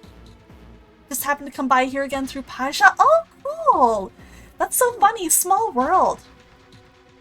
Both of the boys are good, but there's one problematic fellow. Your favorite is Alice, though? Oh, I've heard good things about Alice. Oh, thank you so much for the follow, too, Saku. I appreciate it. You know, I should make sure I'll stop and give you one back as a fellow Otome appreciator. I'll definitely try and check out your streams sometime. Sure. There's nothing to see, Relics. There is nothing to see. There are 3 monitors here. The power's on, but there's nothing on any of the screens. The keyboard. Let's just tap a few keys and see if we can wake this thing up. Damn. No dice. A mouse. Nothing happens when I mess with it, though. It's so small. I wonder what it is. I got no idea. Let's see. Clearly need 4 of these. Playing VLR on Sundays? Nice! That's awesome. Need to head out? It's been a day. Aw. Well, I hope things do get better for you. Please have a good rest. You deserve it. I hope things get better. Have a wonderful night if it is night where you are. And thank you for dropping by. This monitor is part of this machine. It's really dim, though. It's got a map of the world on it, but I can barely see it. Oh shit, I know. Junpei, it looks like there's a compass on there. Oh, now I get it. Really glad you were able to get my name. Oh, I'm glad I was. I don't know, I just was like, it looks like Bionicle, so I tried to like say it kind of like that. Of course, always chat, if I ever say one of your guys' names wrong, please feel free to correct me. You know, it's easy to make mistakes, so. It's part of the inspiration. Oh, nice! That's super cool! That's very, very nice. I like that a lot. What do you mean? I guess you weren't there, Clover, but I solved a puzzle like this one in the wheelhouse. I think I just need to do the same thing here. The same thing? The important part is this nautical table we just found. I just have to match up the directions on the compass with the line from the nautical table. I used the steering wheel in the wheelhouse, but this time I think I'm going to use the steering wheel attached to the side here. Okay then, show me, now! Of course. No, I know how to do this. Stop when it's pointing. Alright. Looking at the hint, so we're gonna go south. I'm gonna write this down, actually. Writing this down will help me out a lot. South, whoops, southwest, southeast, northeast, east, northeast. Okay. Let's see, your favorite is Cinderella? I've also heard good things about Cinderella. I've heard a lot of the boys in Taishook's Alice are very good. South. Then west. And southeast. Turn here. Okay, northeast. East. North. East. Let's go! Gonna head to bed, but hope you have a great rest of 999 and hope to catch more of your streams in the future. Thank you! I'll definitely try and drop by some of yours too. Thank you again for the raid and coming by. Please rest well and have a good night. It was really, really nice meeting you. Yay, you did it, Junpei! Good boy. Who's a good boy? This is what I want to do to Emiya. Knock it off. Okay, we don't have the time for screwing around right now. Check out the right side of the monitor. It just kind of slid open and something came out. Oh, yeah. I made a noise too. You know that big box in the hall by the exit? I think it made a noise. Like something unlocking, you know? A noise, huh? Ooh! A metal plate shaped like a shield. There's a symbol that looks like a steering wheel engraved on it. Alrighty. What else is there to do? Let's see what happens when I... Whoa! Well now, we've got something on the screen at least. Huh? What is this? Oh, wait a minute. I saw something like this when I figured out that Morse code puzzle back in the communications office. Morse code? Yeah. The dots on here look like the dits for Morse code. There's 2 dots on the first line, 4 on the second, and 1 on the last. Oh, I'm afraid I don't understand. Well, perhaps you should give it a shot anyway. Alright, I'll try. Before I do that, though. Instructions. Let's do this. Do I just do... Okay. I'm just pressing shit. We need to find another clue. Okay, let's take a look around. Oh, that's just that again. The metal shutter looks pretty sturdy. It's framed with black and yellow warning stripes. Alright, let's open it. Oh, holy shit. It's pretty damn creepy. There's a coffin in there. A coffin. A coffin. Oh man, does Seven think? Yeah, he's all pale. He's thinking the same thing I am. No way. Could this be? I'm sorry, but what's going on? The coffin! I wonder if there's a vampire in it. And I guess Clover and Snake don't know the story. Man, I can't bring myself to tell them. Well, at any rate, let's have a look around. Ah, there's a metal plaque on the coffin. Snake's touching it. All ice. Ah, the 2 machines. Gulp. Holy shit. This is serious. Oh well, let's open it, shall we? Clover, if you could give me a hand. Okay, I got it. Ready? 3, 2, 1. No luck, it doesn't seem to be ready to open. Yeah, but it's not like it's screwed shut or something. Yes, I believe it's locked in some other way. Hey, Seven, you think you could open it up with your superhuman strength? No, what's wrong? I think I'll just pass on this one, okay? What the heck? Very well, we'll just have to give up on the coffin for now. Let's look around the room a little more, shall we? Alright. Alice sleeps in a small chamber past the Forest of Knowledge, beneath the navel of the Gigantic. Is that actually true? Well, we'll solve some puzzles and see if we can find out. There's something written on these pieces of paper. Looks like we've got 3 sheets of the stuff. Let's see, what did we get? Let me take a look at those files. Nope.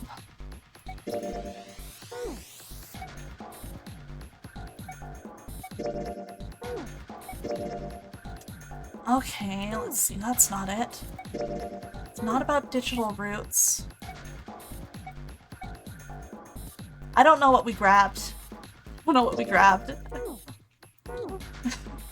I legit don't know. Hello?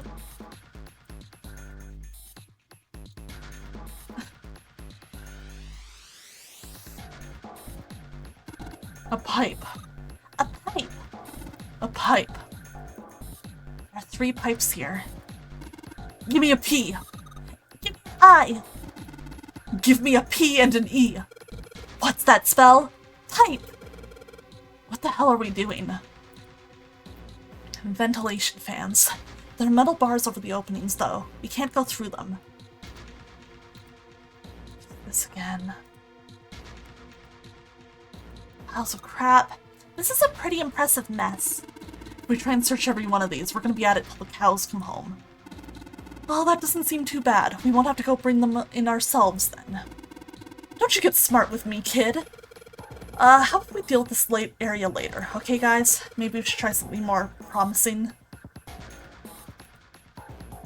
Shinpei really said no fun. He's just, you know... We have less than an hour left. Which is crazy.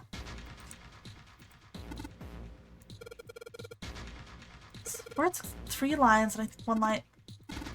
Let's see. Perhaps we need 2 symbols, 4 symbols, and 1 symbol. Let's see. Dots or dashes. Set of 2 and set of 4, and then just 1. Listen, I just need the. Oh shit! I have this now. I don't know what this would actually be, though.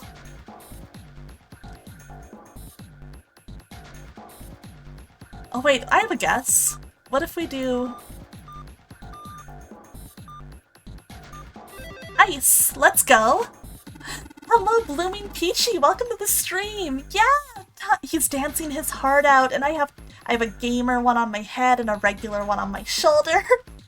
Welcome to the stream. I'm glad you like the Graha Tias. They're my favorites. Hope you're having a good night. He just knows the Shiro too? Yeah! Look, it's my boy Shiro. He's saying sorry to women. And it's me. It's me with Graha Tia. We're having a great time. We're having a great time. So clearly you like Final Fantasy XIV and Fate, so you have great taste and I like you a lot. Also a Graha enjoyer? Hell yeah, hell yeah, hell yeah. Your taste, your mind, I respect you. You're so cool. You're already my favorite. Thank you.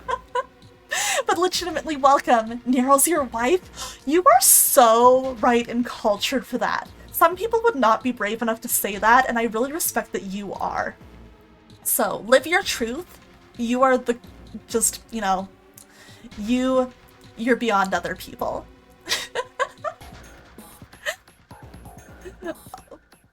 Wait, are we? I'm so fucking stupid. You were probably talking about Fate, Nero. I was thinking about fucking Final Fantasy, Nero. And I was like, is his name even fucking Nero? Why did I think that? I don't think it is. Am I fucking? I'm sorry, I need to Google something. I'm stupid. I'm stupid.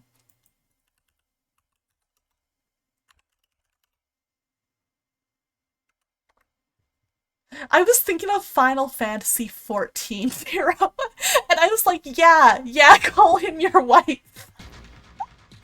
Ah! Fate Nero is also a very good wife. I just thought you were like, you know, forcing Final Fantasy XIV Nero into that position, and I was like, oh hell yeah, you're so real for that. I was so...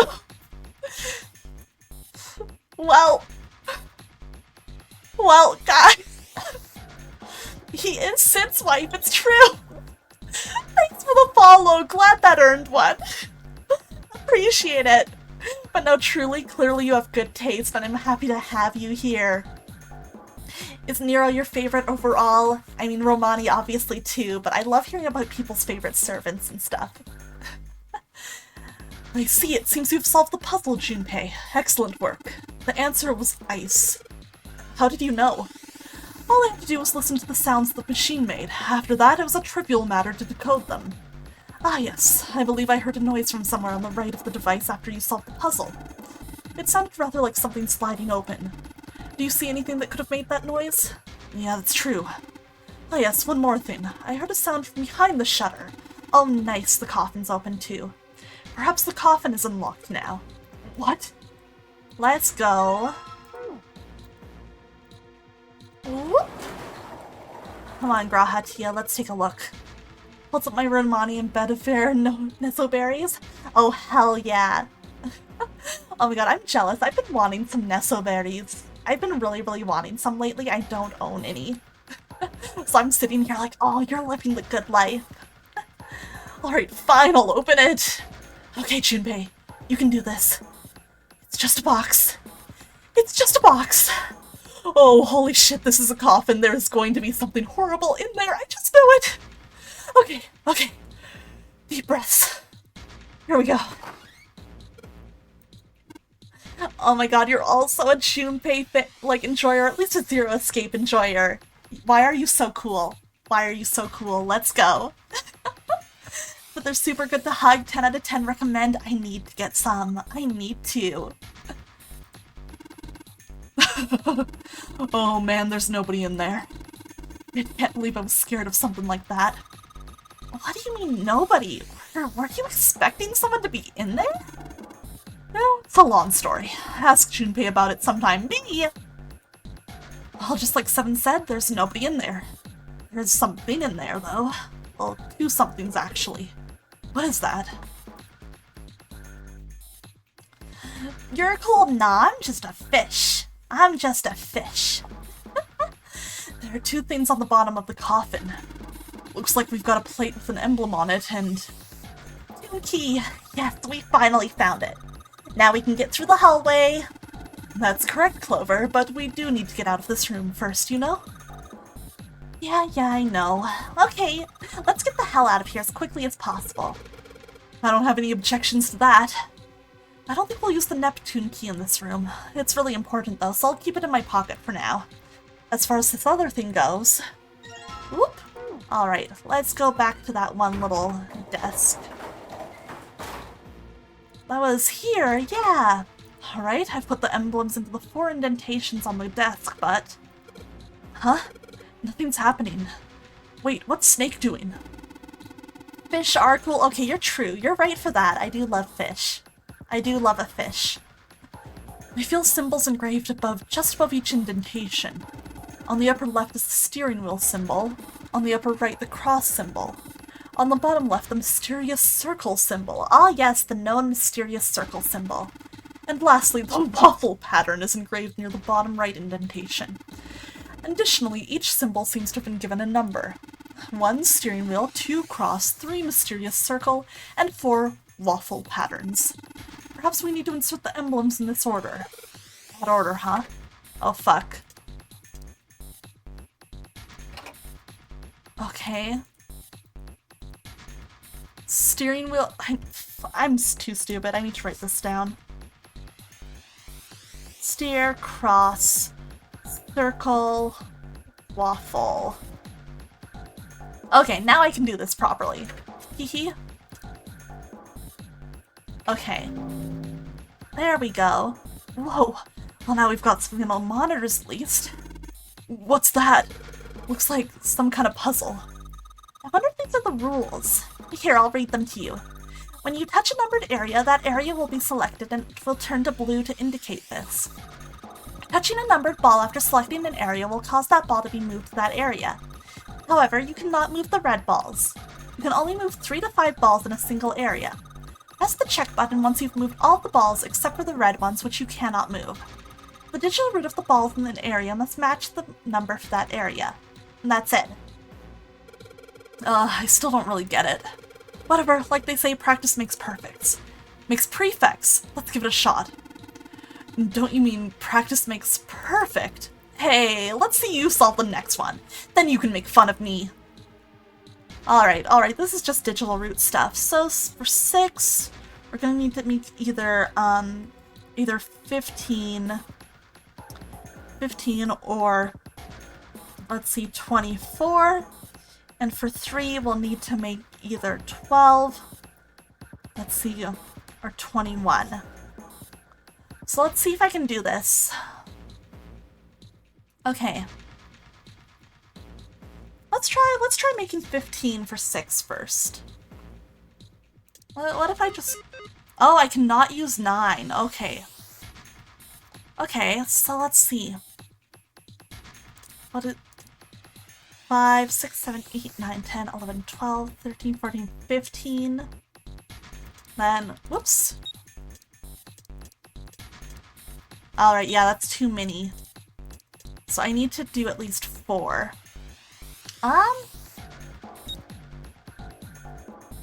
Okay. How about if I do 5 plus 6, 11. Let's see. 15. Using a 9 in this economy? Perez, hello, thank you for the dote. Did that work? Oh, hell yeah, it did. Let's go. Okay, this is it, right? But nothing's happening. There are still 3 more indentations left empty. I imagine something will happen when they are all filled. Doesn't that seem likely? Alright. So, let's see, next in the order was the cross. Okay, let's put in the emblem of the cross. Oh man, dotes on infinite again. Let me just fix that loop. There we go. Hey, Junpei, something just showed up on the screen. This puzzle sure looks a lot like the last one. Yeah, but there's more of those red balls you can't move. The numbers for each area are different too. It looks like it's got the same rules as the last one though. You sure you don't want to double check that? No, I'll be fine. If I get confused, I can look at the screen over there, right? Anyway, like they say, a picture's worth 1,000 words. Let's give it a shot. Isn't that a picture's worth 1,000 words? Hey, shut it. At least I'm trying, alright? Oh, Junpei. Okay. So, for 1, we are going to want to make 10. And for 7, we'll want to make 16 or 25. Okay. Let's try and figure out just an easy way to make 10.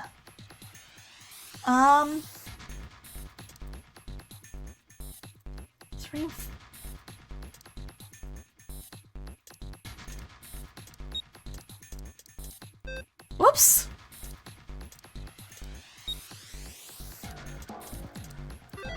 Oh, hell yeah, let's go.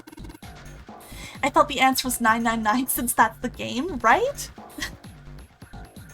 It's awesome, Junpei. There's only 2 left now. You can do it. Alright. So it was the circle next. Okay, let's put in the emblem of the secret code.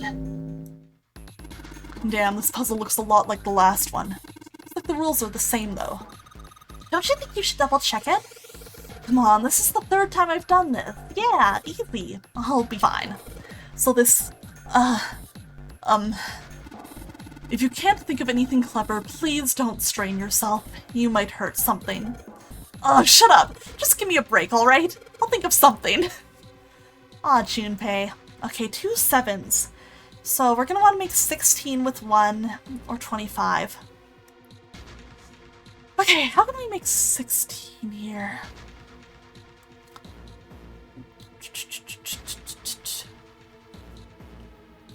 7 plus 8. Let's see, that's 15. Did 7 plus 6 plus 2. 7, 8, 9, 10. 8, 9, 10, 11, 12, 13, 14. Yeah. And then does this work? Yeah, no, that does not.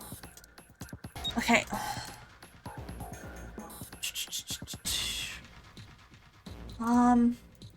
Let's do 8, 9, 10, 11, 13, 15. Nope.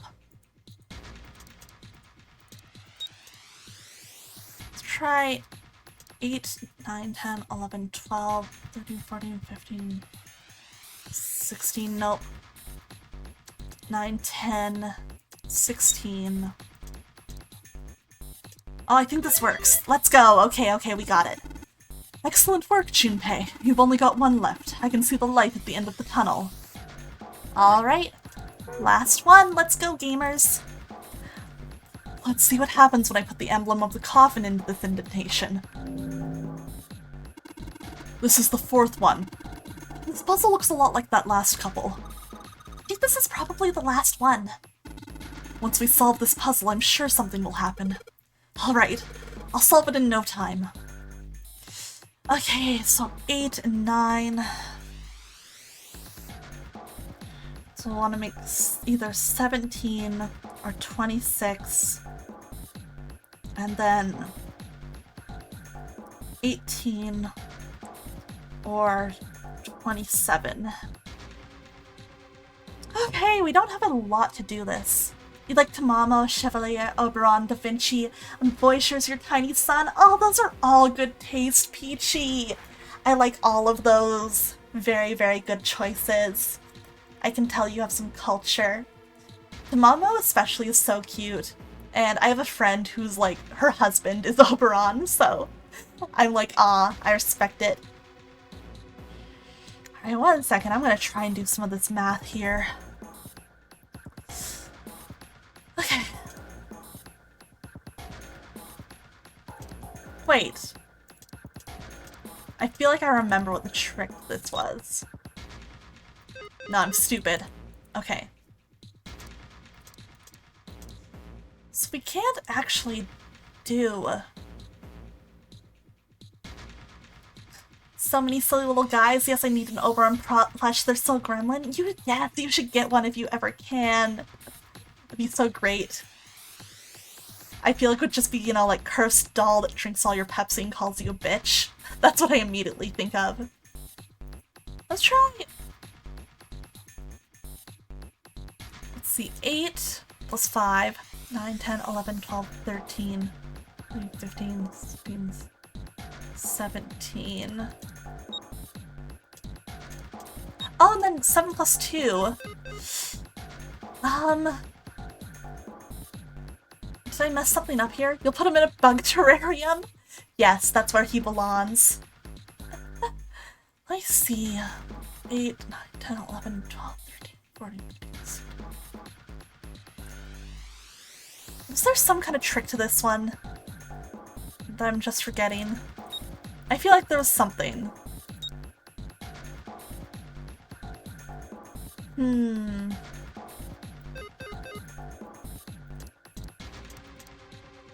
Raha autism creatures are so funny, so cute though, right? I love them.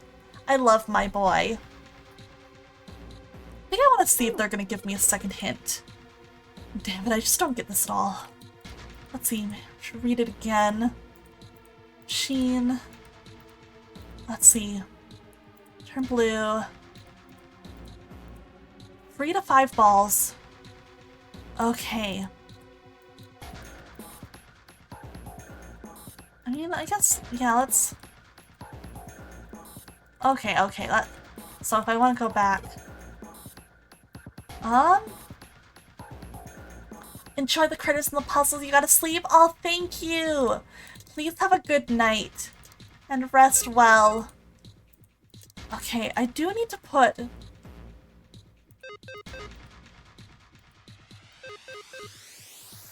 So I do need to put all of them in. So I'm just like, how do I do this? How about 5 and 4 and 7, 8? Nope.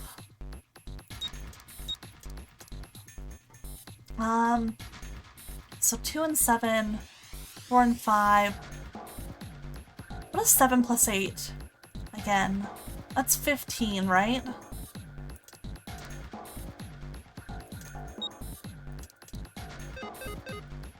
Why am I so lost on this one? I feel like it must be something obvious that I'm just overlooking. Or...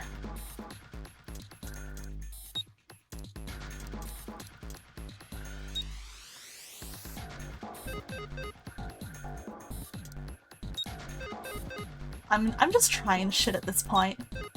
But it's not bringing up that there are balls left over.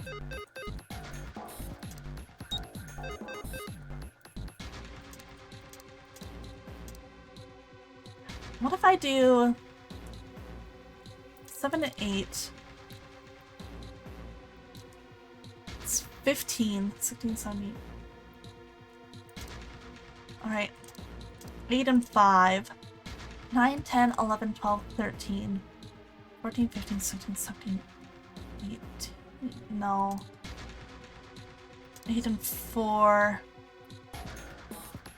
9, 10, 11, 12, 13, 14, 15, 16, 17, 18. No. 8 plus 6. 9, 10, 11, 12, 13, 14. 15, 18. Ah! Let me see, I'm thinking. 7 plus... Let's do... 7 plus 5, 8, 9, 10, 11, 12, 13, 14, 15, 16, 18, no. This was 8, 15.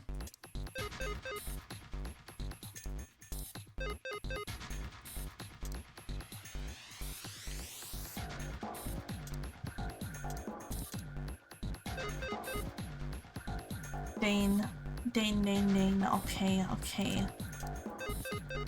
Man, give me another hint.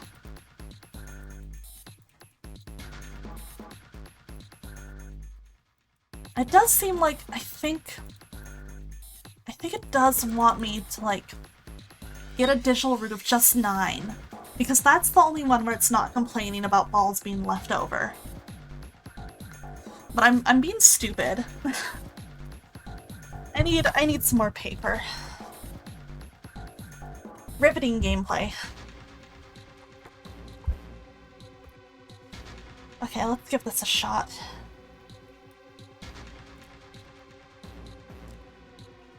Okay.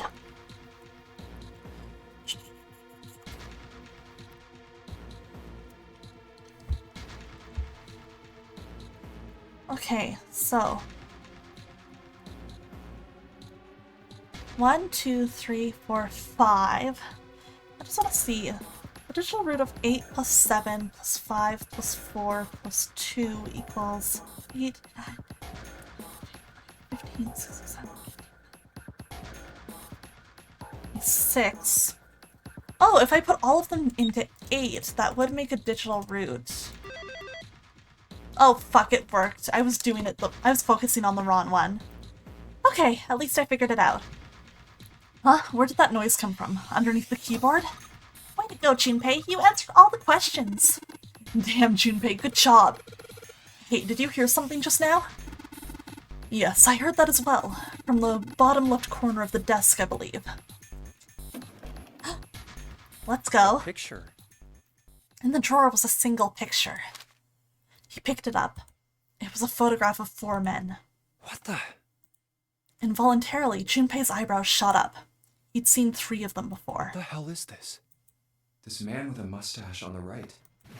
He's the same guy we found murdered in the captain's quarters. Oh shit, it's this guy. What did Junpei call him? Cap? It's Cap. It's Cap. He had the zero bracelet on his left arm. Let's And go. the second man with the glasses and a doctor's coat. He's the 9th man. The one with Oh bracelet yeah, number 9. that's kind of important too. He died after he went into door 5. But this guy? The one in the striped suit? Oh Man, that's Ace. shit. Yeah, I guess it is. No doubt about it. Who's the guy on the left? I don't know. Seven and Clover had come to peer over Junpei's shoulders. But what does it mean? What is Ace doing in this picture? Ace, yeah! Not only Ace, the Ninth Man and Cap, too. As Junpei looked closer, he noticed the expression on each man's face. Still would, oh man, Riri. You and your villains. Their smiles suggested that they were close, at least to some degree. And they look happy, like they knew each other well. Why? How? How in the world are these four men connected? Snake's voice broke into Junpei's thoughts. You say Ace is in that picture? Yeah, it doesn't look like it was taken recently, though. Ace, the Ninth Man, and Cap all look about 10 years younger. Ah, so the Ninth Man and the man you found murdered in the captain's quarters are also in the picture? Yep. Yeah. Is there anyone else? Or are there only 3 people in the picture?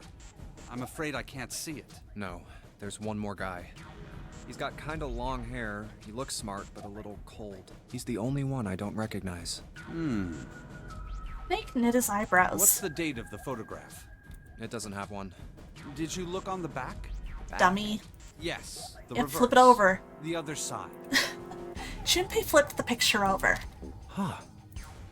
There it was. To be precise, it wasn't a date, but it was certainly significant. He read it out loud so that Snake would not be left in the dark. Praying for the success of the Nonari project, with Nijisaki, Kubota, and Musashido. Uh-oh. Nonari Project. Nijisaki. They messed up his name. Kubota. Musashido. Did we find the Funyarinpa? We might be getting close, Relics. Junpei immediately flipped the picture back over. Then the four men in this picture were the organizers of the Nonari game 9 years ago. Oh shit. Since Hongo wasn't mentioned, Junpei figured that could only mean he'd written the words on the back himself. That means Ace, the Ninth Man, and Cap were all responsible for making it happen. But I feel like I should be more shocked about this. It's almost as if that's just how things were always supposed to be. That their true identities did not come as a surprise was what Junpei found most surprising. Why am I not surprised? Ace was the one in charge of the Nonari project. But why? Why am I so calm? It's like I already knew. Huh. Ah, of course. I understand now. Junpei looked over at Snake. In his own confusion, he had missed the dark look on the other man's face. Ace was the CEO of Cradle Pharmaceuticals. He was the one who invented the game 9 years ago. He was Gentaro Hongo. Ace is Hongo? Even as he asked, Junpei felt as though he'd already known. Almost as if someone had whispered into his head that, yes, of course Ace was Hongo. Yeah, he didn't get to do his cool reveal. He didn't get to say, actually, I'm Santa. I had my suspicions from the beginning. Their voices were similar. Too similar to be a coincidence. I could never forget his voice. It was the voice of the devil. It's cool he's Couldn't still be cool? sure, though. Are you sure? Are you sure, Relics? I want you to think about that. After all, I had no way to check. I certainly couldn't ask him. Even if I had known, however, I would never have told you. Zero made it quite clear what would have happened if I did. Oh my gosh, I had no idea. Huh? I didn't know that Ace was Hongo. Oh, yes. I suppose you wouldn't have. 9 years ago. You were in Building Q in Nevada. If he was cool, would Aqua like him? No. But Hongo was in the gigantic He would never with be us. as cool as Junpei. Relics! Why? I know. That's why I didn't know what Hongo looked like. But why? Why didn't you tell me? I mean, I'm your sister, right? You could have told me. I'm sorry. I apologize for keeping this from you.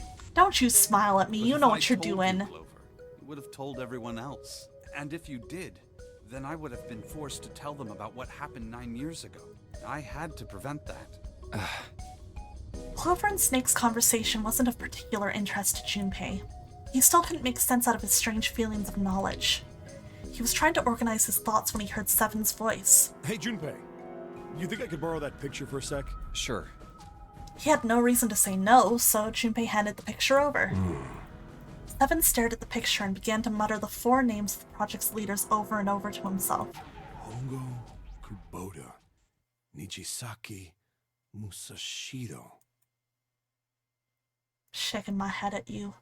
His brow was furrowed and his face was flushed. Hongo, Kubota, Nijisaki, Musashiro. He chanted their names to himself, pacing back and forth across the floor. Hongo, Kubota, Nijisaki, Musashiro. Seven shouldn't have known their names. After all, he hadn't been there when Junpei and Snake had spoken of them in the library. But as Junpei watched him pace, it was clear that he did know them. Hey, Seven, do you... Shut it! Just be quiet. His eyes were red, and Junpei could see sweat beginning to bead on his forehead. I'm this close to remembering. This close. Oh shit, it's happening. He was sweating heavily now, but his lips were dry. Hongo, Kubota, Nijisaki, Musashiro. Cradle Pharmaceuticals. Nonary Project. Then he stopped.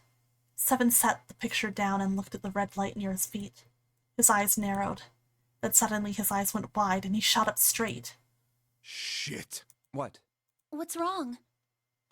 Lolly-loo-lay-lo. Holy shit, this is nuts. What's nuts? I remember Remember what? everything. Everything? Yeah, I remember all of it. Oh shit. My memory's back. I remember what happened before I got snatched. Seven's voice was filled with excitement. What? Shock and excitement had frozen Junpei in place, along with Snake and Clover. Let me tell you what happened. Seven hastily drew a shaking hand across his mouth and began to speak. Like Snake said, Ace is Hongo. Lolly-loo-lay-lo. From the right, the other Thanks three for are the bits, Musashiro, Nom. Nijisaki, and Kubota. Musashiro was the man with the cash. Nijisaki was Hongo's right-hand man. And Kubota developed the actual technical details of the experiments. Realization began to dawn on Junpei, along with a pressing question. How do you know all this? Come on, man, I told you, I finally got my memory back. No, that's not what I mean. I'm trying to ask you why you knew all this stuff in the first place, before you forgot it. Seven rubbed the scar on his chin. You really want to know? Of course. Me too. Snake was the only one who didn't voice any sort of agreement. It looked at Junpei as if he was simply waiting to see where Seven's sudden recovery might take them. This is gonna take a while. Hell, it'll probably take me a good 3 days to tell you everything. Well, we don't have 3 days. Just give us the short version, alright? Short version, huh? The big man pulled off his hat and scratched his head. He made a face and put his hat back on. Alright, fine. I'll give it a shot. No promises, though. Junpei and Clover nodded earnestly. I'm a detective. It's a little awkward to say this about myself, but you could probably consider me a lone wolf type. I'm sorry, I shouldn't laugh at I him. hold to my own code, because I think doing what's right is more important than doing what you're told. That's why I followed my gut that night. A slim lead brought me to the wharf. It was 9 years ago. The wharf had been cold as fuck, and I could barely see squat. I was investigating a mess of kidnappings, all of them children.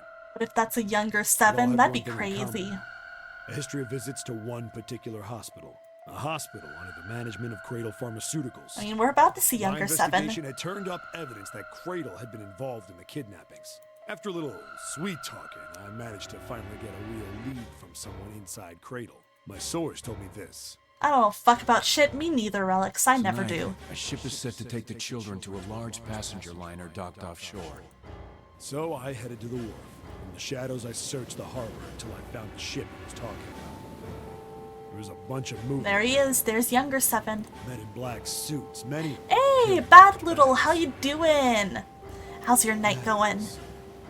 There was something about the way they moved as they were carried. No doubt about it. They were human beings in those bags. I moved before I realized it. I came out You're of just hiding, in time for gun in my kidnapping. hand. Pretty nice? Hell yeah, let's go. Glad to Felt hear metal it. touch the back of my head. Drop the gun. I could kill you right now.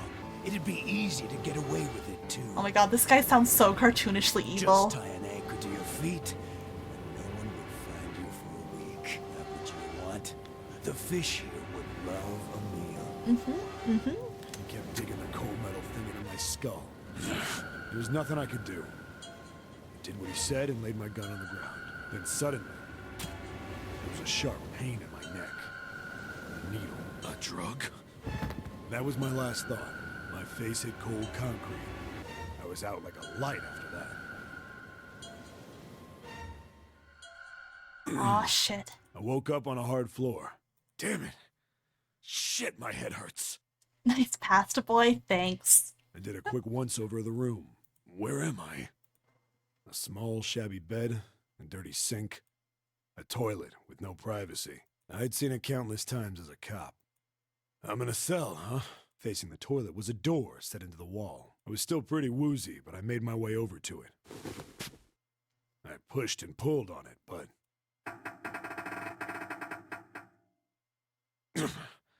it won't open. Not like I expected much else. Would be dumb enough to put me in a cell and leave it unlocked. Threw myself against the door a few times, but it wouldn't budge. I knew it. I gave up and made my way back to the bed and sat down. And went to sleep. Good night. Huh. Oh shit, I think he actually Sat did. there for a very, very long time. Who knows how long. Okay, no, he didn't. Then, I heard a faint voice. The voice was far away. I couldn't understand what it was saying, but I could hear one. It was pretty high, probably a little kid. Huh? No, it was several. I hear 5, or 6, maybe more. Where? Where are they coming from? I pressed my ear to the wall and tried to listen through it. No, that's not it. Left. It's coming from under the bed? I hauled on the metal frame and flipped the thing over. Oh, shit. And there it was. The bed had hidden an air vent under it. The hole in the wall was covered by a metal grate. I dropped flat on the floor and peered through the grate. I couldn't see shit, but I knew it in my gut. This was where those voices were coming from. Hold on. Why are there kids here? And then what my inside man told me popped into my head. Tonight, a ship is set to take the children to a large passenger liner docked offshore. Aw, dang. Whoa. Am I on that ship? Probably. That's crazy. It didn't matter. All I knew was I had to get to those kids. I checked out the metal grate. Could I fit? To me, it does not look like it, Stuck my but... fingers in and grabbed it. And then...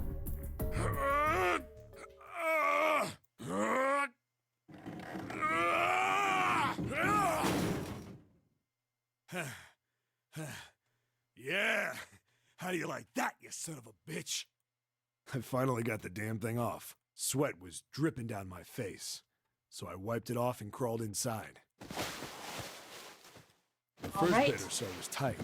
I had a wriggle on my belly. Why show the toilet, though? I don't know. Uchikoshi's got a weird sense of Wind humor. up eventually, and there was space for me to crawl along on my hands and knees. I went from crawling like a worm in dirt to skittering like a bug.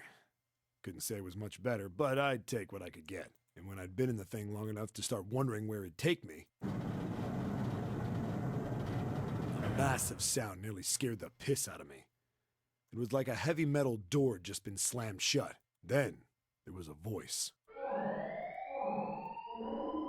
Uh-oh. We heard that in the other ending. It was not good.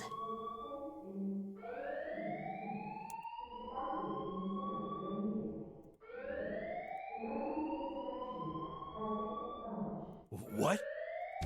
I wasn't sure what it meant, but anything with incinerator is bad news. Then, almost as if that was a cue, I heard a mess of young-sounding voices. A bunch of them were straight up screaming in terror. And all the sounds together made a howl that made the hair on my neck stand straight up. Yeah, that is really fucked up. What the hell is going on here? I scrambled through the duct as fast as I could. I made a giant racket, but I didn't care at that point. I soon found a metal door on the left side of the duct. The kids were screaming on the other side. I found it. I yanked the handle and threw the door open. I almost ripped the metal off its hinges. What the hell is this place? Man, Seven's a real good storyteller. He's so descriptive. I couldn't believe what I saw. The room had a dome up top. There had to be about 9 walls, all the same size. Up in the ceiling was an upside-down funnel, almost like a chimney. I looked down. There they were. Oh shit. Kids I'd been searching for. Oh shit. They look a little familiar. They look a little familiar. They all gawked up at me, suddenly silent. For the moment, from surprise and fear. Scared of the room or me, I couldn't tell. Probably both, actually. Not like I can blame them running into a mug like this when they're already scared shitless. I snorted at my own dig at myself and turned to the kids. Don't worry, kids, I'm not your enemy. I'm one of the good guys. All of them stood there, frozen. Well, except one. He was a boy, slightly older than the others, in a private school uniform. Who the hell are you? He stepped forward and glared at me suspiciously. God, he's so baby, you guys. He's so baby. I'm a detective. I'm here to rescue you. It looked like they relaxed some the second I got the words out. How are you gonna help us? Where's the exit? There isn't one. The doors we came in through won't open, and the door over there... He kinda cut himself off. I think he was considering something before he changed his mind. So cool. Wait, there's no point. We can't all get out of here. If we don't get out of here, we're gonna be burned to death. Burned to death? Can't you hear it? That voice said the incinerator's gonna start up soon. So...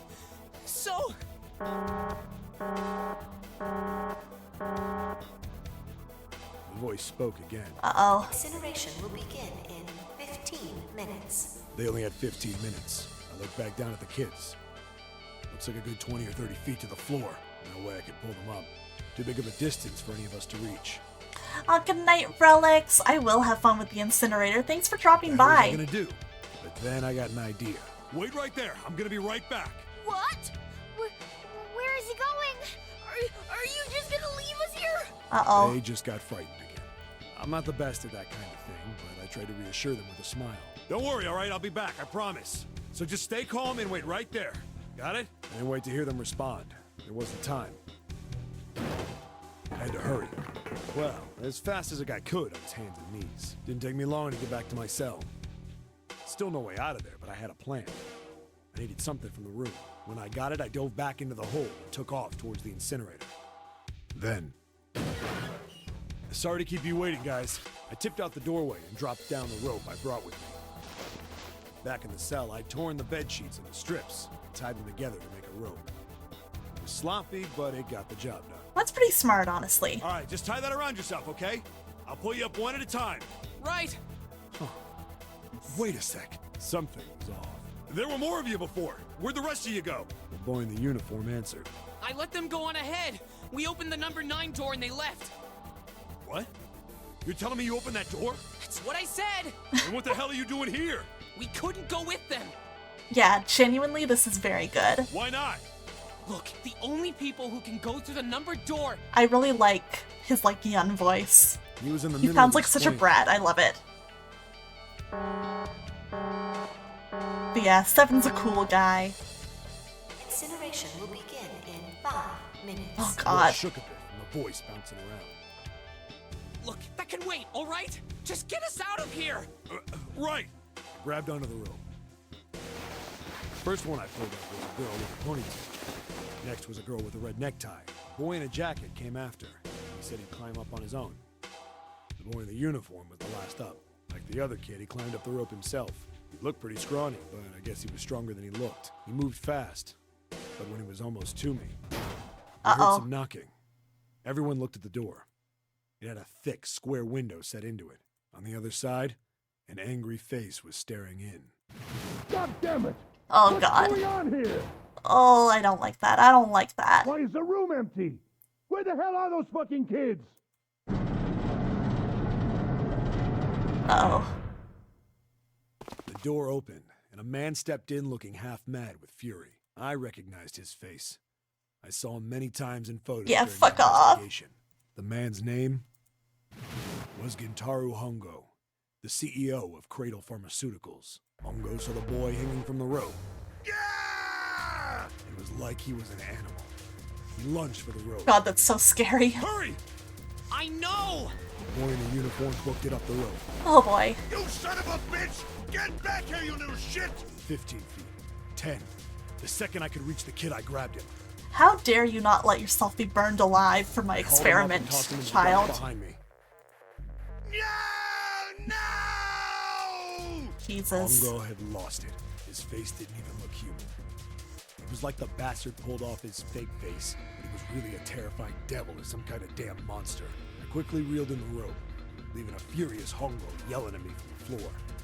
You fucking bastard! You won't get away with this! How dare you compromise this experiment! Yeah, the voice acting is very good. Experiment? What experiment? I appreciate that the actors really do just like, they yell when they need to yell. You can tell they're not holding back, they're like giving it. It's almost like people don't want to die when they're killed. Begin in 1 minute. Hey, old man! What the hell are you doing? Hurry up! The boy in the uniform was trying to get my attention. I may have thrown a salute in the raging asshole's face before I closed the door behind me. No point to going back to the 7. cell, so we went down the other direction instead. After about 30 feet, we came across another duct on the left. This one was heading down. Everybody nodded and took turns sliding down it. The duct emptied us out into a narrow hallway. There was a door on either side. The one on the left was a normal double door. But the one on the right was familiar. It had black and yellow stripes and a device next to it on the wall. The plate on it read, Incinerator. Yeah, he flipped him off. I love that. Incinerator? 7. What the heck? That's where we were. It was the girl with the red tie who answered me. We were inside an incinerator? Yeah, Hongo might still be there. It looks like it's been shut off, though. Wait, what? If he's still in there, Yeah, that's not good. that meant we better. We gotta get out of here. Go to the other door, hurry! Gotta The get kids out of started here. running, and I was close on their heels. On the other side of the door was a large spiral staircase. Run! Didn't need to tell them twice. Up and up and up. Our feet pounded the steps. Our arms pumping fast. Moving round and round and round. The devil was on our tail. The stairway kept going. We passed a couple of landings when the boy in the uniform suddenly spoke. Something's up. Akane's not catching up to us. Uh-oh. My kid sister. The girl with the red necktie. Akane. That's strange. I didn't remember seeing that name on the list of missing kids. Hey! Akane! He kept his hands around his mouth and yelled. Nobody answered him. Maybe we outran her. The boy in the uniform skidded to a stop. I stopped too. And so did the other 2 kids. When did we do that? Well, we passed a couple big rooms on the way here. Maybe she took a rest in one of them? No, it's impossible. Sorry, Grandpa. You keep going. I gotta go look for her downstairs. He turned to go. Hey kid, wait! God damn it, I said wait! I don't think the kid even heard me. Fuck! I spun around to the boy in the jacket and the girl with the ponytail. I'm going after him. You 2 keep going, alright? You got it? The girl nodded and ran up the stairs. But the boy... I'm going with you. I didn't have time to argue. Aw, He nodded and Snake. took off down the stairs. I could hear him following me. He ran all the way to the bottom floor, calling for her. Akane was nowhere to be found. God damn it, where the hell did she go? I could tell the kid was frustrated. And then suddenly, Uh-oh. we heard a girl's voice. Akane! The boy in the uniform threw open the door and leapt into the hallway by the incinerator. We rushed in after him. I couldn't for the life of me believe what we were seeing. That bastard Hongo had Akane by the arm and was forcing her into the incinerator. Uh-oh. God damn it, move! No, I don't want to. Let me go, please. Let go. Uh-oh. She planted her feet squarely on the floor and was struggling to get away. But Hongo was bigger and stronger. She wasn't gonna win. Akane! My brother roared with Yeah, anger, fuck off. charged toward Hongo. Help me. Ah! You're too late, idiot! Who the fuck talks to a child like this? Hello? Hongo lifted Akane bodily into the air and threw her, Jesus. fighting him into the incinerator. Jesus. Before we could even blink, Hongo had leapt through the door after her.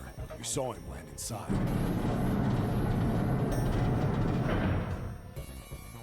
And then, the door slammed shut.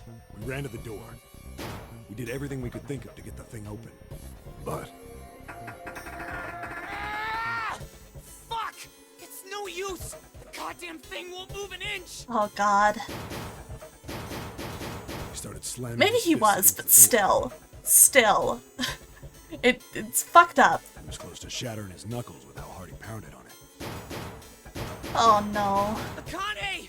Akane! Are you okay? You came back. Her voice was muffled, but all of us could hear the sheer terror in it. What should I do? I think I'm trapped in here. Where's Hongo? He went out the other door. What? Warning. Uh-oh. Emergency incineration command has been acknowledged. Automatic incineration will take place in 18 minutes. Oh Please no. evacuate the incinerator immediately. Repeat. Emergency incineration command has been acknowledged. Are you fucking kidding me? It's the same damn thing. Yeah, we're here. Just hang on, all right? We're gonna figure out a way to save you. His words would have seemed like a sick joke to her if she'd been able to see how white and bloodless his face was right then. Oh man. This part is always just, it's terrible. It's stressful. Incineration will begin in 17 minutes.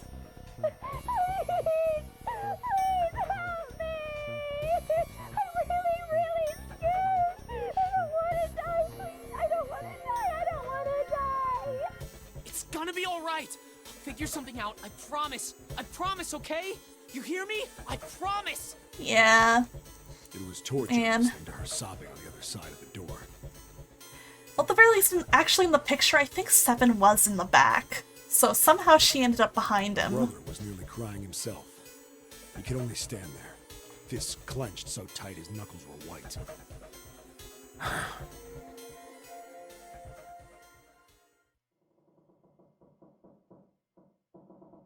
It was silent. All they could hear was the creaking of the boat as it shifted in the water. They waited and waited, but Seven didn't continue. What happened then? Junpei couldn't wait any longer. He had to know. Seven looked at the floor. Come on, man. Put yourself in my shoes. It doesn't end good. You think I want to remember that? Then... Yeah. Shit. If I'd known it was gonna be like this, I almost wish I hadn't remembered. Seven shook his head, but there was something Junpei had to know. Hey, are you sure? Huh? Look, I don't want to ask this either, but there's something I don't get. So if you could just tell me, did that girl, Akane, really... Seven stared straight ahead at nothing. Yeah, I'm sure. There wasn't anything we could do. After a while, the countdown ended, and we heard something... burning. The fire stopped, but we still didn't move. Me and the jacket kid were frozen. The boy in the uniform collapsed as if he couldn't hold himself up anymore.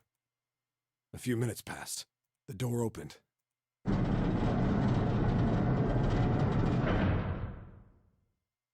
The boy in the uniform tripped over his own feet running in. We followed, too numb to speak. The air in the incinerator was hot. Every breath made my lungs feel like they were on fire. It was like standing on hot asphalt. The air was wavering, and in the middle of the room, there it lay. The kid's legs were shaking so bad, I don't know how he managed to walk. I couldn't see his face, but his body somehow looked empty. Finally, he reached it. He fell to his knees as his legs gave out on him. And then...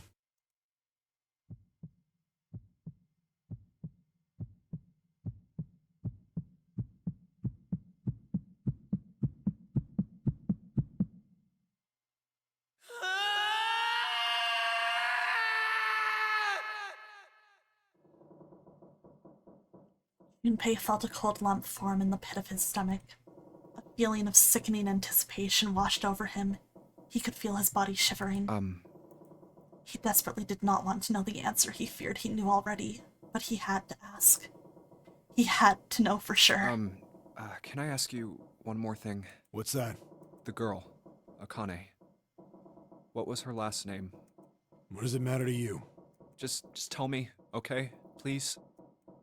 Seven looked at Junpei curiously and ran his tongue quickly over his dry lips. Kurashiki. Her name was Akane Kurashiki. Something inside of Junpei stopped. He had no more words left. He had no more Junpei left. He was just a shell of flesh and bone. Seven turned to Snake. You were there that day, weren't you? The tall kid in the jacket. That was you, wasn't it?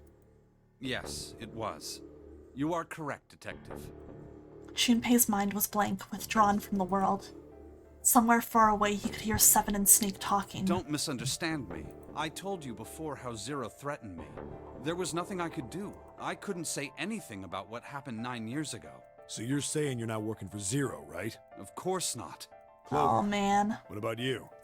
Hey, come on! You really think I'm working with Zero? I told you before, you idiot! I was in Nevada, in Building Q. I did hear that a detective rescued the kids on the boat, but I didn't know it was you. Her surprise seemed to be genuine. Seven regarded Clover for a moment and rubbed his chin thoughtfully. Well, I guess I believe you. Clover nodded. All right, let me ask you another question. He stuck his hands into his pockets and took a few steps. Then he stopped and turned to face them again. Santa's real name is Aoi Kurashiki. Oh, shit. He's Akane's brother. You know that? Oh, boy. No, I didn't. Did you? Well, yes. I know Aoi Kurashiki was her brother, but I didn't know he was Santa. At least not from the beginning. 9 years ago, he was in the middle of puberty. His voice is entirely different now. I'm ashamed to say that even my exceptional hearing wasn't able to make that connection. As such, I had no reason to think Santa was Aoi. When did you figure it out? Clover told me that Santa might have been one of the subjects of the initial experiment. It was only a short while ago, while we were leaving the library. When she told me that, I had a feeling. Oh, boy. Santa is Aoi, Akane Kurashiki, June's brother? That spark caught flame in Junpei's leaden mind, and the fog began to clear. Like an engine beginning to turn, images and thoughts began to coalesce in his mind, coming faster and faster, forming bigger images, bigger thoughts. Junpei blinked. He was back. There's still a lot we don't know. I mean, like, a lot. But there is one thing I think we can say we know. What's that? The body we found in the shower room. It had to be Nijisaki, dressed up to look like Snake. What? Come on, man, what kind of detective are you? You didn't figure that out already? Hey, go easy on me, man. I just got my memory back, all right? Cut me some slack. Well, if he is, the 3 murders make sense then, don't they? Yeah, that's right. Murder. Kubota blew himself up, but that was murder too. So why did these murders take place? Revenge. If Junpei is correct, and the body in the shower room was Nijisaki's, that means all of the people who were murdered were involved with the creation of the Nonary Project. Kubota, the person who conducted the actual experiments. Nijisaki, Hongo's assistant. Musashido, the man who financed the project. You mean this was all just revenge? Santa is Zero. He's getting revenge for the death of his sister. That's why he killed them. No, I don't think Santa actually murdered anyone. In fact, Junpei didn't think. He knew. He couldn't explain why or how, but he had no doubt that Santa had killed no one. Perhaps the madness of the last several hours was finally driving him insane, but Junpei had ceased to be surprised at his sudden knowledge, and had even begun to accept it. If I'm right, then it's not hard to figure out who the next victim's gonna be, is it? I'm pretty sure I don't have to tell you. Yes. Yep. Right. Snake, Clover, and Seven all nodded. The next target will be Gentaro Hongo. Deserved, to be honest. The person who planned the Nonary Project. In other words, Ace. There was a moment of silence. What? And then the room shook. From far away, they heard the sudden rush of water. Whoa, what the hell's going on here? Uh-oh. It must be 6 a.m. Our time is Uh-oh. Shit! Come on, we need to get out of here. How? In the drawer that held the picture was a key card. Junpei grabbed it. I'm betting this sucker opens the exit. Come on, let's go. Alright.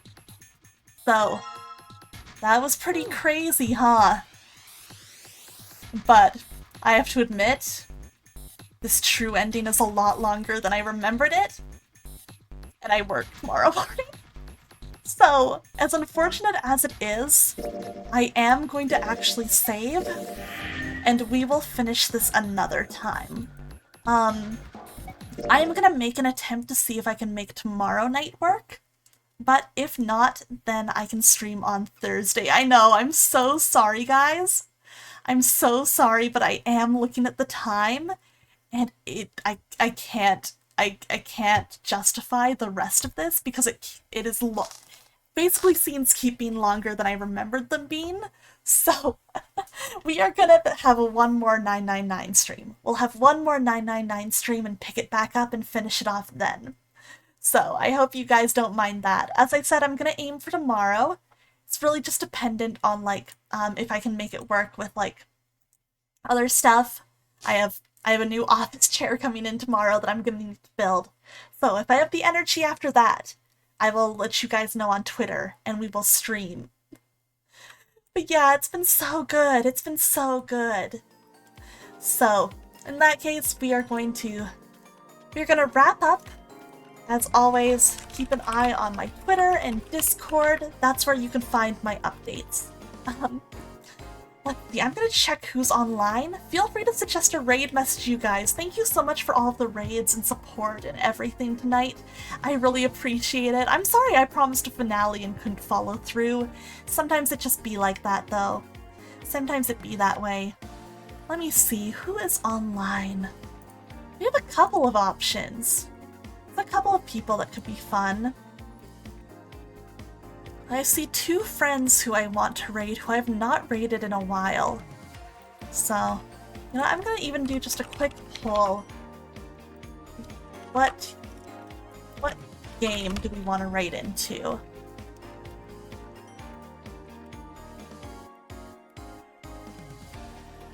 Just do a 1-minute poll. While, once again, if you guys have any suggestions for raid messages, feel free to put them in chat. If not, I will happily come up with a raid message for you guys. Alright. Let's see, let me brainstorm. Yeah, the struggle of trying to plan a finale that's not realistic to fit into one stream. I really thought it was realistic. I really thought it was. Oh man, I really thought it was realistic. I was really hoping. But it's fine. That's how it be some nights. That is just how it be. Alright. So, I think I'm not seeing any raid suggestions, so we'll do a...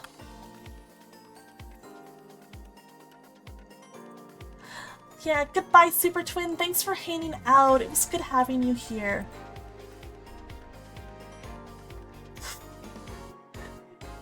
You know what, I think I'm gonna raid Arya. She was one of the options on the poll, but Teamfight Tactics won, so we're gonna raid somebody else.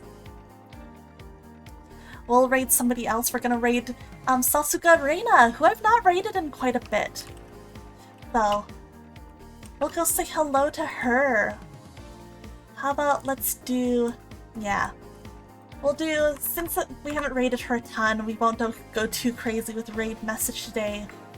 We'll do a Hope, Faith, Love, and Luck mermaid raid. So, there is the raid message if you are a subscriber to the channel. If you're not a subscriber, don't worry about it. I have got a raid message right here for you. And we're gonna go say hello to Sasuga Reina. She's a super cool streamer who I honestly do not get to check out as much as I would like to, so please go show her some support and love. Thank you guys so much once again for having me here. It was super fun. I appreciate everybody sticking with me for 5.5 hours. That's crazy. So we will pick up 999 again as soon as I can. Thank you guys, and please have a good night. I will talk to you all later. Goodbye!